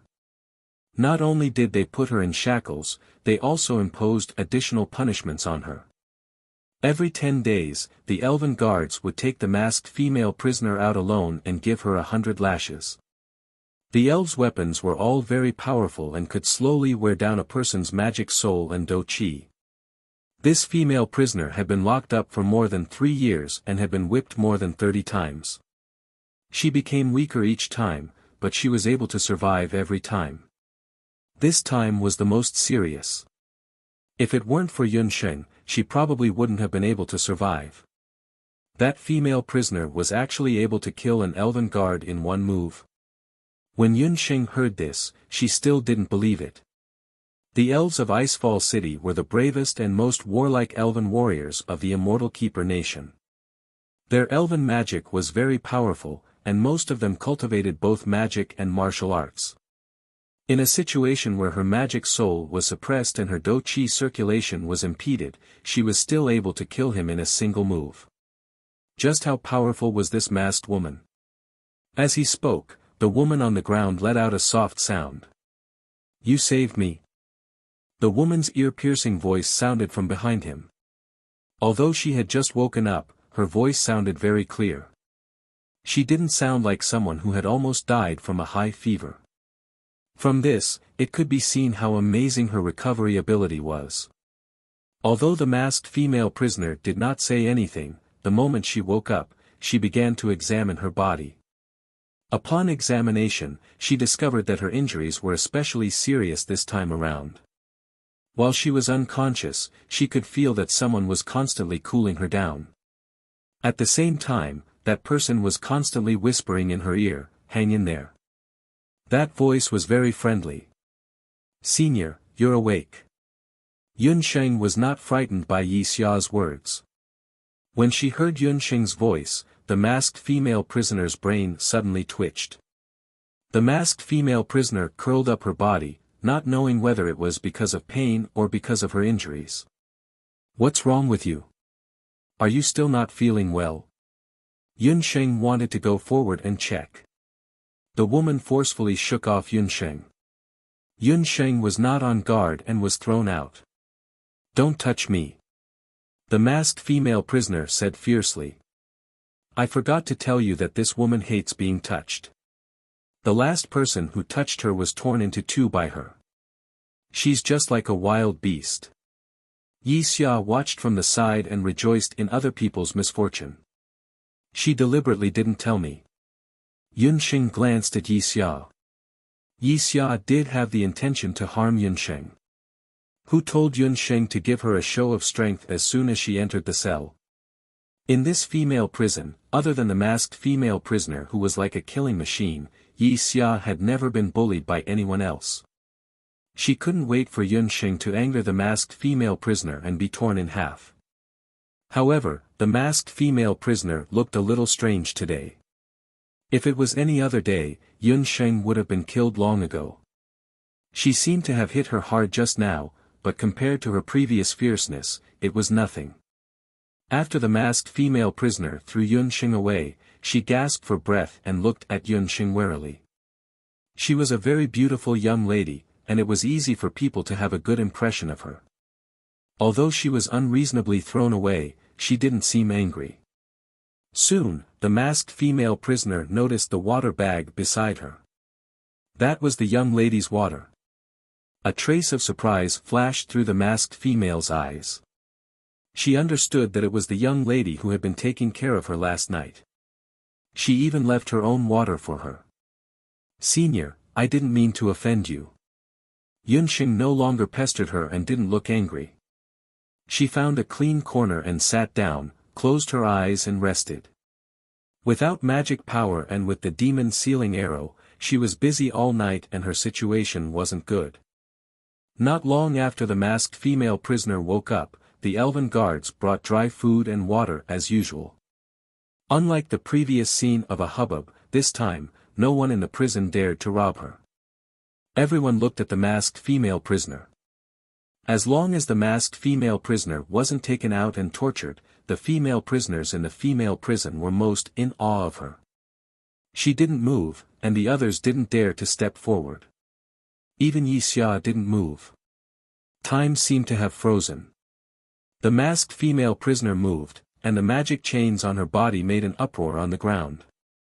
"You, take it first."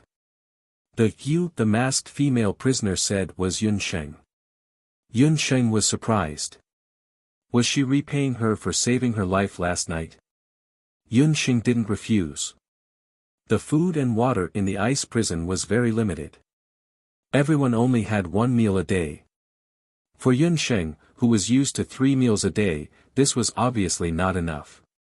Under the gaze of dozens of people in the ice prison, Yun Sheng took 2 portions of water and 2 portions of dry food.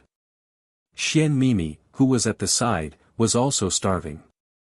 Seeing that Yun Sheng could take the food, she mustered up her courage and walked forward. "Get lost, who do you think you are?" The masked female prisoner waved the chain in her hand. The magic chain looked thick and heavy, but in the hands of the masked female prisoner, it was like a dancer's sleeves, drawing a beautiful arc in the air. Pa! The chain smashed down. Xian Mimi screamed and covered her hand. A piece of flesh had been torn off her arm, and blood flowed out. "I'm her companion," Xian Mimi cried. The masked female prisoner looked at Yun Sheng. Yun Sheng took a bite of dry food, drank a mouthful of water, and chewed a few mouthfuls. Her face was expressionless. Yun Sheng wouldn't easily forget what Grand Emperor City had done to the Yun residents. She wasn't a saint. Yun Sheng's indifference was undoubtedly the best denial. "Yun Sheng, wait until I get out. I won't let you off." Xian Mimi covered her wound and cursed fiercely. She couldn't wait to tear Yun Sheng apart. Yun Sheng's meaning was very clear.